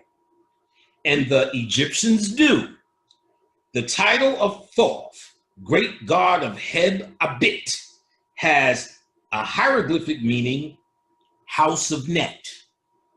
And Thoth is present in the Duat as the sun god journeys through it. Also, in a prayer, the deceased requests passage through the net for the helpless fiends and the abominable fiends of earth. That's you, human. Which is described, Budge, by Wallace Budge, as having a frame which reached into heaven. So they're saying, you, the abominable nigger, the man, what you're asking for is passage through the net for recognizing your humanity as a helpless fiend and an abominable fiend of the earth. but you have a frame which is reached into heaven and weighed parts that rested upon the earth. And weighted parts that rested upon the earth. So you're really saying in this incantation, what she calls a prayer, is I recognize my humanity as a piece of shit. But I recognize the weight of me I'm leaving on earth. That's another way of saying, is your heart lighter than a feather? Same concept. I'm able to leave this on earth. And these weighted parts rested upon the earth. Boom. So you're pretty much saying, I know who I am.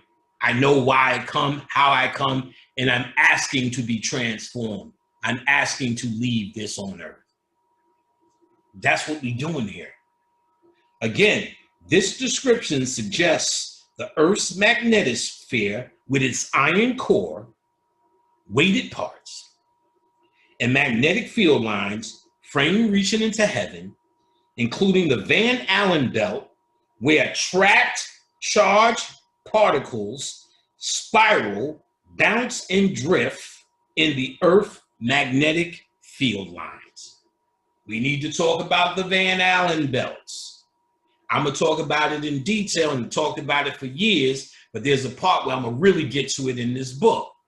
The third Pirates of the Caribbean, God damn it. We seen the black woman break out of chains and we got caught there. Black bitch is incredible. But one of the most incredible scenes that once you read and understand the pathway, and you will then know these Hollywood niggas, these uppity ups, these societies got this information because that director acted out the pathway to the stars in the goddamn movie. That Davy Jones' locker is the Van Allen belt, where this dead energy is caught. Let me say it again. Including the Van Allen belt, where trapped charged particles spiral, bounce, and drift in the Earth magnetic field lines. You get caught in this drift. That's where Jack was in Davy Jones' locker. If you remember, there's a time where the ship was going to Davy Jones' locker, and there was a scene where it's crossing the water through a black round of stars. It's trying to show you it's crossing the starry waterway to the Van. He knows, they know. And then you had in the movie, where all these dead people in boats going? They were going to the north. Right where they were leaving the north. These dead souls, her father was going to the north. He was trying to go to the magnetosphere, the weakest part in the north, to get in the Dewat. Davy Jones was playing the Osirian role, which was supposed to guide him, which is actually supposed to become Osiris, or Davy Jones, which Jack was trying to do, and the other boy became the new Davy Jones, or the new Osiris, the new god of the boat. Remember, the woman said, Calypso, Davy Jones was supposed to usher the dead. Him not do it, and that's why he look like this, like Cthulhu. Where's my man Cthulhu? Let's shout out Cthulhu, because we talked about the Necro. We got Cthulhu all over this. He's a beast. So you seen in the first episode of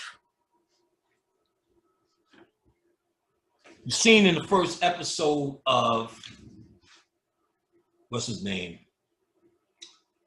Lovecraft Country, which we should be calling Hemet Country. Let me give a shout out to Mind Glow Media, my boy, who actually did a picture. I didn't know it was him. and of the same artwork for Lovecraft Country and put Bobby's face on it and did a whole lecture explaining how Bobby Hemmett has introduced this info. It's not new to our community. And I don't think nobody's really acting like it's new neither. I haven't noticed that. Just new niggas who never heard of it is asking me, yo, you ever see this? I'm like, nigga, I got a chapter on it. I got, in the first episode, you seen Cthulhu. Boom. You seen this. Nigga, we fuck with this, kid. Jordan Peele. This is what we, nigga, I drink Cthulhu, my nigga. This is what we do. Please show more of that Cthulhu shit, nigga. I was getting ready for it. Shooting nigga Cthulhu. Now this is Cthulhu. Cthulhu, nigga. I did a whole class with my man Candu. I'm gonna interview Candu. That's the god. Shamanistic nigga. Nigga speak tongues. I was with this girl who, she could hear you talk. My girl Shoot. She could hear you talk. She was an old girlfriend. And pick up your language. It was crazy. Then I was fucking with this chick, Desiree, who was having an experience and me typing. Bitch was going through it. Blood and all sorts of shit. She's typing. She started typing wild shit. Then I got shit. I don't even know how Candu got in on it and Shu got on it. Them motherfuckers understood that shit. They was going, ooh-sha-la-na-ba-da. They was doing a whole, I think I got it saved somewhere, a whole conversation. Something was happening. This chick was incredible. When she left, she said she left in a car crash behind. She told me about, like, me and her had sex. She had some spiritual babies. Her pussy was bleeding. I said, yo, you had some spiritual. It was just a thing when it was a thing. And they just knew each other's language. And he took my class. I think he did it to do it fun. And he was there. And me and him was making no sense. But we started yelling, Cthulhu. I think I might have just put that section out. We were saying that, Cthulhu, Cthulhu. I had a dead fish in my fish tank for like a week. I promise you, that motherfucker was swimming around after we did that session. And I talked about it and documented it, and it was amazing. Cthulhu raised that nigga from the dead. We kept yelling Cthulhu, and we got it. Cthulhu, nigga, we fucks with this. So it's good that Jordan showed that shit, and he could, and it's good that he got J.J. Abrams involved, I think, because, let's see if we can get, we'll put him back here with my nigga. It's good that he got J.J. Abrams involved, because then you know you're going to get some real quality spooky shit, because he's the current occultist that they like. So, Cthulhu, nigga. So, shout out to Mindglow Media for shouting out Bobby Hemmett, putting things in order. You know what I'm saying? Check out Mindglow Media. He's giving some good shit. You know what I'm saying? Some genuine shit. I remember him from the lecture circuit. Real nigga. And he's got a book. So, look up Mindglow Media, nigga. Lovecraft Country, Hemmett Country. All right, Cthulhu, nigga. We're going to rock with Cthulhu today, baby. Yeah, baby. We're going to rock. You ever see them old black MILFs? Yeah, baby. When they say that, yeah, baby. Everything. Yeah, you going this? Oh, yeah, baby. Damn, you a MILF, baby. Yeah, baby. I've been watching a lot of MILF porn. That's the greatest. I didn't get it. Bobby used to tell me old ladies was sexy. Not really old ladies, but, you know, some ladies that got some mileage on them. So I'm like, yeah, okay, but not as a fetish for me. It's a fetish now. You know, porn-wise, you know, physically, me and Khadijah to the end. That's everything to me. Road dog, partner, friend, sister, enemy, you name it, that's her. And, you know, she's the greatest. But I'm glad she allows me to watch porn. And I'm glad I have that Kodi shit where you can watch porn on TV. They fucked up doing that. Because you could search any fucking thing and find it. Bananas, and carrots, anything. So I'm like, God damn, they really trying to corrupt motherfuckers. Before you had to go buy porn and you had to choose black ass 44, oiled ass is 33. Now, it's just at your fingertips. Very dangerous shit. And you know what I'm saying? MILF porn is it. Yeah, baby. Yeah, baby. MILFs. Because they don't want to do shit. Like in the porn, you can tell they just want to get the shit done. Like, you know, niggas be trying to bend their legs all over. And they be having that face like, come on, nigga, just focus. And it kind of brings into reality some shit. Yeah, baby. All right, so we could easily describe the Earth, use the metaphor. Okay, we got all of that. Blah, blah, blah, blah, blah, blah. All right. It may be that the helpless fiends represent the helpless particles caught in the Earth's hot Van Allen belt for thermal chemical reactions in our magnetic sphere. So the detested net existed in the Duat, BD 153A, 153B. What's BD? Just because we're there. BD is Book of the Dead. BD is Book of the Dead. BG, Book of the Gates. BC, Book of Cabins. All right, so Book of the.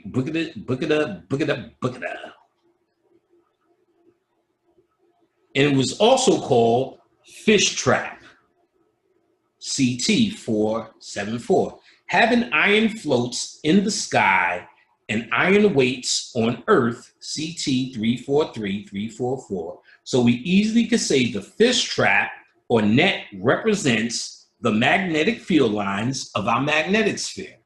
The Egyptians called our magnetic sphere a fish trap. And let me show you why. Let me find a pen. This is what a fish trap is. Ho, I know y'all feeling good. You're about to feel great. Look at this shit that I decoded, nigga. I decoded this. Boom. The Vesica Pisces, baby. Now, remember, this is the fish. This is the gateway from coming to this world or what this world. You're the fish. If you get caught here, you're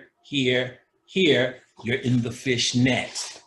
This is the representing the North Pole and the gateway for the fish to get out right here, baby. And actually, it should be this way. To be quite honest, the fish is going through the north, like this. The hole to get into the Duat. Outside of, remember, this magnetosphere, which all you got to do is put the sun here and then put the lines like this. This dot in the middle represents the Earth or you. Around this represents that same magnetosphere, and here's the sun. Here's these waterways. Same thing you see in here. I decoded in the Vesica Pisces, which you always knew was the gateway, is this. So so Jonah in the belly of the whale, we now understand is him in the Duat. And they're telling you he was in the belly for how long? 3 days. There's some cycle of 3 that we must go through here. We'll find it. Or Jesus in the cave for 3 days to transform or to resurrect. So something about these 3 days is happening in here. Something about traveling, right, from this world to that world through the Vesica Pisces. You are the fish. This is the fish net, nigga. Come on. It's coming down now. Yeah, okay. You wanna debate. Ain't no debates left, baby. It's time to get it. All right, where were we? We didn't even get nowhere yet. and we're gonna go someplace. Oh yeah, cool. I put the vesicle right there. I didn't talk. Oh, I was on the page. Holy shit, I was gonna talk about it, but right now, all right. Fish trap, baby. So we can say that, oh, that's why I put the vesicle Pisces here, because of the fish trap. All right.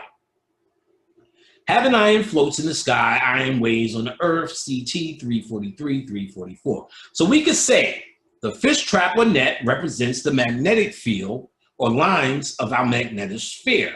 And it is weighted parts, represents the Earth's molten magnetic iron core.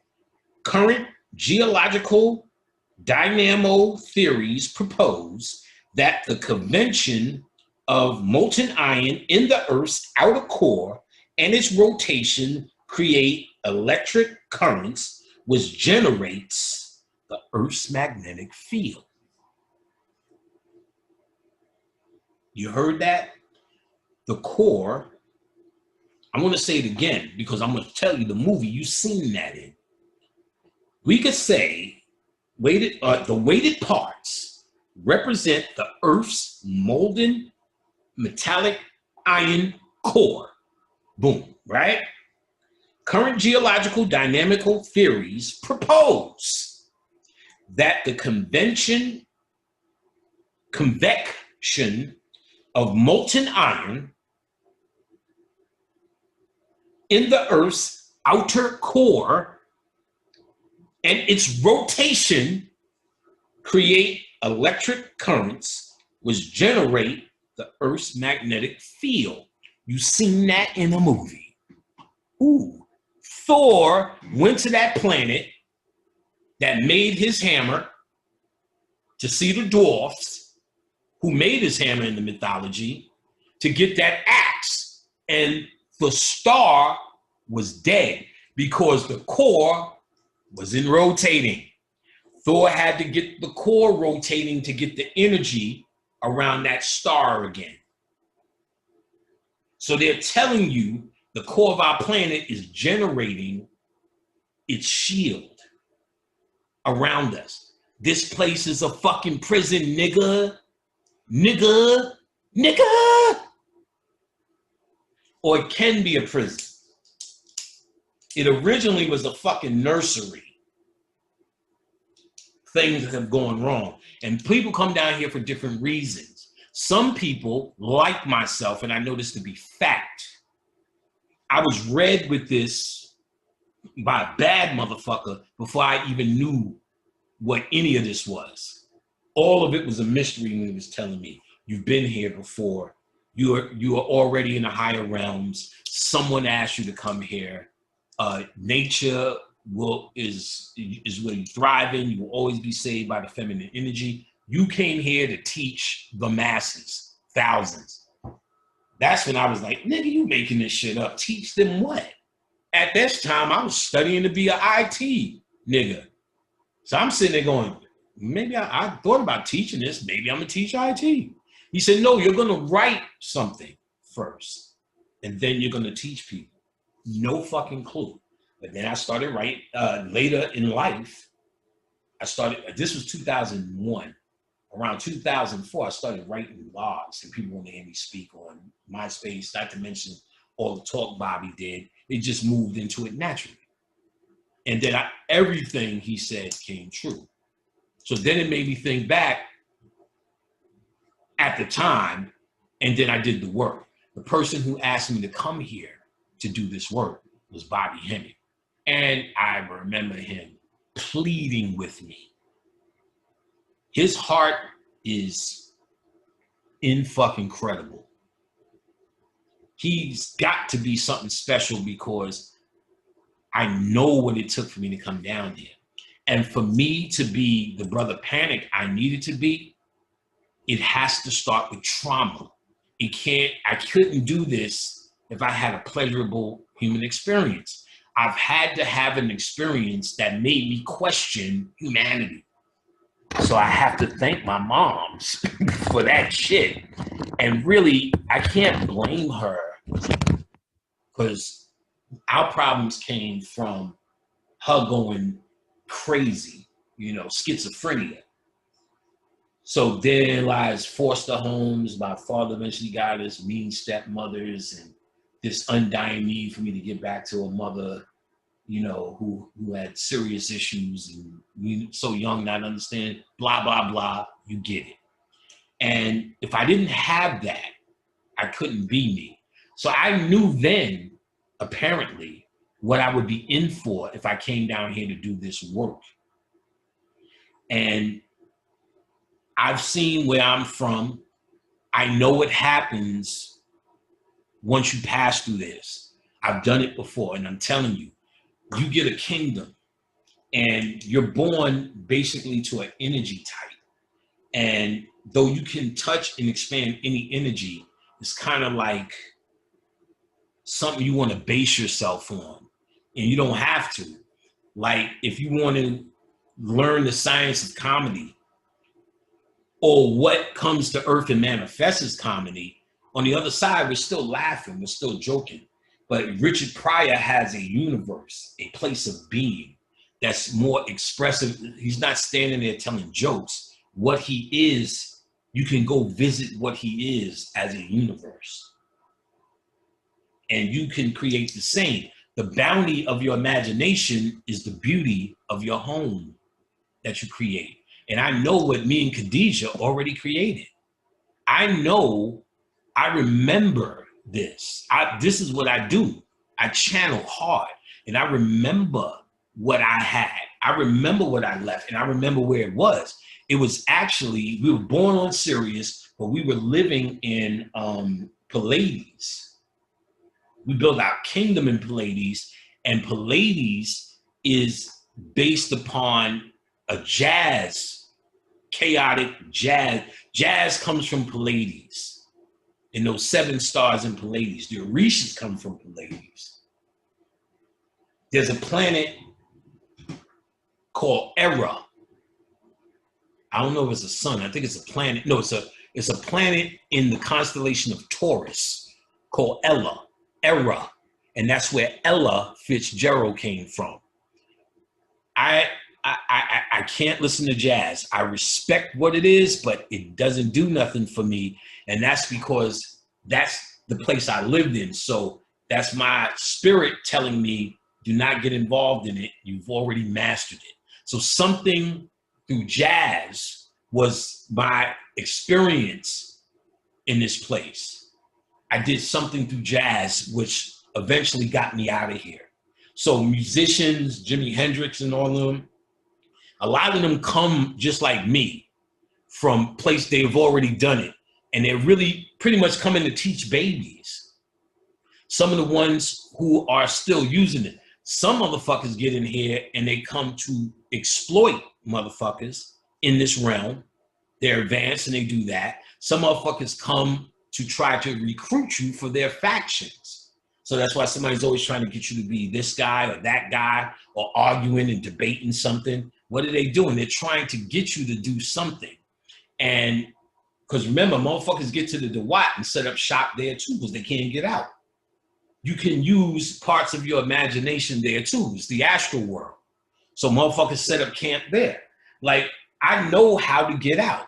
My boy KL from Screwball, when he passed, I know how to get out. You don't walk towards the light. Listen.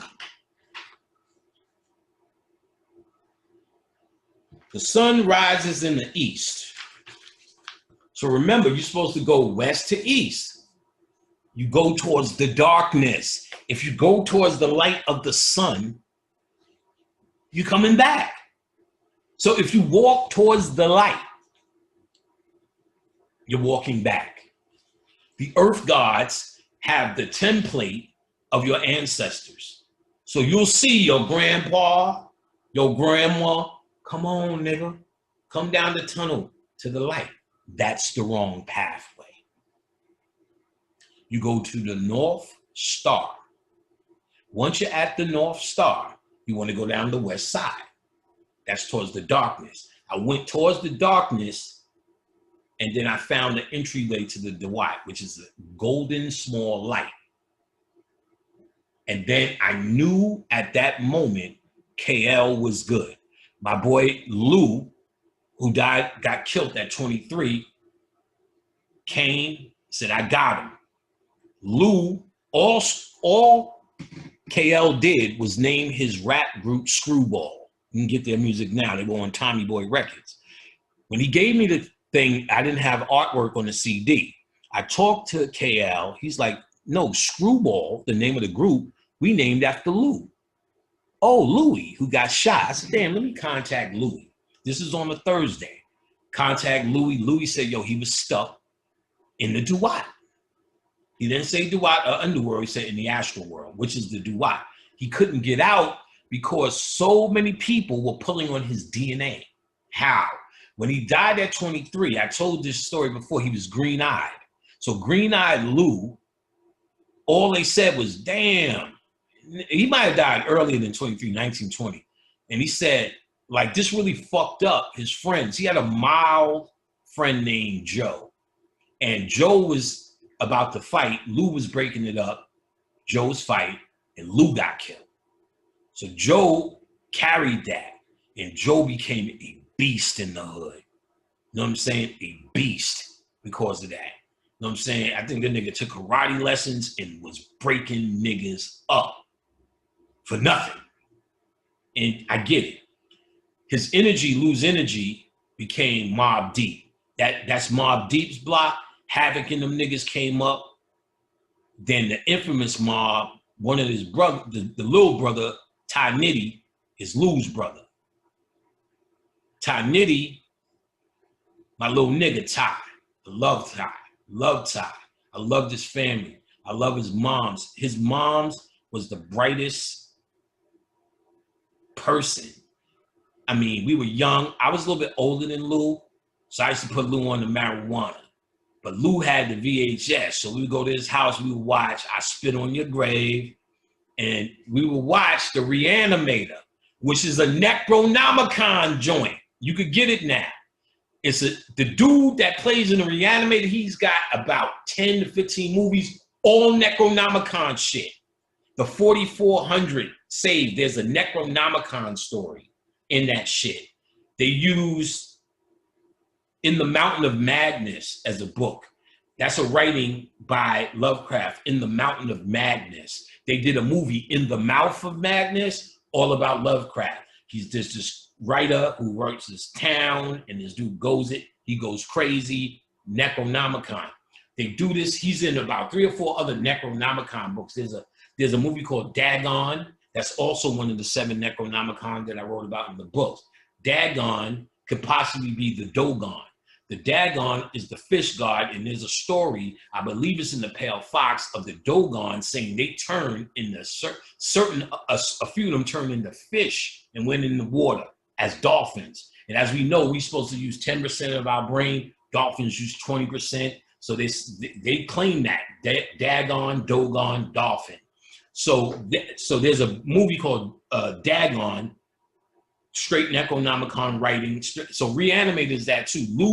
Lou, we would watch that, smoke a blunt, and he would do everything to get his eyes right before his moms came home. Green-eyed nigga. And Joe would come, we would just hang out, we chill. He was a little nigga. I love Lou. And then his moms would come from work, and she was, hi guys. She was just happy, and she was light-skinned. She was a beautiful lady. And Ty was a young little nigga, always a cool little, like a little brother. And his brother got killed. It was so hurtful knowing his family at the time.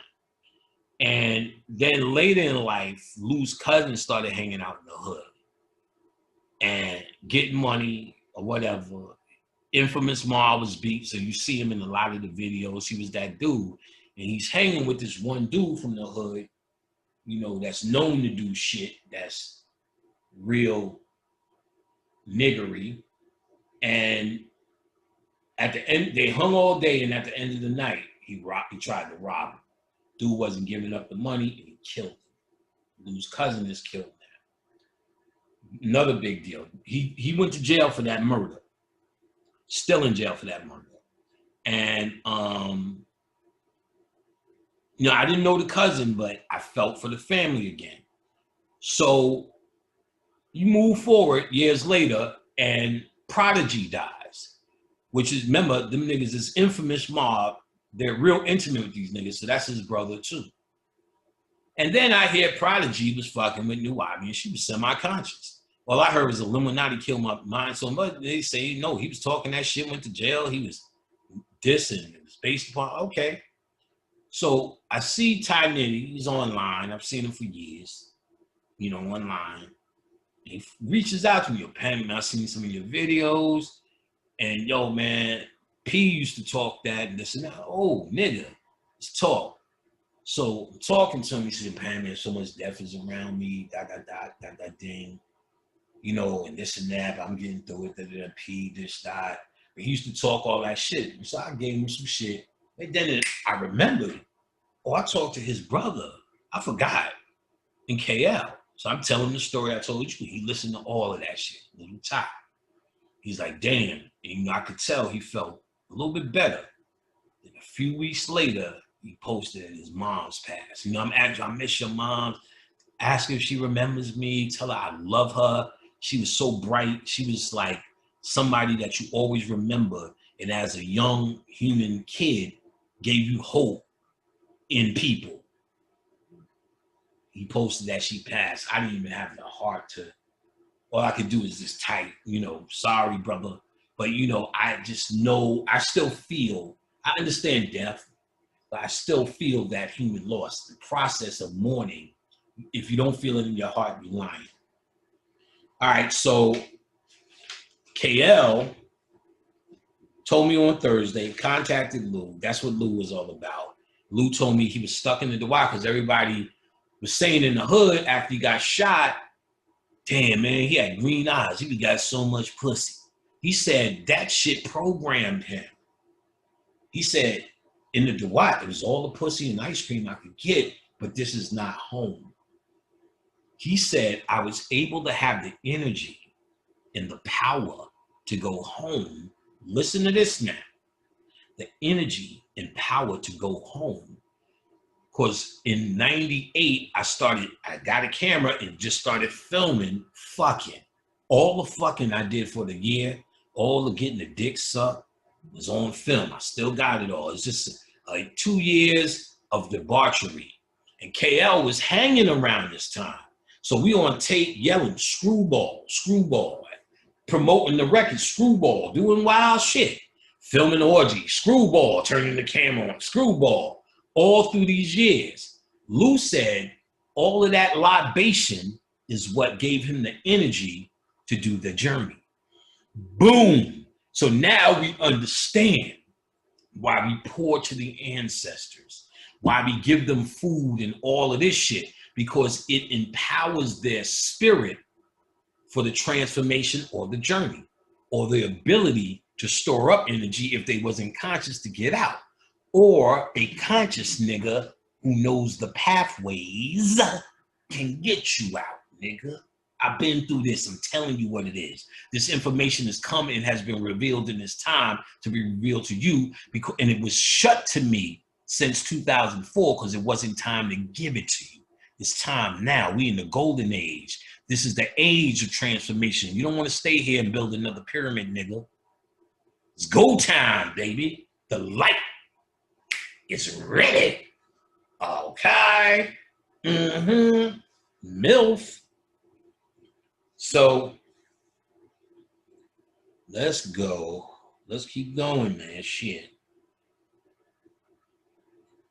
All right. So we've seen if the core of the earth is generating the magnetic field in the other levels, that creates a shield. This is a well-equipped prison. The magnetosphere is not something coming from the outside, it's something being generated from the inside, and it's a level of energy, which they broke down. I can't remember, but she said neutrons, electrons, and all the shit that's in there. If they understand, as she pointed out, what the magnetic sphere consists of, then they can manipulate it, strengthen it with a signal, with shooting a frequency to it. That's what the 5G network is doing. They're not that cool, but they put up they're only working with what's already there. They're not that cool. And by doing that, they strengthen the magnetosphere so strong, it's still not working. It's not working. Shit is getting through. People are dying. People are catching it because it's transforming the DNA. I have nothing because my DNA was already there. I walk out and there's no cough, there's no feeling a certain way. Some people like my sister, well, I got the sniffles and then I'm good. Other motherfuckers got to be hospitalized and go that far. Some are dying because it's go time, baby. Kalindi seen that shit and left. And listen, he's making a way for his family. Because if he knows the path, he can wait. He can wait in the Dawat. Time, I don't know if time is going yet. The Dawat, they said is quantum. So if it's quantum, he's not in time. All he has to do is wait for his wife, his kids to come, because I'm sure he knows the path. He's an advanced being that came back. We know the way out. I know the way out. I'm telling you right now. They give it to you, but they assume you'll never look and we'll never see it. No one will never find it. They done fucked up. They gave it back to the masters. I'm returning the pathways to us. You are fucking welcome.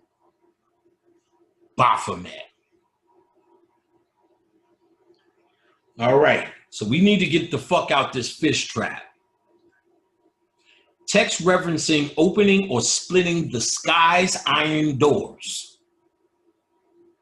Text references opening or splitting the sky's iron doors, descending on the iron bands, PT 214, and other iron references, showing that the Egyptians may have understood the dynamics of the Earth's iron core and the magnetosphere.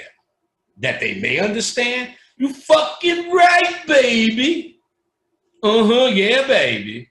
You right, baby. Yeah, baby. Get that MILF. MILF. When the deceased, yo, let me say this. Y'all must watch Mike Epps. He's a fucking master genius. He's a fucking master. Look on YouTube for his skits. We understand his stand-up, which is fucking brilliant. I've seen him live here. In fact, in Brooklyn, downtown, there's an Applebee's on the corner. Behind that was a club, a little getaway club. Early on, Mike Epps was one of the regulars there, just rocking. This is before he even made the announcement he's going to be Day. And that's when it all took off. And he was a genius then. I always remembered that, remember those experiences, and always kept an eye on him. But I've been watching his skits. He's channeled. He's in trance, doing these motherfuckers so well. I totally get it. It's actually really beyond comedy. It's really him, what Richard Pryor would do it, documenting niggery. He went to his uncle's store in one of them, and his uncle was his uncle, and did a move. Yeah. And Mike Epps turned around and mimicked it. And I said, he's a fucking genius. He's studying this shit and he was reflecting it. So when you see him do his skits, he's in these characters that are fucking amazing. You gotta watch it. Very spiritual, I believe. Mike Epps, that's the nigga. Watch him.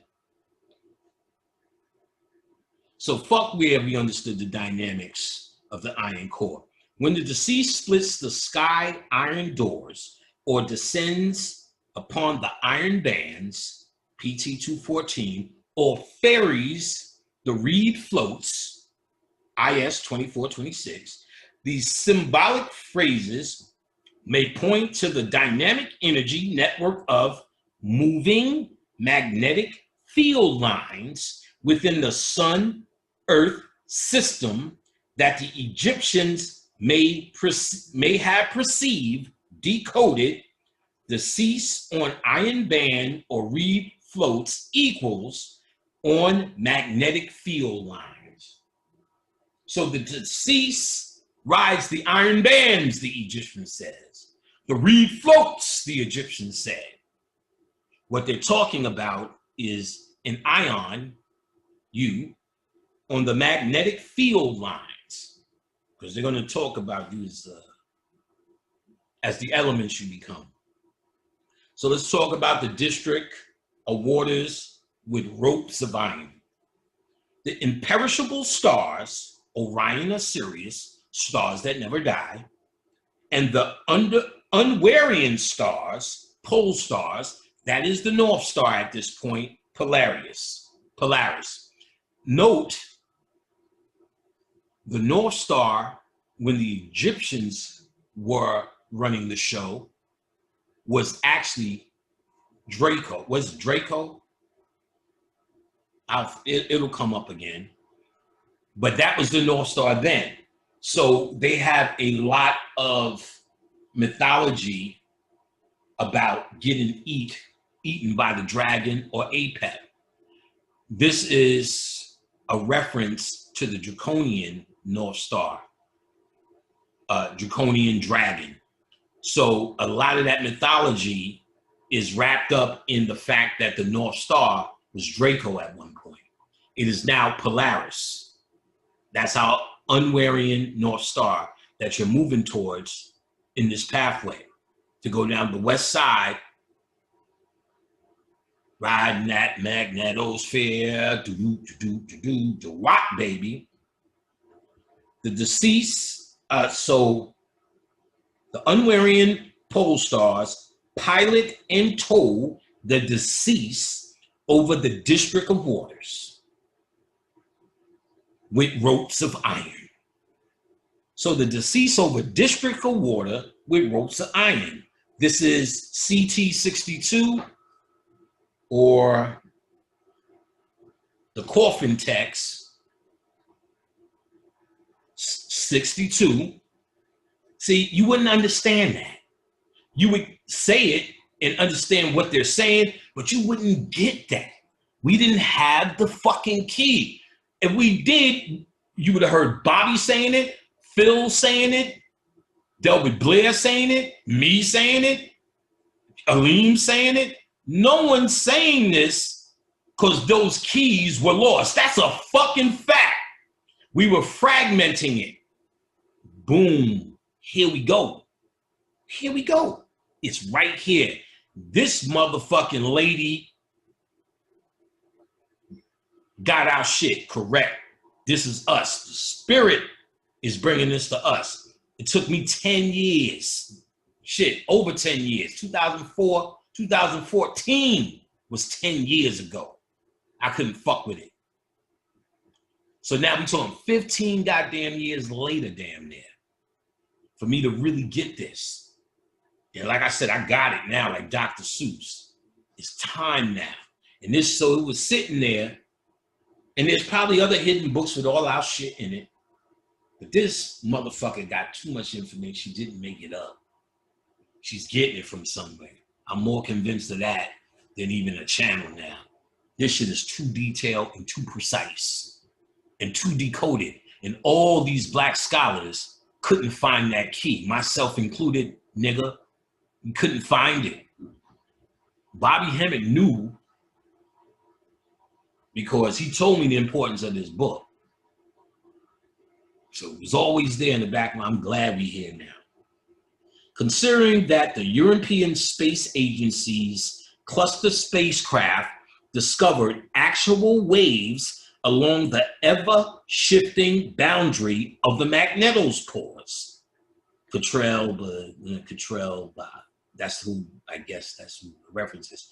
We could say that the magnetospores is the district of waters. So the district of waters that they're talking about is decoded to the magnetospores, which is near the magnetosphere. as I showed you already. Also, in space physics, bundles of magnetic field lines generated by the Earth's iron core move tailward until these field lines are disconnected. So as it moves out, it disconnects. They were saying, you know, as it moves further and further away from the Earth,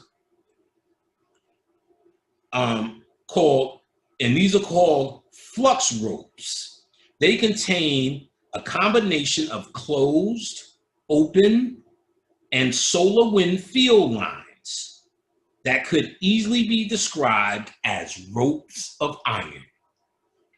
So she broke down district of water and ropes of iron that the Kamites were referring to as the magnetosphere and the magnetopores and the behavior of these things.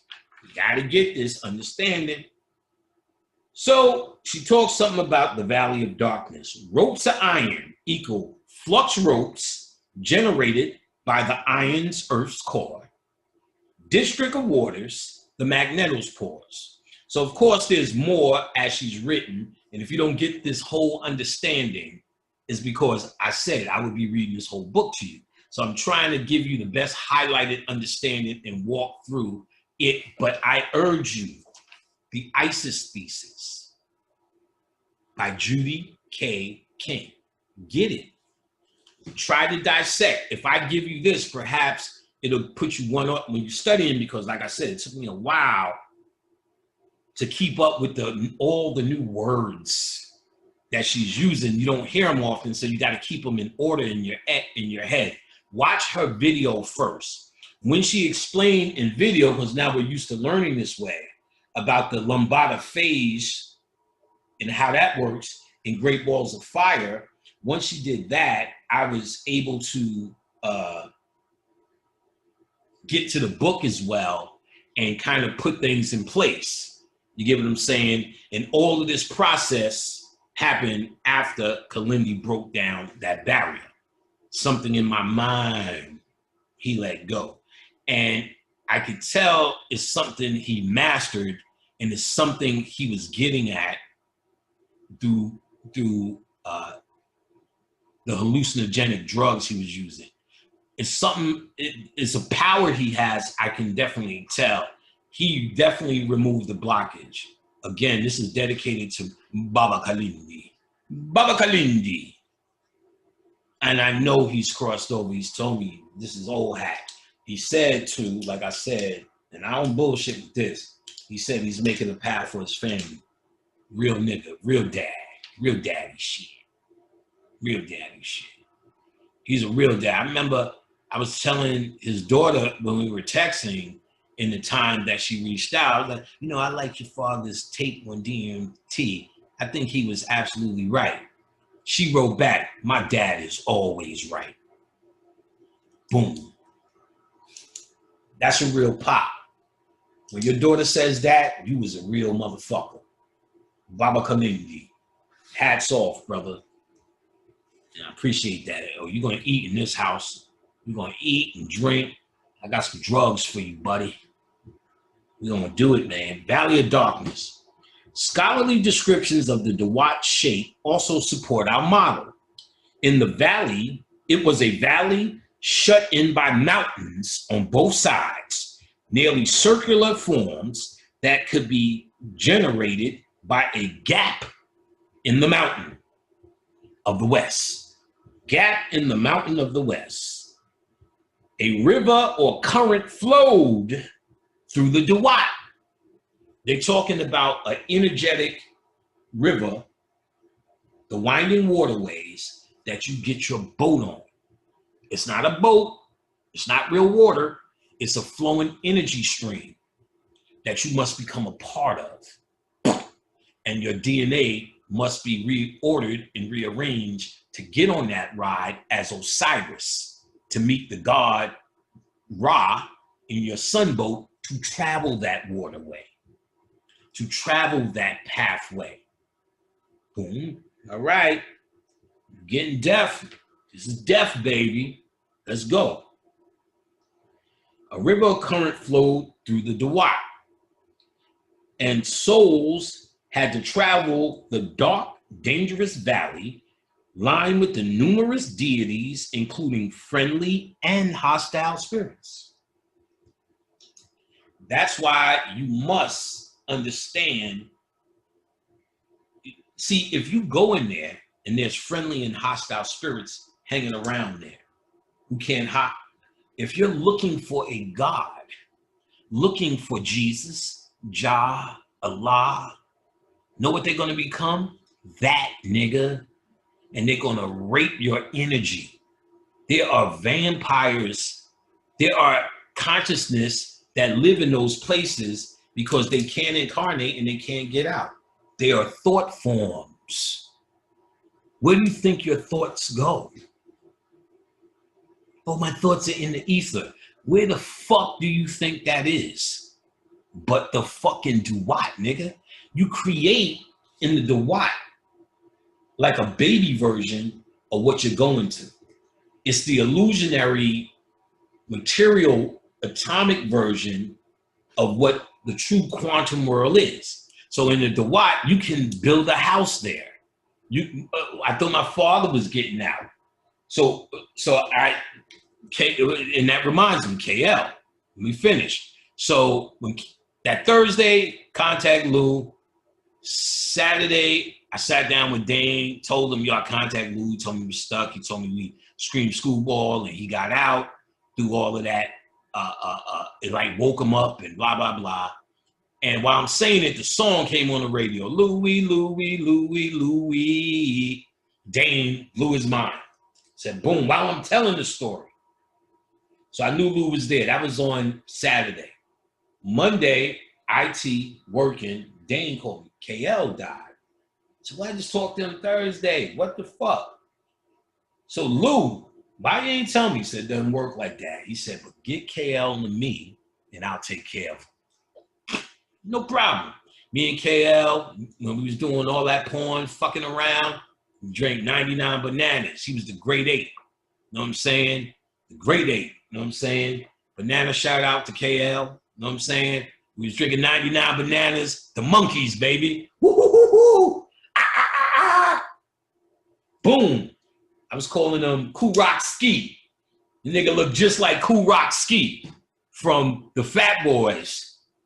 When he got a little bit skinnier, the dark-skinned nigga, Kool Rock Ski. So I was like, okay, man, you look like fucking Kool Rock Ski, nigga. I'm calling you Kool Rock Ski. So my man Kool Rock Ski left the building.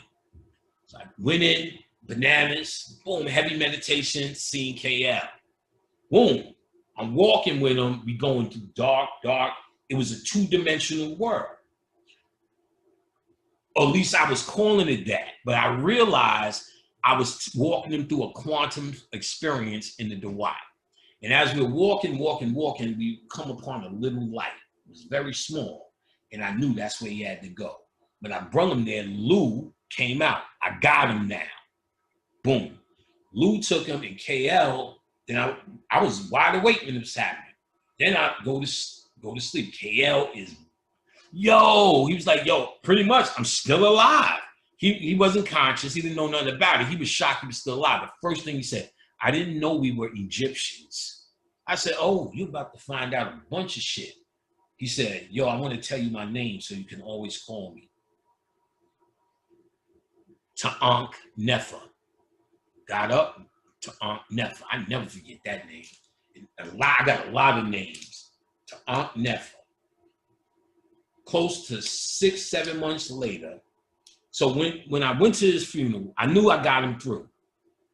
And there was a sister who called me because, like I said, they had an album out. So a few people knew about them and knew he passed. And ironically, another member passed from that group. His name was High Style. High Style also made the transition. He was in the group. So KL, the girl said, yo, she was having a dream and she was guiding people out of this world. Like I said, there's people who come back who know the pathways and get you out of here. You got to have something for it. So I know I get people out of here. I'm a manifestation of freeing you. So I couldn't be this guy without knowing this shit. You understand? I can't give you, Bobby can't give you what he's giving you unless he really knows those pathways. We come back here as experts to help you free yourself, but you must free yourself. Morpheus shows you all the doors you have to walk through. I'm not better or badder, just more experienced. You understand? And I couldn't come or wouldn't come back unless you have what I have. What I teach is conducive for you to have the same thing. So I am not better than you. I can't be better than you. If I was better than you, I can't teach you. I'm wasting my time. I know you are and have what I have genetically. Where you are with developing it, what condition it is a different story. I'm here to change the condition of your fucking situation. The end. So she told me as she's guiding people through, my friend KL came and said, "Where's Panic?" As soon as he said that, she said, I came in the room, snatched that nigga, and we was gone. The same time I did that goddamn meditation, picked his ass up and brought him through the Duat. She saw it. When he came to me, and then we had the funeral, Pete Rock came. What's the other one? Premier came, spoke a little bit, and Marley Marl came and spoke well. Back in the days, I got with Hank Shockley, who was Public Enemy in the Bomb Squad. He wanted to do a compilation album. I said, here's what we do. Let's go to Queensbridge and rack them up. I told niggas in Queensbridge, tryouts. The whole hood came to the studio. I had to punch a nigga in the face. Everybody got kicked out. And Hank pulled me to the side and scolded me. But Marley heard that Panic was taking all the resources from the hood. First thing he did was scoop up KL and the whole Screwball crew. They wasn't even called Screwball then. Started giving them cars, letting them drive up, letting them do shit. And KL and Marley became very cool. And truth be told, KL would give me the props because there's a dude named Poet who was also in Screwball. I know Poet since he was little. KL moved out there from Rockaway, and that was his cousin. We were all little still. So KL was always cool, but when I sold the porn, KL respected hustle harder than anybody I've ever met. So when he seen this porno hustle was getting this nigga rich, and it wasn't the average nigga grind, he was intrigued. And then we got tighter and hung.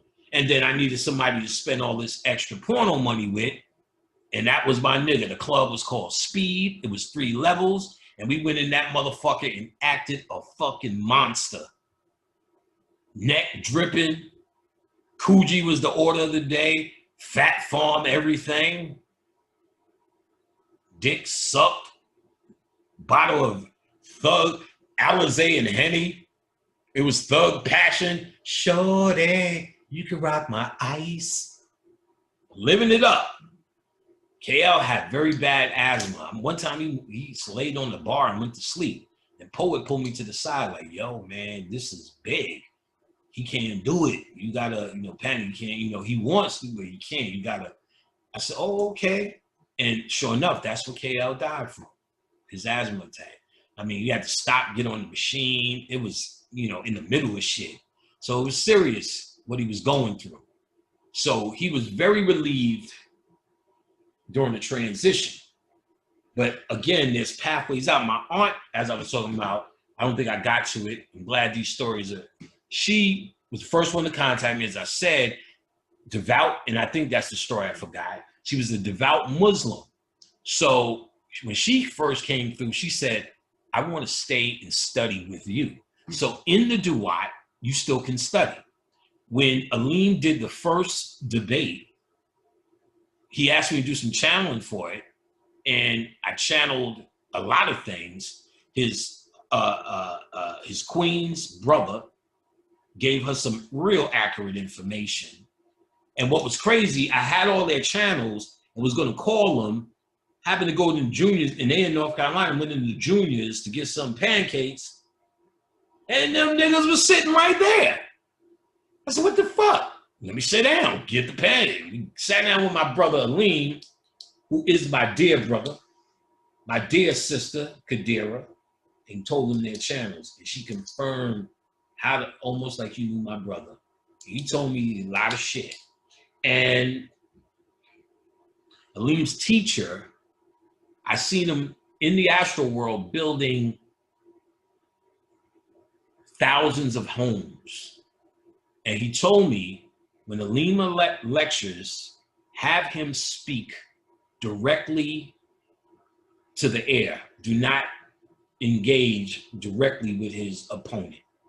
Just speak his thing, because his opponent has attached to him a lot of warrior spirits.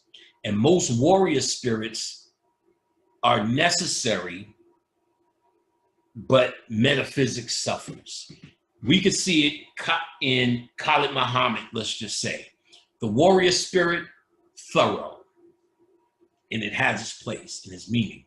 But he would constantly shit on metaphysics and spirituality.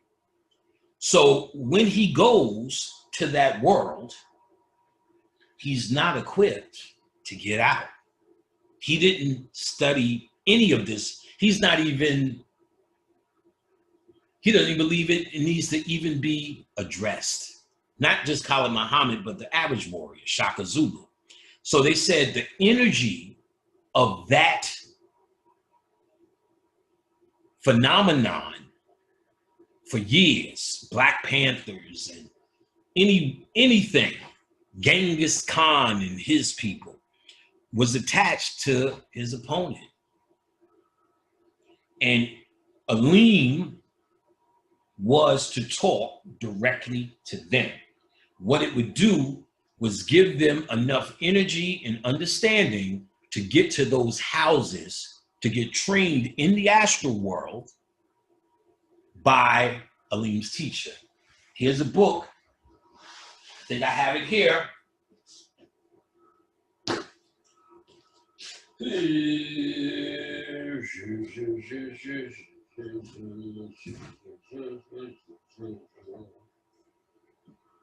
All right. So, I do not have it here, but it's called Astral Travel by Gavin and Yvonne Frost. I think they're married. Gavin and Yvonne Frost is the little blue book, Astral Travel. It's like one of them books you always see come up. Get it. The first half, because it's two writers, is, yeah, okay. The second half, that shit turns on fire. They give you detailed understanding of what happens in the astral world, or Duat in the dream state, if you learn astral traveling. So astral traveling is practice for this. You must get into it. Meditation. If you niggas are sitting there going, I think I'm meditating right, you're fucking up. Say you are. Make the choice to say, whatever I'm doing, it's right. And I'm going to do more and more of it. I'm going to learn more. I'm going to get better, but I am not doing this wrong. You tell yourself you're doing this wrong, you're programming yourself. Program yourself. Fake it till you make it. That's an occult statement, not just some cute shit to say. So remember the Matrix. Your mind makes it real. So if you keep saying I'm doing it wrong, guess what? Your mind makes that real. So if you're doing whatever, convince yourself you're doing it right. Meditation is the act of keeping your mind still as best you can. So most people got to do this, got to do this, got to do that. You don't have to. What keeps you still and thinking of one thing? You can sit in this chair and put on headphones, zone out to the song, and see the song in your head. see the performance. See Stevie Wonder. You seen him move enough. He ain't blind. They talking about this. Some nigga got a whole fucking. It's this. Listen, this nigga. They got rumors he's not blind. Shaq said he got on the elevator with Stevie. Stevie's like, "What's up, Shaq?" And he pressed the button. Lionel Richie said, Stevie Wonder said, "I got a new song. Let's get in the car and listen to it." So he said he's in the car with Lionel, and Stevie sticks his hand out the window and backs the fuck up. Lionel's like, "Oh, what the fuck is happening here?" And then when Paul McCartney trips over the mic, Stevie Wonder catches the mic. Now, think about this. How many times if something falls and you catch it? You're not looking, your eyes are not registering, and then you catch it. When I'm talking about that, oh shit, how'd you get that? It's almost like your spirit knows that it's falling and you get it. And then sometimes you miss it. Stevie Wonder has spent, perhaps, maybe he can see, because there was a time someone offered him an operation to see. They said, "We can do it for you now." He said, "No, I don't want that. Are you crazy?" So he could have had an operation. But they said he had, in the early life, he had problems with seeing, but blah, blah, blah. But then he take off his glasses and you see them fucked up eyes at one point, looking like Sean Puffy Combs. Now, all right, whatever. But there's this dude who did a whole fucking tape investigating this shit. Oh, if he's a fraud and I'm like, wait a minute. Even if that nigga could see the whole fucking time, you gonna say Stevie Wonder? I don't give a fuck that music. I don't give a fuck if he could see or can't pee. Nigga, how could Stevie Wonder be a fraud? If he pulled, she said there was a woman who used to fuck him who said, "I can't believe he got away with this shit all these years." Whatever. You know what I'm saying? Whatever. If we can blind her to see that motherfucker could play a goddamn piano. Somebody also said, Anthony Anderson said, that nigga walked on the stage, and knew who he was. Yo, Anthony, walk me to the piano. He said, motherfucker, if you walk out here to me, you can walk to the fucking piano. That nigga could see. So there's a thing going with that shit, but a nigga did a whole expose on it. And that's too much. And calling Stevie Wonder a fraud, I don't give a fuck about that. You know what I'm saying? Looking back on when I was a nappy-headed boy. Nigga, you blind, you can see that shit is fire. So the Egyptian gap or cusp, the Egyptian gap equals the gap or the cusp in the magnetosphere. So we're talking about this. The Egyptians called it the Egyptian gap. This is the cusp. Right here it says cusp. I'm trying to get to the cusp, nigga. Up in that cusp.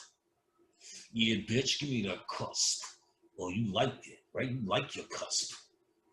Hit like this. Long dick in the cusp. Get up in the cusp, baby. Call me General Cusper. All right. So the Egyptian gap that they're talking about is the cusp in the magnetosphere. The mountain valley of darkness that the Egyptians talk about is the magnetic sphere's energy landscape. The valley of darkness. Oh, this magnetosphere is a bitch. That's what got you down here. That's the lock. That's the net. Now you know. And knowing is half the battle. The Earth's magnetosphere, listen closely, is the location of the Duat. The Earth's magnetosphere is the underworld, is the Duat, is what you as Osiris must pass through to get to the real Greece.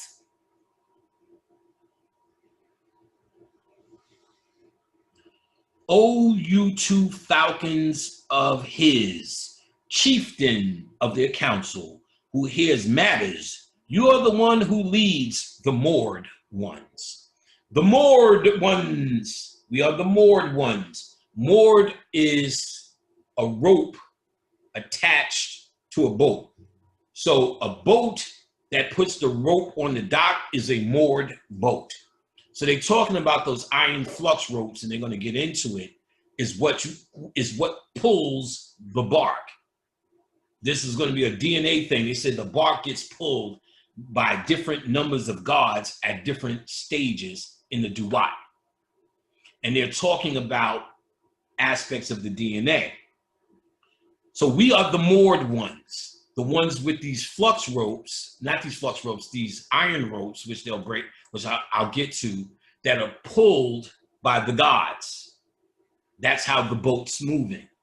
We are the moored ones who lead the moored ones to the secret places, who drag in Ra, who follows from the upper place, the shrine which is above the firmament, the Lord of the shrine which stands within circumvallation of the earth. They're talking about the firmament is the earth, and which is above the firmament is our cusp, right in the crease, nigga, that wet cusp.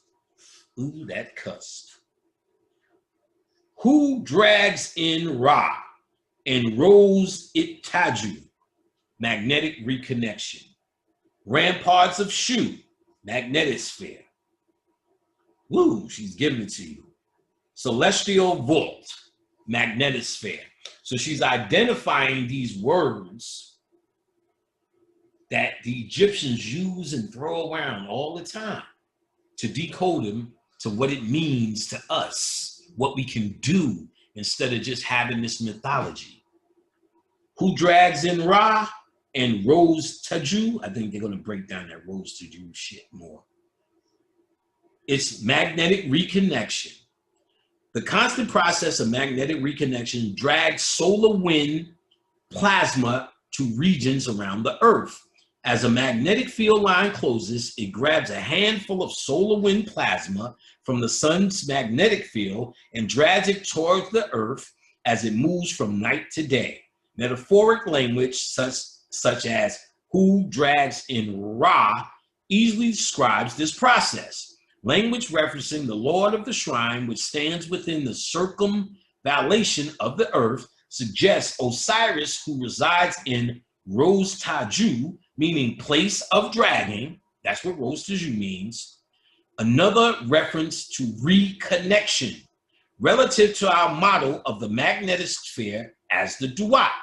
These Egyptian ideas suggest the following possible modern science parallels. He who drags in Ra and Rose Taju is magnetic reconnection, ramparts of Shu, magnetosphere, celestial vault, magnetosphere.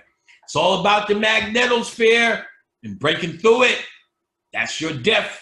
So far, your depth understanding. I hope y'all niggas are getting this. I'm trying to make it as simple and fun and talk about other shit to get it. But you got to get this. This is what we need now. It's die time, baby. Die time. Sorry, I have to go. The Duat of papyrus and Nu are similar to the two-dimensional image of the Earth's magnetosphere. Also, textual language such as the circumvallation of Earth, ramparts of Shu, celestial vault, place of dragging, ropes of iron, and the house of Net are fitting meta symbols pointing to the magnetospheric energy. So she's thoroughly showing how thorough the Kamite was at describing the magnetosphere and its behavior, because it's very key for us to master that through death.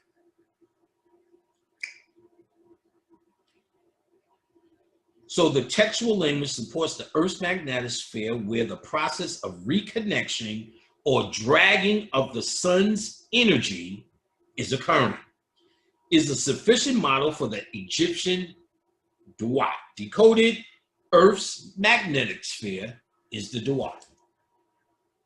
So all of that to prove what she does. She's thorough. That's why I know this is coming from our stuff, not her interpretation. And she's going to interpret, and we're going to get to this energetic thing that happens in the process of reconnecting and being dragged by the sunboat off into that celestial sky,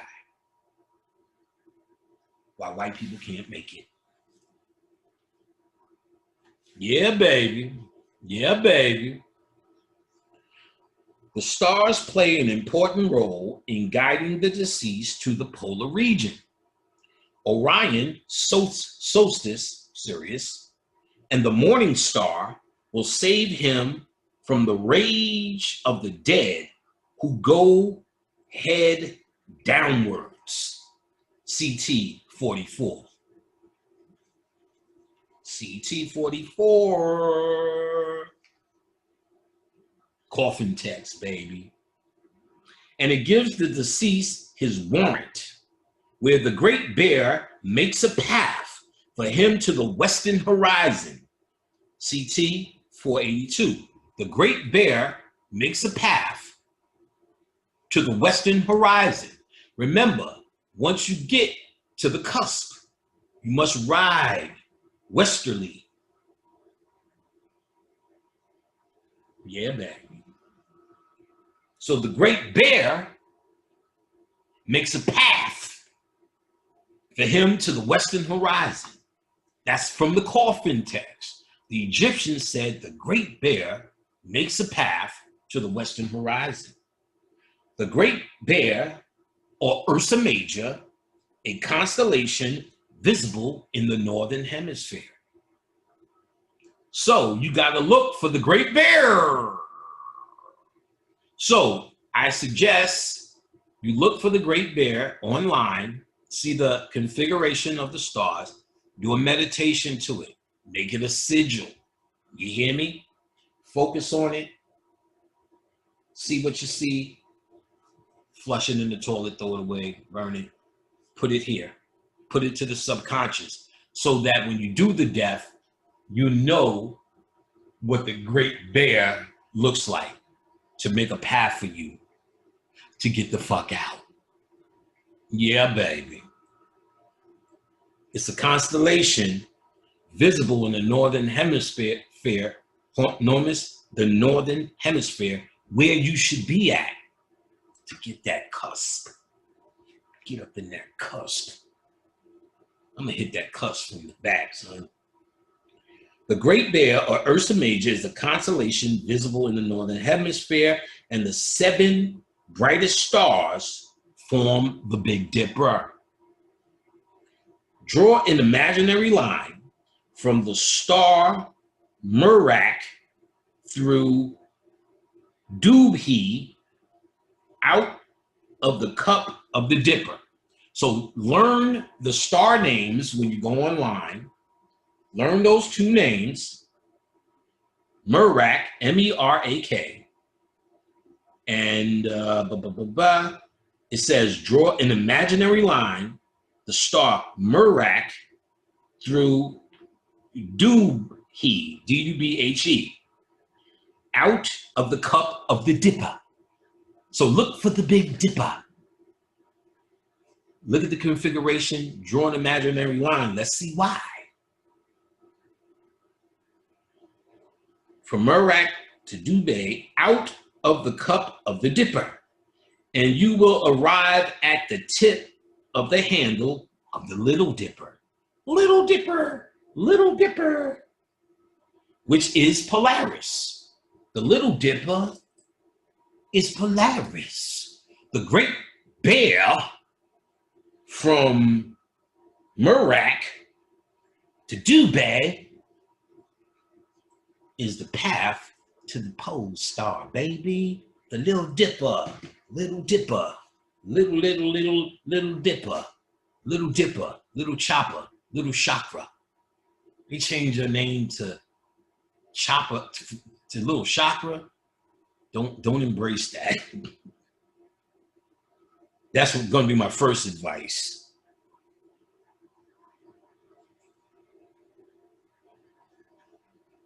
All right.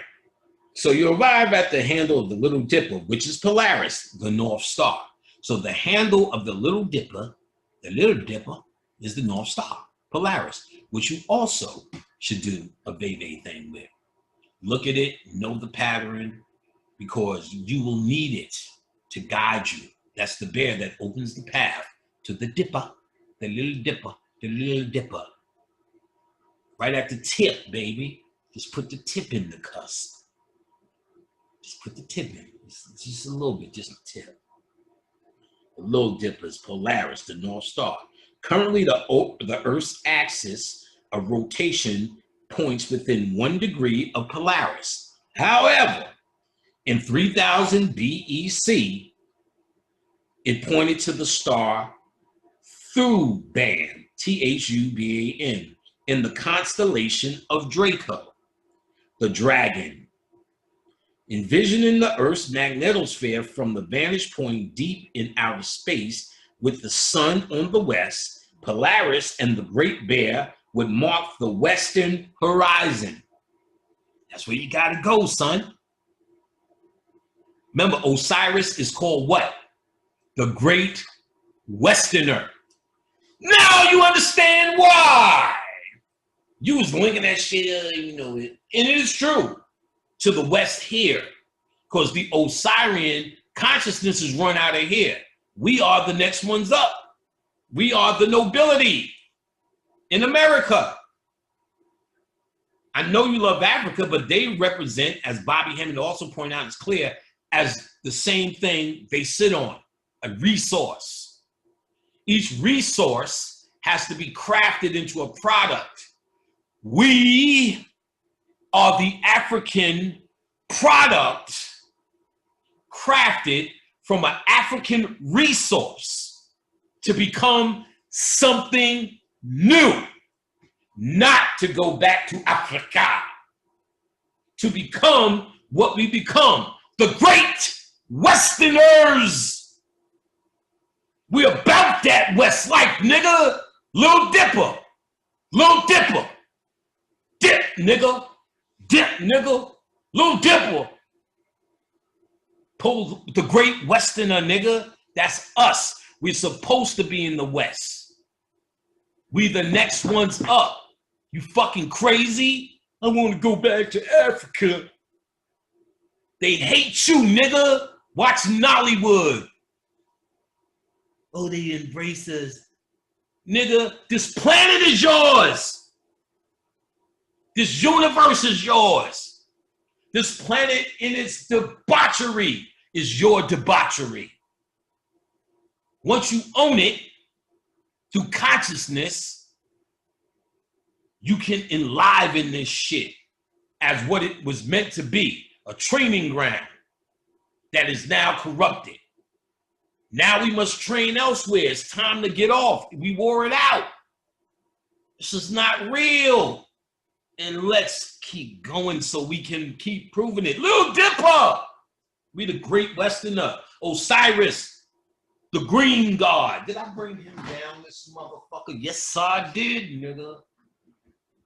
Here we go, baby. Oh, my goodness. Always bumping these niggas. Here's the Great Westerner, boy. Here's the Great Westerner. And if you look closely, he's green. This is Osiris. He's green. The true mummified Osiris, legs are closed when he's mummified. She points there's a reason. Because he's representative of those iron ropes. His legs, he doesn't have any legs no more. He has a tail. And okay, we're gonna talk about that tail. The Great Westerner is here. The Great Westerner is here. You are Osiris. You are the Great Westerner. You are Tahuti. You are Sekhmet. I'm gonna say their names like Phil. You are Sekhmet, Haru, Osiris. No, Asar. You are Asar, Oset, Haru, Tahuti, Sekhmet, Bas, Bes, Kanun. Happy that he's you. You're happy? You're happy? You are Osiris. Please be that. You are the great Westerner. Enjoy yourself. Have fun. Nigga, you're getting it. This is it. This is happiness. You're free. You have it. This is the code to freedom. The great Western way. What are you doing? Why are you acting this way? Stupid. You want to come around and act like you are a YouTube star. It's weak. It sucks. You are the man of the West. Stop trying to go to Africa. They don't want you. They don't want you. It is not better. It is not better. You must leave this place. It is go time, baby. Go time. Little Dipper. So, while let's go back a little bit. Envision the Earth's magnetosphere from the vantage point in outer space with the sun on the west.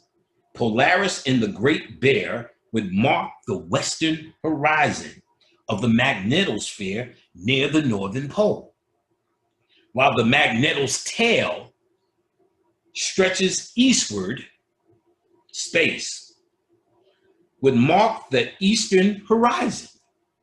So the tail would mark the eastern horizon, the Great Bear, Polaris, the Little Dipper, which is Polaris, will mark your direction.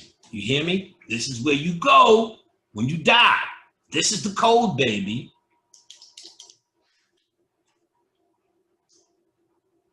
While the west horizon and the north, thus the Great Bear marks the path to the west horizon. Thus the Great Bear marks the path to the western horizon. Look at that constellation, study it, make it a veve, absorb it, forget it. It's in you, and you know when you die what to look for. You know what it looks like because you did the meditation with it.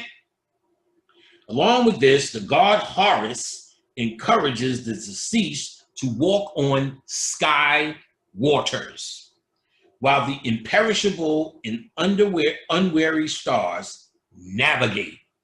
This is CT62, coffin text. Warranted by Orion, which is Osiris, and guarded by the Great Bear, which is the Big Dipper,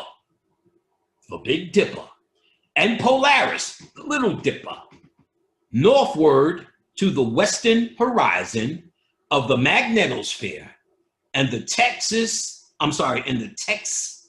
encourage the deceased to travel where the pestilence of streams has been removed by the gods, so that the deceased may ascend a ladder or a stairway to Ra at the pole of the sky. The Great Bear region, the Horn, the Northern Pole region, or the cusp, baby. So, Orion, damn, that was a powerful thing. Let's read it again. Warranted by Orion, or Osiris, guided by the Great Bear and Polaris, northward to the western horizon of the magnetosphere. The text encourages the deceased, that's you, to travel where the pestilence of streams has been removed by the gods. The cusp. The cusp is removed by the gods. You must be worthy to come into this world. Y'all niggas ain't worthy talking that shit. It's not, y'all human, this is not a human mix. This is not where you think your way out. This is a knowing you must have. This is a light game. This is a DNA preparation you make through consciousness. So while you fucked around trying to get YouTube hits, guess what? You fucked around trying to get YouTube hits. And now you don't know shit. And the big thing is coming. The big thing, everyone dies. I don't give a fuck how much vegetables you eat. What are you going to do? What do you think you know what to do? Why do you think the Kamites, which you respect, wearing all them fucking aunts and rings and fucking doodillies, why don't you respect why were they laying out such instructions? Meaning, if you didn't have them, there's a problem. So meaning, even though it's locked in the DNA, that really means why I can tell you like this today when I see it. Why most will understand this and be able to benefit. Because it's in the DNA, but it needs to be said. You need to study it. You need to understand it. You need to bring it to the forefront for when you go. You don't go by luck and libations. Lou was able to go because of the screwball shit. He couldn't make it out. But the energy we gave him, the energy, remember, KL named his group Screwball after Lou. So every single record sold under their name Screwball, Lou fed. And then with the porno saying Screwball about dick and pussy, he said the energy went crazy and he had enough to get out to Dwight. Thank you. Oh, you're welcome. And for KL, he said, bring him to me and I'm going to put him on. Lou was already dead for 15 years at that point. I'll put him on. And he did. So Lou got through. Lou couldn't get through because they drained his energy. He wasn't conscious, so he doesn't know the pathway to walk it through. So people are getting through or knowing to get through, but they know they don't have the energy. And they know through learning, you hear me? They can get through. My aunt, the first one to contact me, the devout Muslim, she came through and told me she wanted to study with me. And 2 years later, she came back through in a dream, showing me that she went through. And there was a bus of Muslims, and they was yelling, Allahu Akbar, Allahu Akbar, Allahu Akbar. And then it started changing to Akala Akbu, Akala Akbu. And then I knew she was telling me her new God name, Akala Akbu, Akala Akbu. Got up, wrote it down, and I knew how to contact my aunt. And I knew she crossed over the Dawat based upon her staying with me and still studying. That's what I was talking about in that Astral Travel book, the second part. They tell you, Gavin and Yvonne Frost, about people still studying in the astral world. So again, Aleem's teacher, I seen him after Aleem did the lecture, I seen entities filling those houses up, old entities that were stuck. Bobby Hemmett tells a famous story. Well, Khalid Muhammad came and he went hard on Bobby Hemmett, metaphysics. The tape is out. Everyone's seen it at some point. A couple of weeks later is when Khalid Muhammad died. So the rep went around, Bobby Hemmett killed him. Of course, that wasn't true. But it happened so soon. But what happened, and there was a brother named Azariah who did a tape on it. Even the warrior has some sort of ancestral protection because he's necessary. But if they sternly keep telling them no, it's like they're cutting off their own energy. And he kind of did that, and Azariah pointed it out. He kind of went at the spirits, because Bobby Hemmett, and I understand it now, is not taking that personal. Like that's why I can't debate, because it's nothing to defend. It's nothing, it's no philosophy here. This is what I teach, is everything about trying to free your mind. So it's not necessary to fuck with that. That's nothing.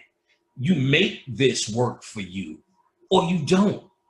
You can do this shit with it's really self-realization. So it's nothing to argue. It's like you either know or you don't know. I can't argue nothing to make you know. So that truly sets occult science different from this shit show, to be quite honest, because it doesn't work on the same technology. It's in the same pocket because Bobby Hemmett had the audience, and he himself told me, well, he inherited this Black Pride, Afrocentric audience, trying to inject spirituality and metaphysics in people who were looking to be proud of Africa. So it took a while to eat a chaka down. In fact, he said the Black community ate all his satanic shit up.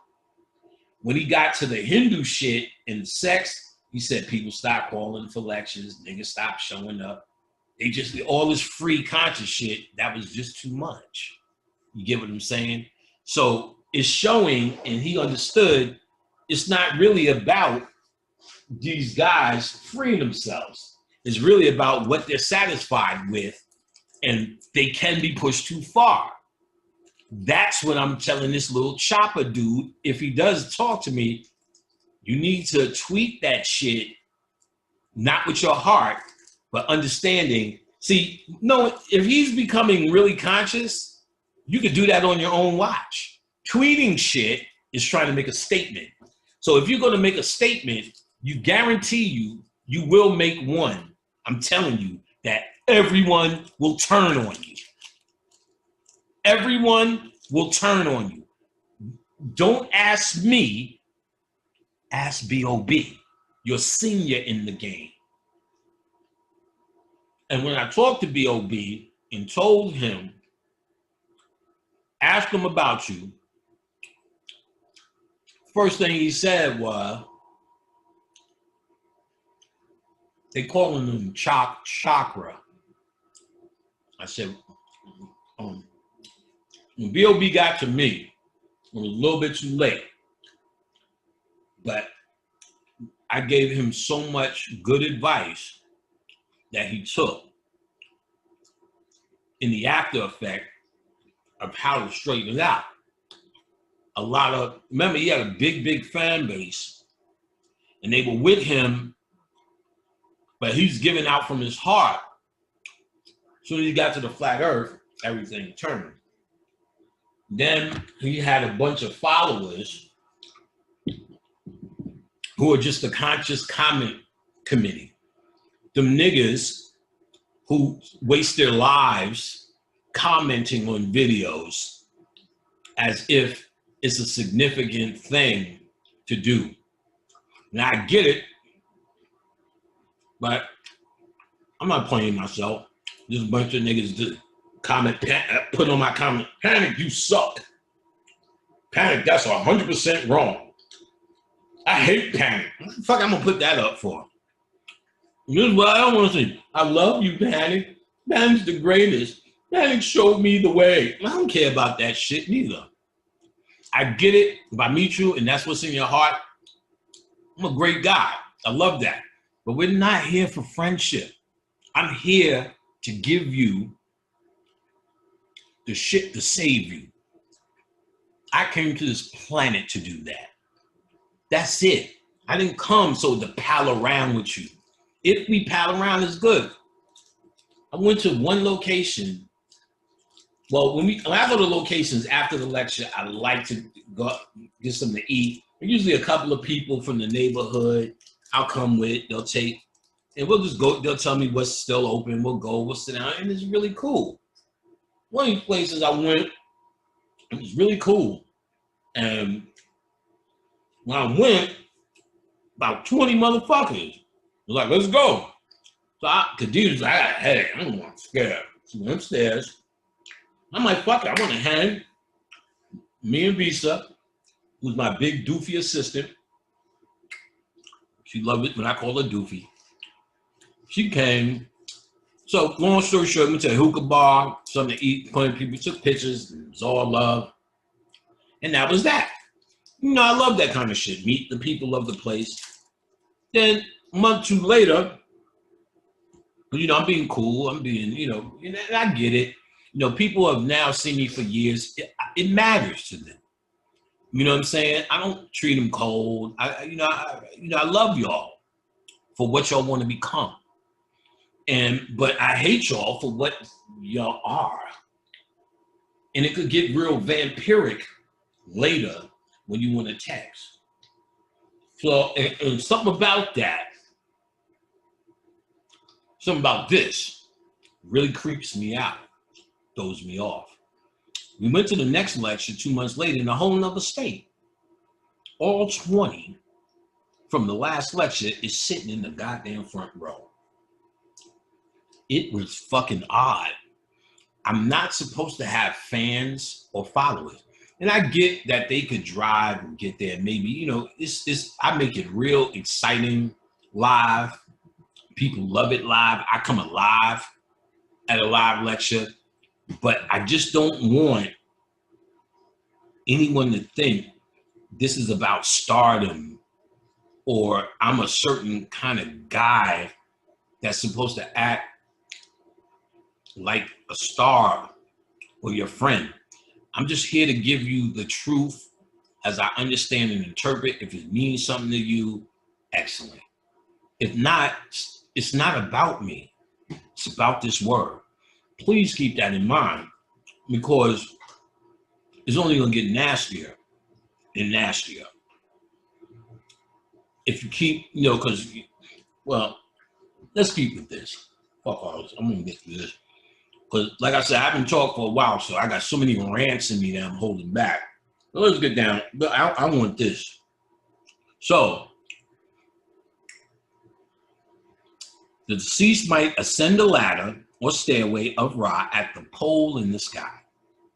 The great polar region, the horn, that cusp, baby. The northern polar region, the Earth's northern polar cusp or horn. Horn is nice too. Get up in that horn, baby. That seems like doggy style. Yeah, let's do that horn. Where the Earth's magnetic field is at the weakest point, easily matches the Egyptian descriptions decoded in IS-13. Imperishable stars, Orion star cluster. Unvarying stars,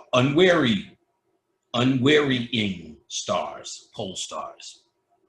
Pole of the sky, the great polar region, the horn, or that polar cusp. So it's all about that cusp, like, where's my water? It's all about that cusp. Getting there. That's where the process begins. That's the pathway of the dead. You heard? Very important that you know what to look for. The Big Dipper. That if you draw a straight line, leads to the Little Dipper, which is the pole star, which guides you in your understanding of your way towards the west, which you enter in at the cusp. Yeah, baby. Yeah, baby. Oh, that MILF, boy. 48, little bit of wrinkles. Hair ain't shit, but them little fucking braids.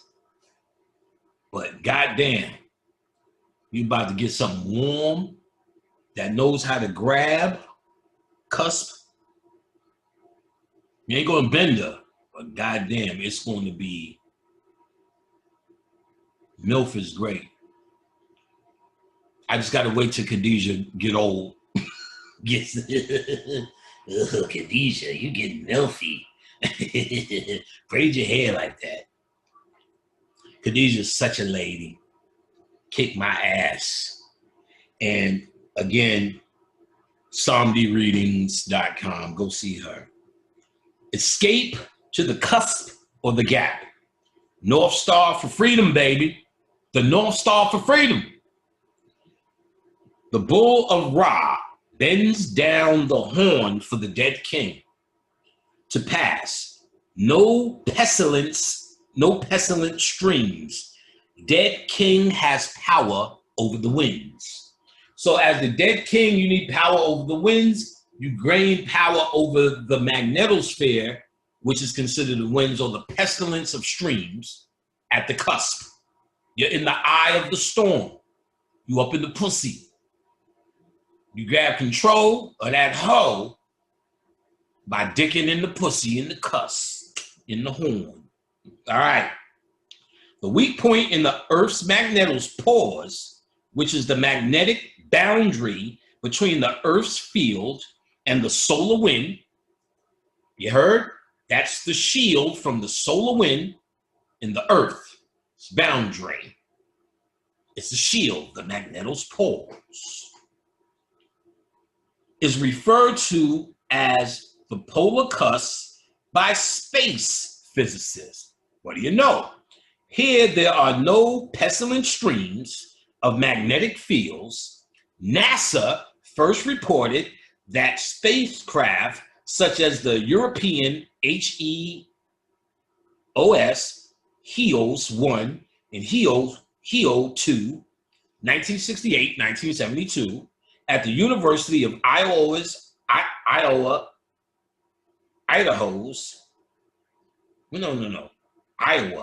what am I talking about? University of Iowa, Hawkeye, 1974, observed a disordered magnetic field, weak but not zero, at the cusp regions. NASA. So you even got the white NASA agreeing the Earth has a weak magnetic field at this particular place in the north, at the cusp, up in that cusp. Some scientists think silicon, which is similar property to carbon. I need you to hear this. You are a carbon being, melanin.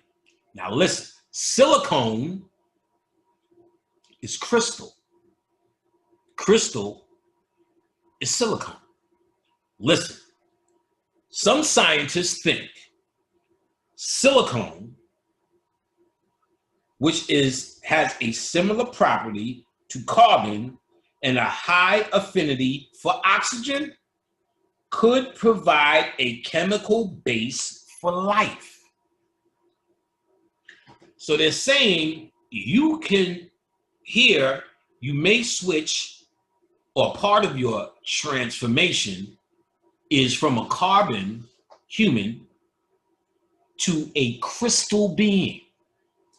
Where have you heard that before? You were supposed to become the crystal man. But let's continue. Silicon has 4 valence electrons and can bond to 4 other atoms. The National Radio Astronomy Observatory lists 10 species of interstellar molecules based on silicon bonded to hydrogen, nitrogen, oxygen, sulfur, and carbon atoms. It is here at this open element enriched gap to the stars that the deceased king stands at the great polar region as a waterway traveler. The pharaohs may have easily imagined the Earth's polar cusp as the 2 horns of the encroaching solar wind, or the great wild bull, PT 470, bending down its northern horn for the passage of the deceased king. Yet another mythology that we didn't know what the fuck was talking about, now decoded as another way of them telling you the science of finding the cusp in the magnetosphere when you die. The great bull, the 2 mountains at the cusp, the 2 horns of the bull, bend down when you know the path for you to pass through the winding waterway. Osiris time, baby. Happiness. This is the death code. You're welcome. Yeah, baby. This major image of the great fecundating bull of the sun dominates the funerary text and the artwork and writings of many early cultures. The bull depicts the powerful pressure of solar wind. So the solar wind that is coming in, blocked by our magnetopause and magnetosphere, is represented as the bull. Listen, because now we understand. The bull is solar wind. We didn't know that. The bull depicts the powerful pressure of solar wind ramming into the Earth's barrier. You see that? Let me get back to this picture. Here, 123. So let's look at this again. You see the sun and these rays. See this little shaky line right here?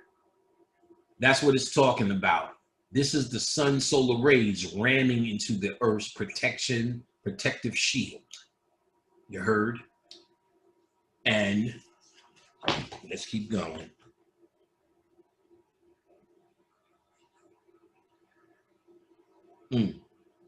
Okay. Wow, just seen another picture. All right, so the deceased desires power over the four winds of heaven and the four bulls in the sky. CT 162. For it is here at the horn or the cusp that the deceased king will begin his journey to be transformed or recreated, or the pieces of Osiris put back together. Now we're getting it. Or recreated, the cusp serving as the gap or the entrance to an origin of reconnection and replication on replication. Decoded, horns of the great white wild bull, solar wind pressure, and ions at the polar cusp. Storms equals high geometric activity and energy transfer of solar wind. So they're talking about the solar wind and how you got to master this wind, and really it's built in once you understand to enter the cusp. Once you know where to go, you're in the sweet spot. You're on that clit.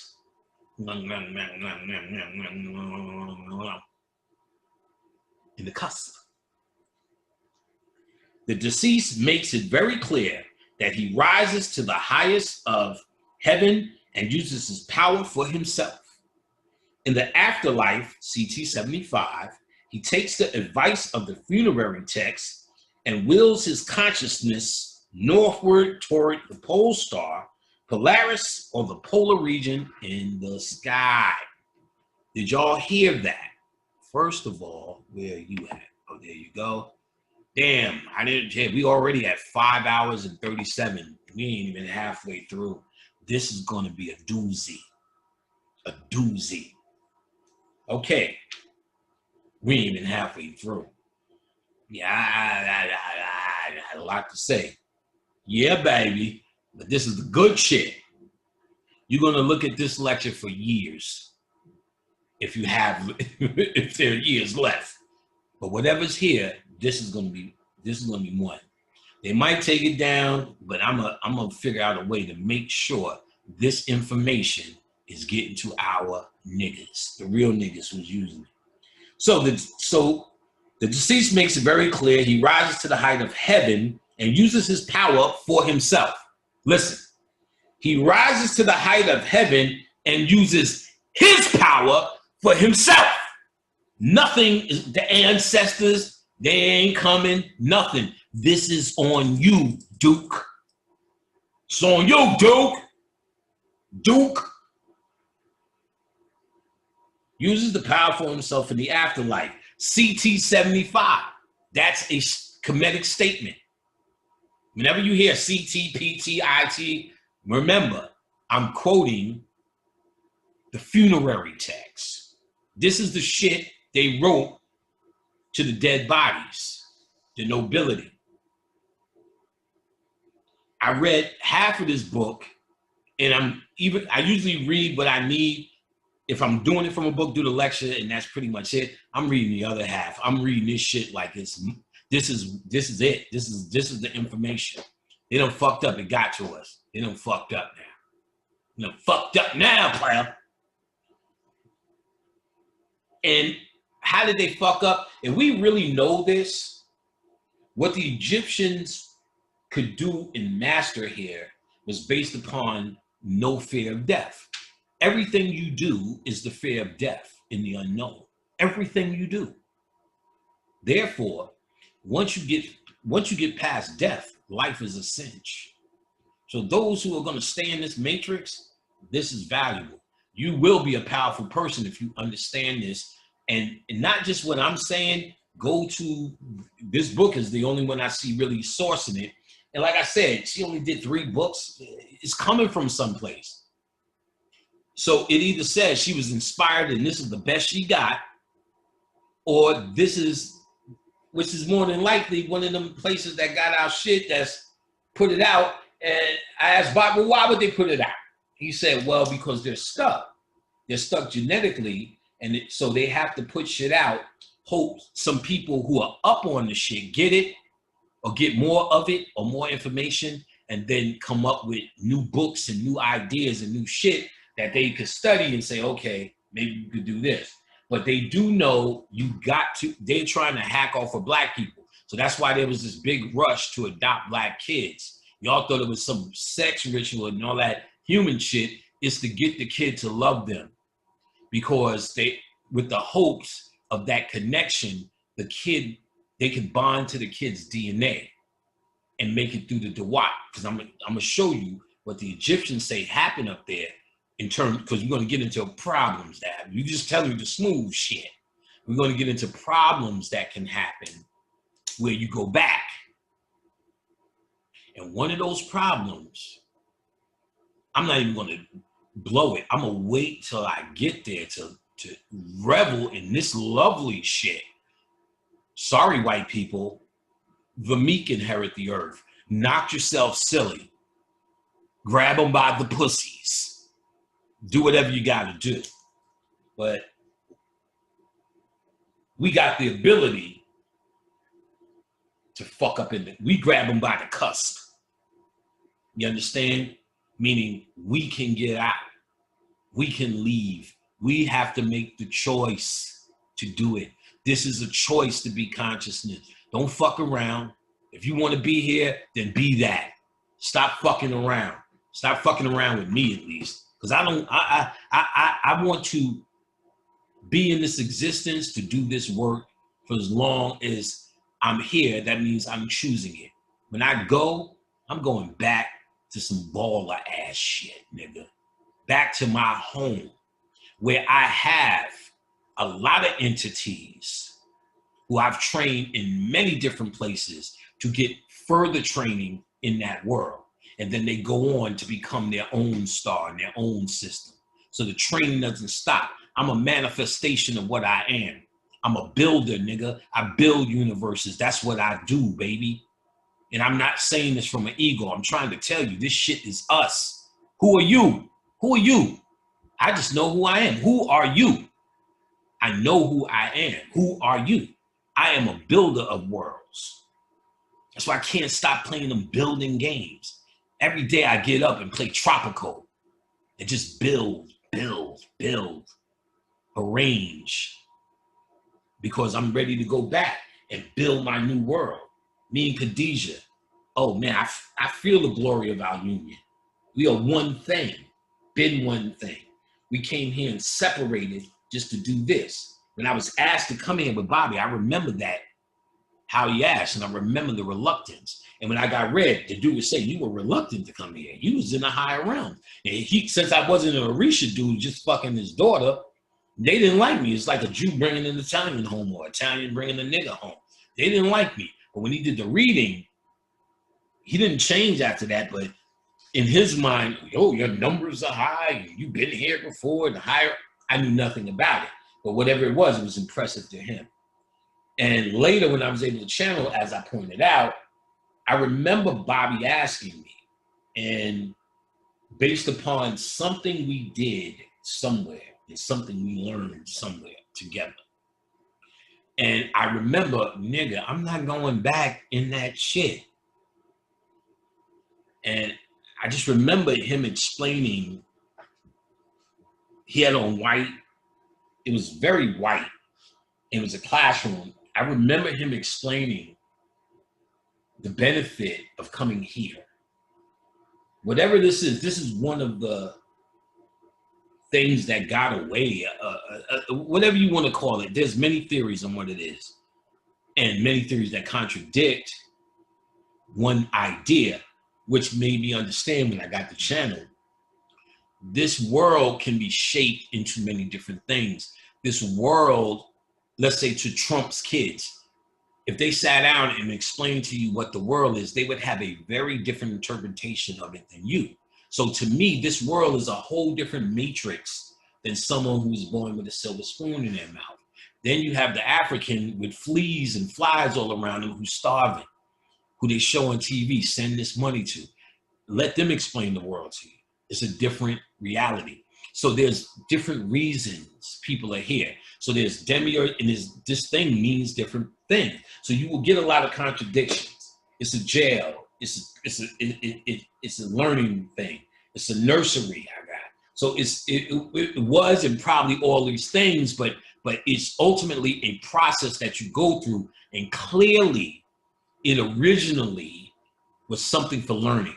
Because no matter how dumb you are, how Christian you are, how white or black you are, they kind of want to know something, even if it's about how cups were made, how whatever. People just kind of want to know. So this was a learning facility at first. And you see how bad it is. The learning was consciousness. So then there were people that would come down from the higher realms to teach in this nursery, Akhenaten and this one. And that's why you would have Akhenaten change it to a sun god, because people come down here for different reasons.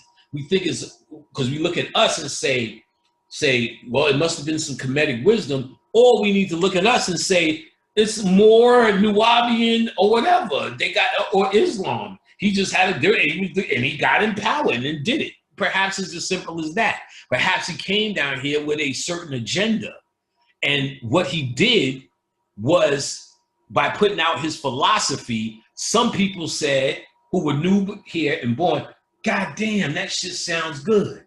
I'm gonna start studying it. And then when they transform and go through the cuffs, because they transform through this particular Akhenaten light, let's just say, they're going to that realm. The people who come up to me and say, Panic, man, something you said, something you did, is really this, is really that, what their nature is, and what they probably were born to, which is one of the biggest factions, is a Pan faction. Pan is the music faction. And every nigga loves music or wants to do it. Pan is that shit. Comedians have a faction. Rap is a faction under Pan, because it's under music. So there are, I don't know how many, I just know I've seen a few leaders in certain factions. So one I'm clear on is the comedians. Richard Pryor is one of the masters who came back and called all of his babies.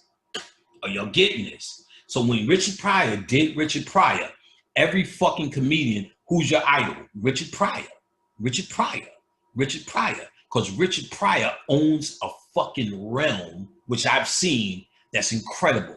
KL, when he came back to Aunt Nefa, he said, remember those herbs you put together and was smoking? Yeah, he said, sell those. I said, nigga, you crazy. Niggas ain't gonna buy it. Well, as you can see, the kingdom, based upon herb packs from KL. You get what I'm saying? Damn, what was I just saying before? It'll come back. Let's get to this. I was just telling you something. Whatever. The deceased makes it very clear that he rises to the height of heaven and uses the power for himself in the afterlife. Power for yourself. You ain't, listen, he takes the advice of the funerary text and wills his consciousness north, wills his consciousness north towards the Polaris or the polar region of the sky, CT 1030. That is a Kemetic funerary text statement. He wills himself northward.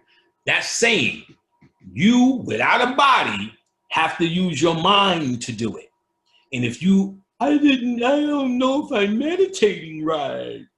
What do you think? What do you think now? What do you think you're meditating for? For serenity? No, nigga. You're trying to practice exercising your focus in your mind. Then meditation should lead to astral travel. You should meditate yourself to sleep, not go to sleep every night. Picturing a place in detail. Use all 5 senses in your mind to experience that place, grandma's house. What you're doing is programming your spirit to go there. And meditating yourself to sleep, you're programming your consciousness to go with you. Usually when you go to sleep, your consciousness stays in the body. So you sleep, you remember sporadic things. When you start to astral travel, a book you cannot live without, Astral Dynamics by Robert Bruce. It's on PDF, a must-have. Astral Dynamics is like Psychomancy, it's an instructional book. He tells you that most people's consciousness stays in the earth realm when they sleep. When you practice the techniques of astral traveling, which is a must for the death experience, also the hallucinogenics are the death experience. When you die, a rush of DMT happens. The hallucinogenic feeling is the feeling of the quantum world. This is why Kalindi came through so soon. He was well practiced in his mind to do whatever he needed to do. Well practiced because of all the drugs and hallucinogenics he worked with. You understand? He's birthed motherfuckers in this hallucinogenic game. So the hallucinogenic is the death practice. Meditation, astral traveling is the death practice because you have to will yourself to that cusp. You have to know how to push your will. So your mind switches over. So you won't be high, but you will feel good because you're truly in heaven. There's no body, there's no pain receptors. So that same feeling of the drugs and the DMT and all the rest of that shit is how you feel the quantum world on Earth. DMT is just an elixir in the quantum world. I don't know what it exactly means. We ain't even that far in it. But it's clearly a quantum situation because when you die, the Egyptians say, and we've already read, that you're going into Dawat from a quantum perspective. Your idea is to stay there and travel out of this situation. You're traveling out of the magnetism of this. So you have to change your energy frequency, and we're going to tell you how. I'm going to tell you how. All right, so you have to will yourself. That's meditation and astral traveling practice. Scrying. There's a book by Donald Tyson, again, the same Necronomicon guy. I think that's here. Let me try to get that. It's not here. I'm mad that I got up again. But I think that's here. All right. We are a fucking success. We are a fucking success. This book, Scrying for Beginners. Use your unconscious mind to see beyond the senses. Again, in the occult, sometimes the unconscious mind is used for the subconscious mind.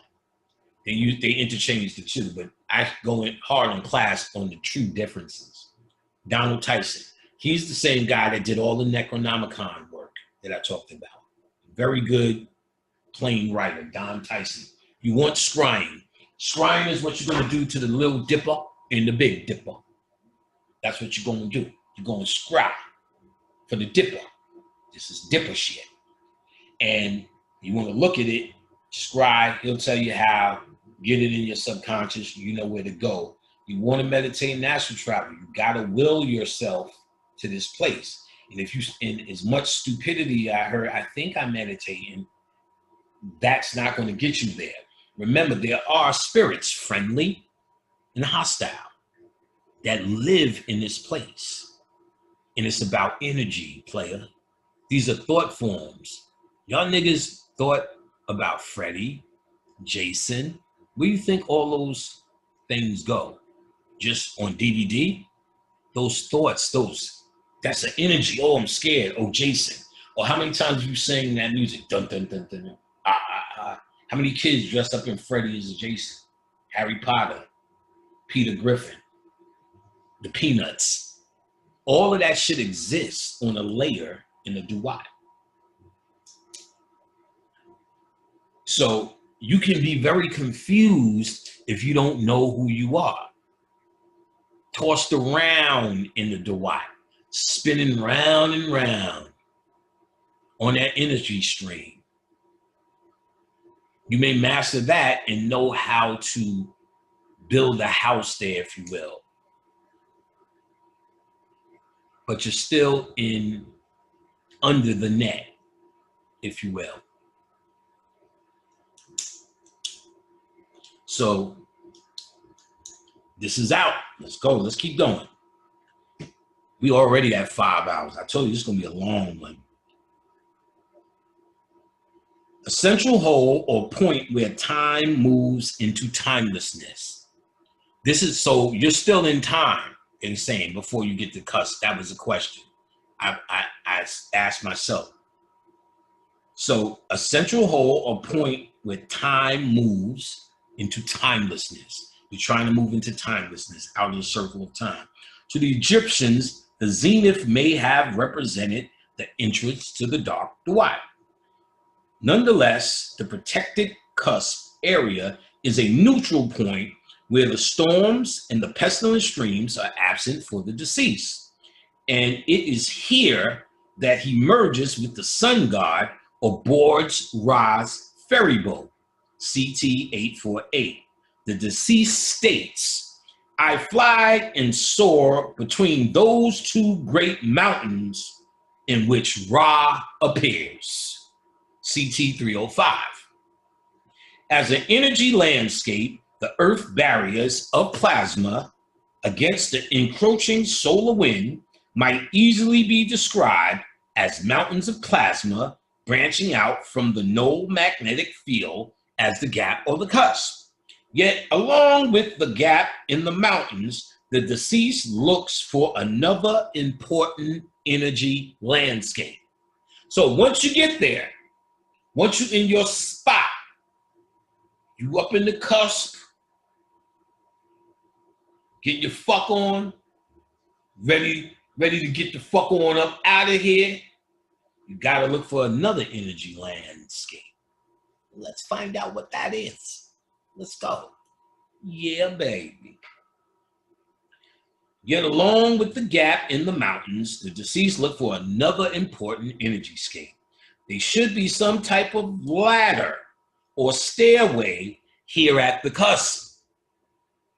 Listen, there should be some type of ladder or stairway at the cusp.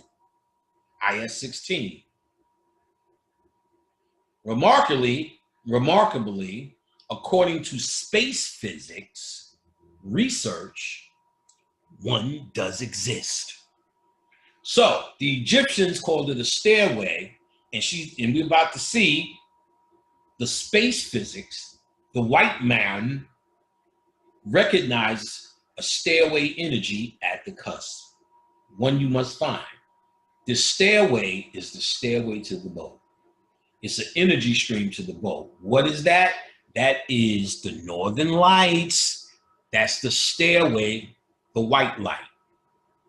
The green light is the one that changed the DNA, or it's just the Osirian energy. You may be having to change your DNA to get to that green light. It may not just, you may not be witnessing souls leaving at the northern. Like maybe you are, but maybe you're not. What you're witnessing is the stairway coming down and the Osirian energy resurrecting and touching it. You have to do things at the cusp to get in that energy stream and get to that stairway. You see all of this at the North Pole. Are you kidding? Are you fucking kidding? They showed the same concept of going through a gateway in the TV show Westworld. What was happening was these robots were jumping through this area that was created, and what was physically happening when they jumped through, they said they would recognize or live in this place in their consciousness as heaven, but they're actually going back in the database. So they'll be just sitting somewhere on a computer on a server. So this, if we looked at our computer, is based upon the technology of the universe. Remember when I told you about my boy who moved to Scotland, Tef? I wish he would I must see if I can get that out and he would let me. He did a tape called Computer Blues where he showed the computer motherboard laid out like the Great Pyramid. He broke down how it's really called Kompata, Black House, computer, Kompata. So it's more. He went through where they robbed this whole concept of the computer from the Great Pyramid and pyramid technology and Kemetic technology, which is obvious. Everything is ours. But the universe is based upon the same motion because as above, so below type thing. Any invention you make, Dr. Baba Africa told us that all technology is based upon the human body, and the human body is based upon the universe technology. And then when I learned computers, the first thing you learn is A+, the basic computer and basic networking concepts, physical and software. So when you learn the physical, it is based on the human body, the motherboard, the daughter boards, the heart, the bloodstream, and blah, blah, blah, the brain as the processor, and so on and so forth. The coprocessor, the RISC and CIS system. I can't remember which is which, but one takes little parts, digests it, and one takes it in a long series or a stream and digests it. So that tells us white brain and black brain. We could take long streams of information and digest. That's why I'm here since 5 o'clock or whatever time it was. And we here till 11 and I'm ready to go. We could do that because we can take long periods of shit. They are subjugated in their thinking. They need a little and stop, little and stop, little and stop. So they set up their whole school system like that. You're in school, bling, gym, bling, math, bling, English. When we learned, if we were learning about this cup, we learned the math of this cup. We learned the proper name in English and what is the story of this cup, the mythology of this cup. We would fill this cup, we would drink out of this cup. We would get to know this cup from all angles, the social studies of this cup. I said the math, what else subjects do you got? The science of the cup. We would learn this in one sitting to understand the cup, not learn about the cup 1 minute, this in math, that in science, because that's how white people think. And they made processes that think that way. And then they made processes that take long streams like niggas. And I can't remember which one won Risk or Sisk. I can't remember which one was one. But all this shit is based upon the human body. So, I don't know why we were there. So, remarkably, according to space physics, research, one does exist, the stairway. All right, IS 14A. The Dead King goes up the stairway, ladder to the northern polar region of Earth, where Ra appears, taking his seat in the sun bark. Boo! King now has ferry boat to the netherworld lakes, the Duat.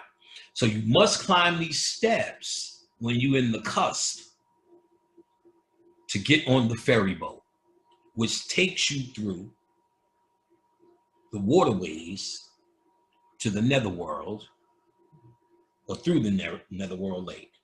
The texts report that the Great Stairway, or ladder to the sky, exists at the northern cusp, a region where the field lines from the magnetospor's boundary on the day and night sides coverage towards low altitudes here at the element-enriched pole.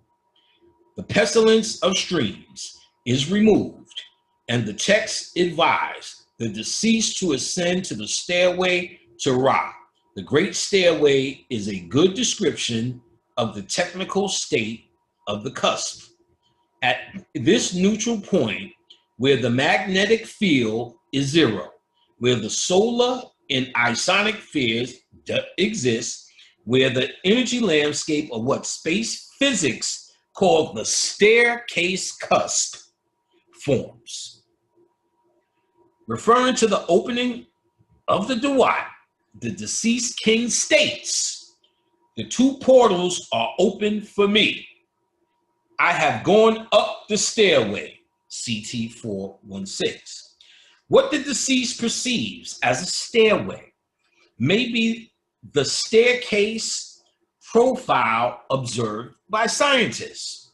That is, the potential energy landscape related to this form of interatomic or intermolecular potential according to theory. But what exactly is potential energy?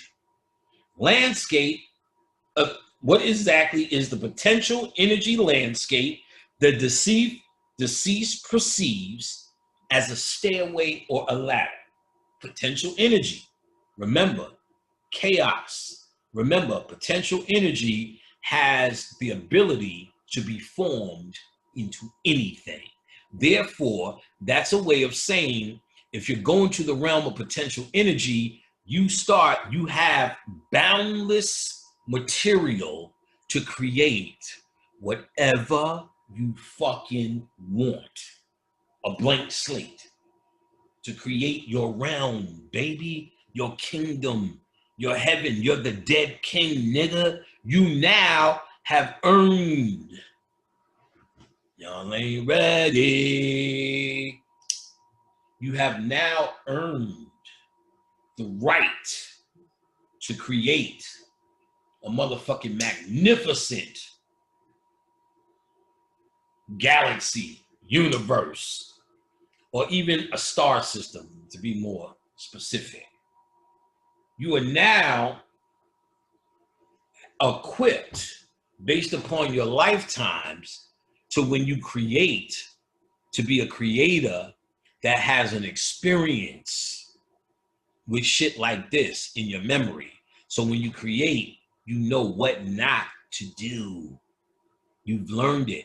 This is what this original setup was, that when you're born as a new star, you are just a clone of that which created you, something advanced, some other advanced light beings, right? That you're the offspring of it. You're in this new nebula and you're dreaming, and you have this power, but you are new. So you cannot create, or you can create a universe with a planetary system without you would be a young star. It was reported that this sun is a young star that we have. It's also reported that most system has 2 stars. So you get 2 stars for balance when you create. That's an advanced. Those are beings who understand.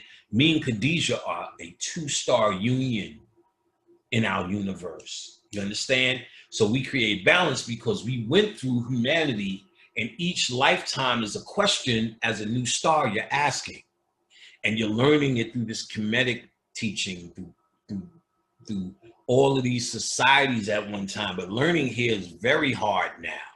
The learners are very few. That's the conscious people I'm talking about. That's a fucking handful. There was a little bit more before. So this is dried up. So now, and I used to always have visions when I go, I was leading in a whirlwind, many motherfuckers back with me.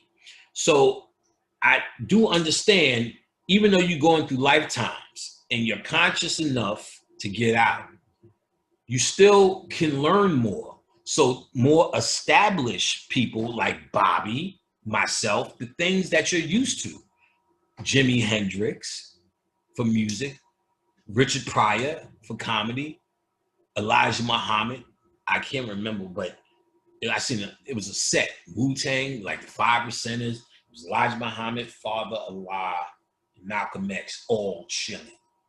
No beef, all chilling. Malcolm X told me some shit, though, I'll never say. That's my favorite channel. He comes, I know him. He always comes as a friend, and he broke some shit down about Mars. He said, we were living on Mars, not all of us. He said, some of us made it to Earth. He said, the Martian bloodline is those crazy niggas in your hood. The nigga that hung out with that nigga, robbed him at the end of the night, that I told you about doing a murder bid, he has a Martian bloodline. The real Martian bloodline are redheads, black people, not white people.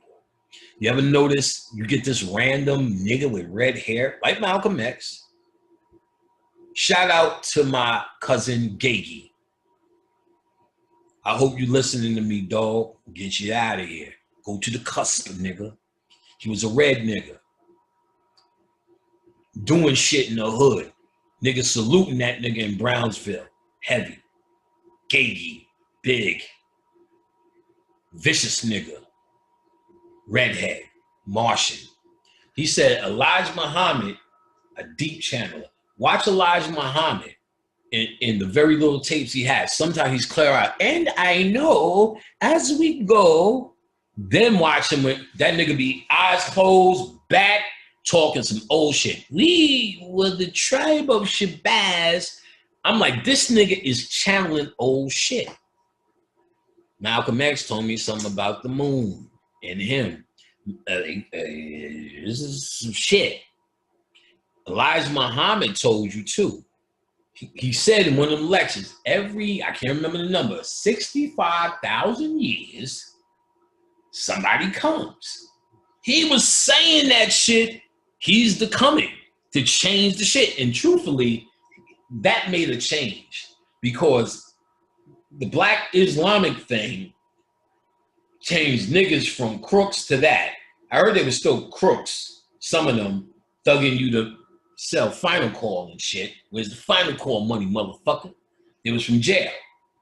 But overall, it sparked a lot of shit. So he was saying it. Look at his channels. Malcolm X, one of my favorite. One time, the first time he came through, he told me to put on this movie. Put it on, and I was dying laughing. It's the funniest movie ever. If you get past it, you know, stick your number, little. Oh, I forgot it. Let it burn, nigga. You know, there's so many lines. You know what I'm saying? Shorty, I got to get this out my head, shorty. Starting to burn shit. Oh, what are you doing for me, Chappie? You know, all that kind of shit. So he told me a lot about the Sphinx. He told me a lot about cats. He gave me over 10 names. I wrote all them shits down. They were crazy. He told me about the secret of the Sphinx is actually merged in the DNA. And it's something about the cat. I can't remember what it was. And at the time, Bobby, Khadijah told me later, three other people were having these dreams where cats would get on you. And in the dream, you can't get it off. It's merging with your DNA. So that's why the Sphinx is half man, half cat. And I can't remember what it was. It'll come back to me, but he explained then the connection with Mars. And when I lost that paper, I stuck it in a fucking book. And that's like throwing it in the ocean in this house. I don't know where the fuck that is with all them names. So I always felt the kind of way. And I wrote more shit down than he told me. But then this year, I heard that voice put on my movie. I forgot it. But they was doing that walk. Beans and cornbread had a fight. Beans told cornbread, that's all right. I'll be ready. Ready on the, all that shit. I'm dying laughing again. Boom, he comes through. He told me about the channels, that's deep channels, deep trance, and really old information about the tribe of Shabazz, that Elijah Muhammad. He told me how old Elijah Muhammad really is. Old man. And Elijah Muhammad is old science, old pyramid science, old mathematicians is their realm. Straight mathematicians. Father Allah, all of them are there. Wu-Tang Clan will be there. ODB is there. ODB, when he came through, said he went to the realm of Richard Pryor. That's where all the comedians go. And they go get their peoples. When Bernie Mac died, Richard Pryor came through.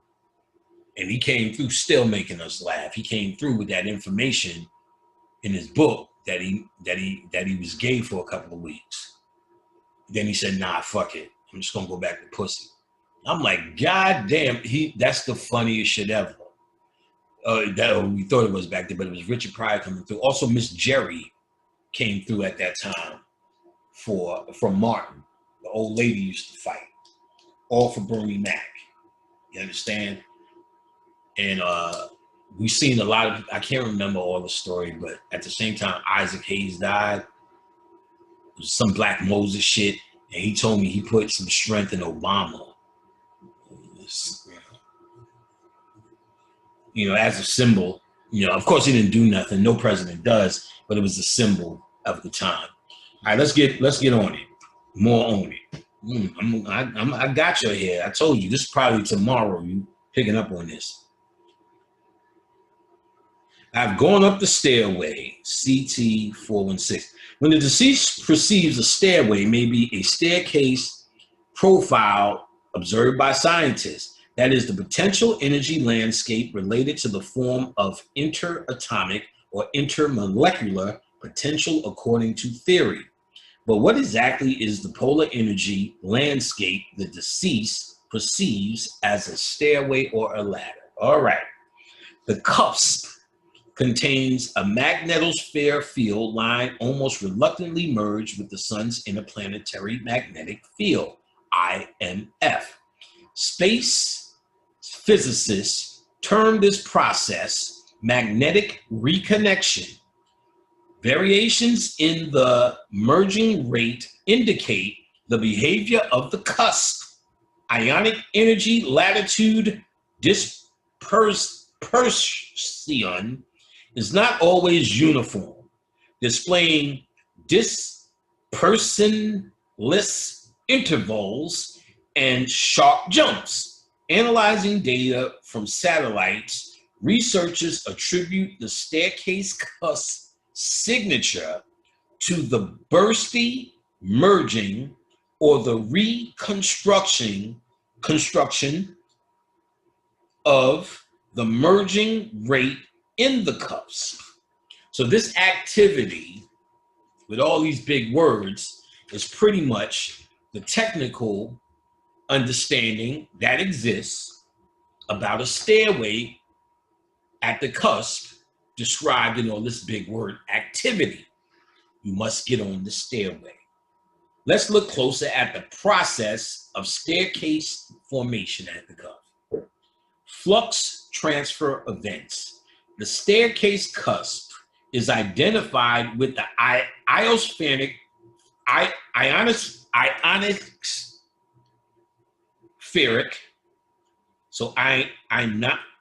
ionospheric, that's what it is. Ionospheric signature of flux transfer events. Space physicists believe that the tearing instability begins the complex reconnection process. Their analysts show that the conditions for instability start with a population of electrons that are not trapped in the current sheet. These electrons then short the electric field that stabilizes the mode, creating a gap for entry where it was formerly blocked. A magnetic island then forms on the interface. The tearing mode displaces magnetic field lines outside, but the original topology is still retained. On the other hand, field lines inside have broken and reconnected, exhibiting a different topology. The formation mechanism of magnetic islands of FTEs and is controversial among space physicists because it depends on solar wind and magnetospheric conditions. Space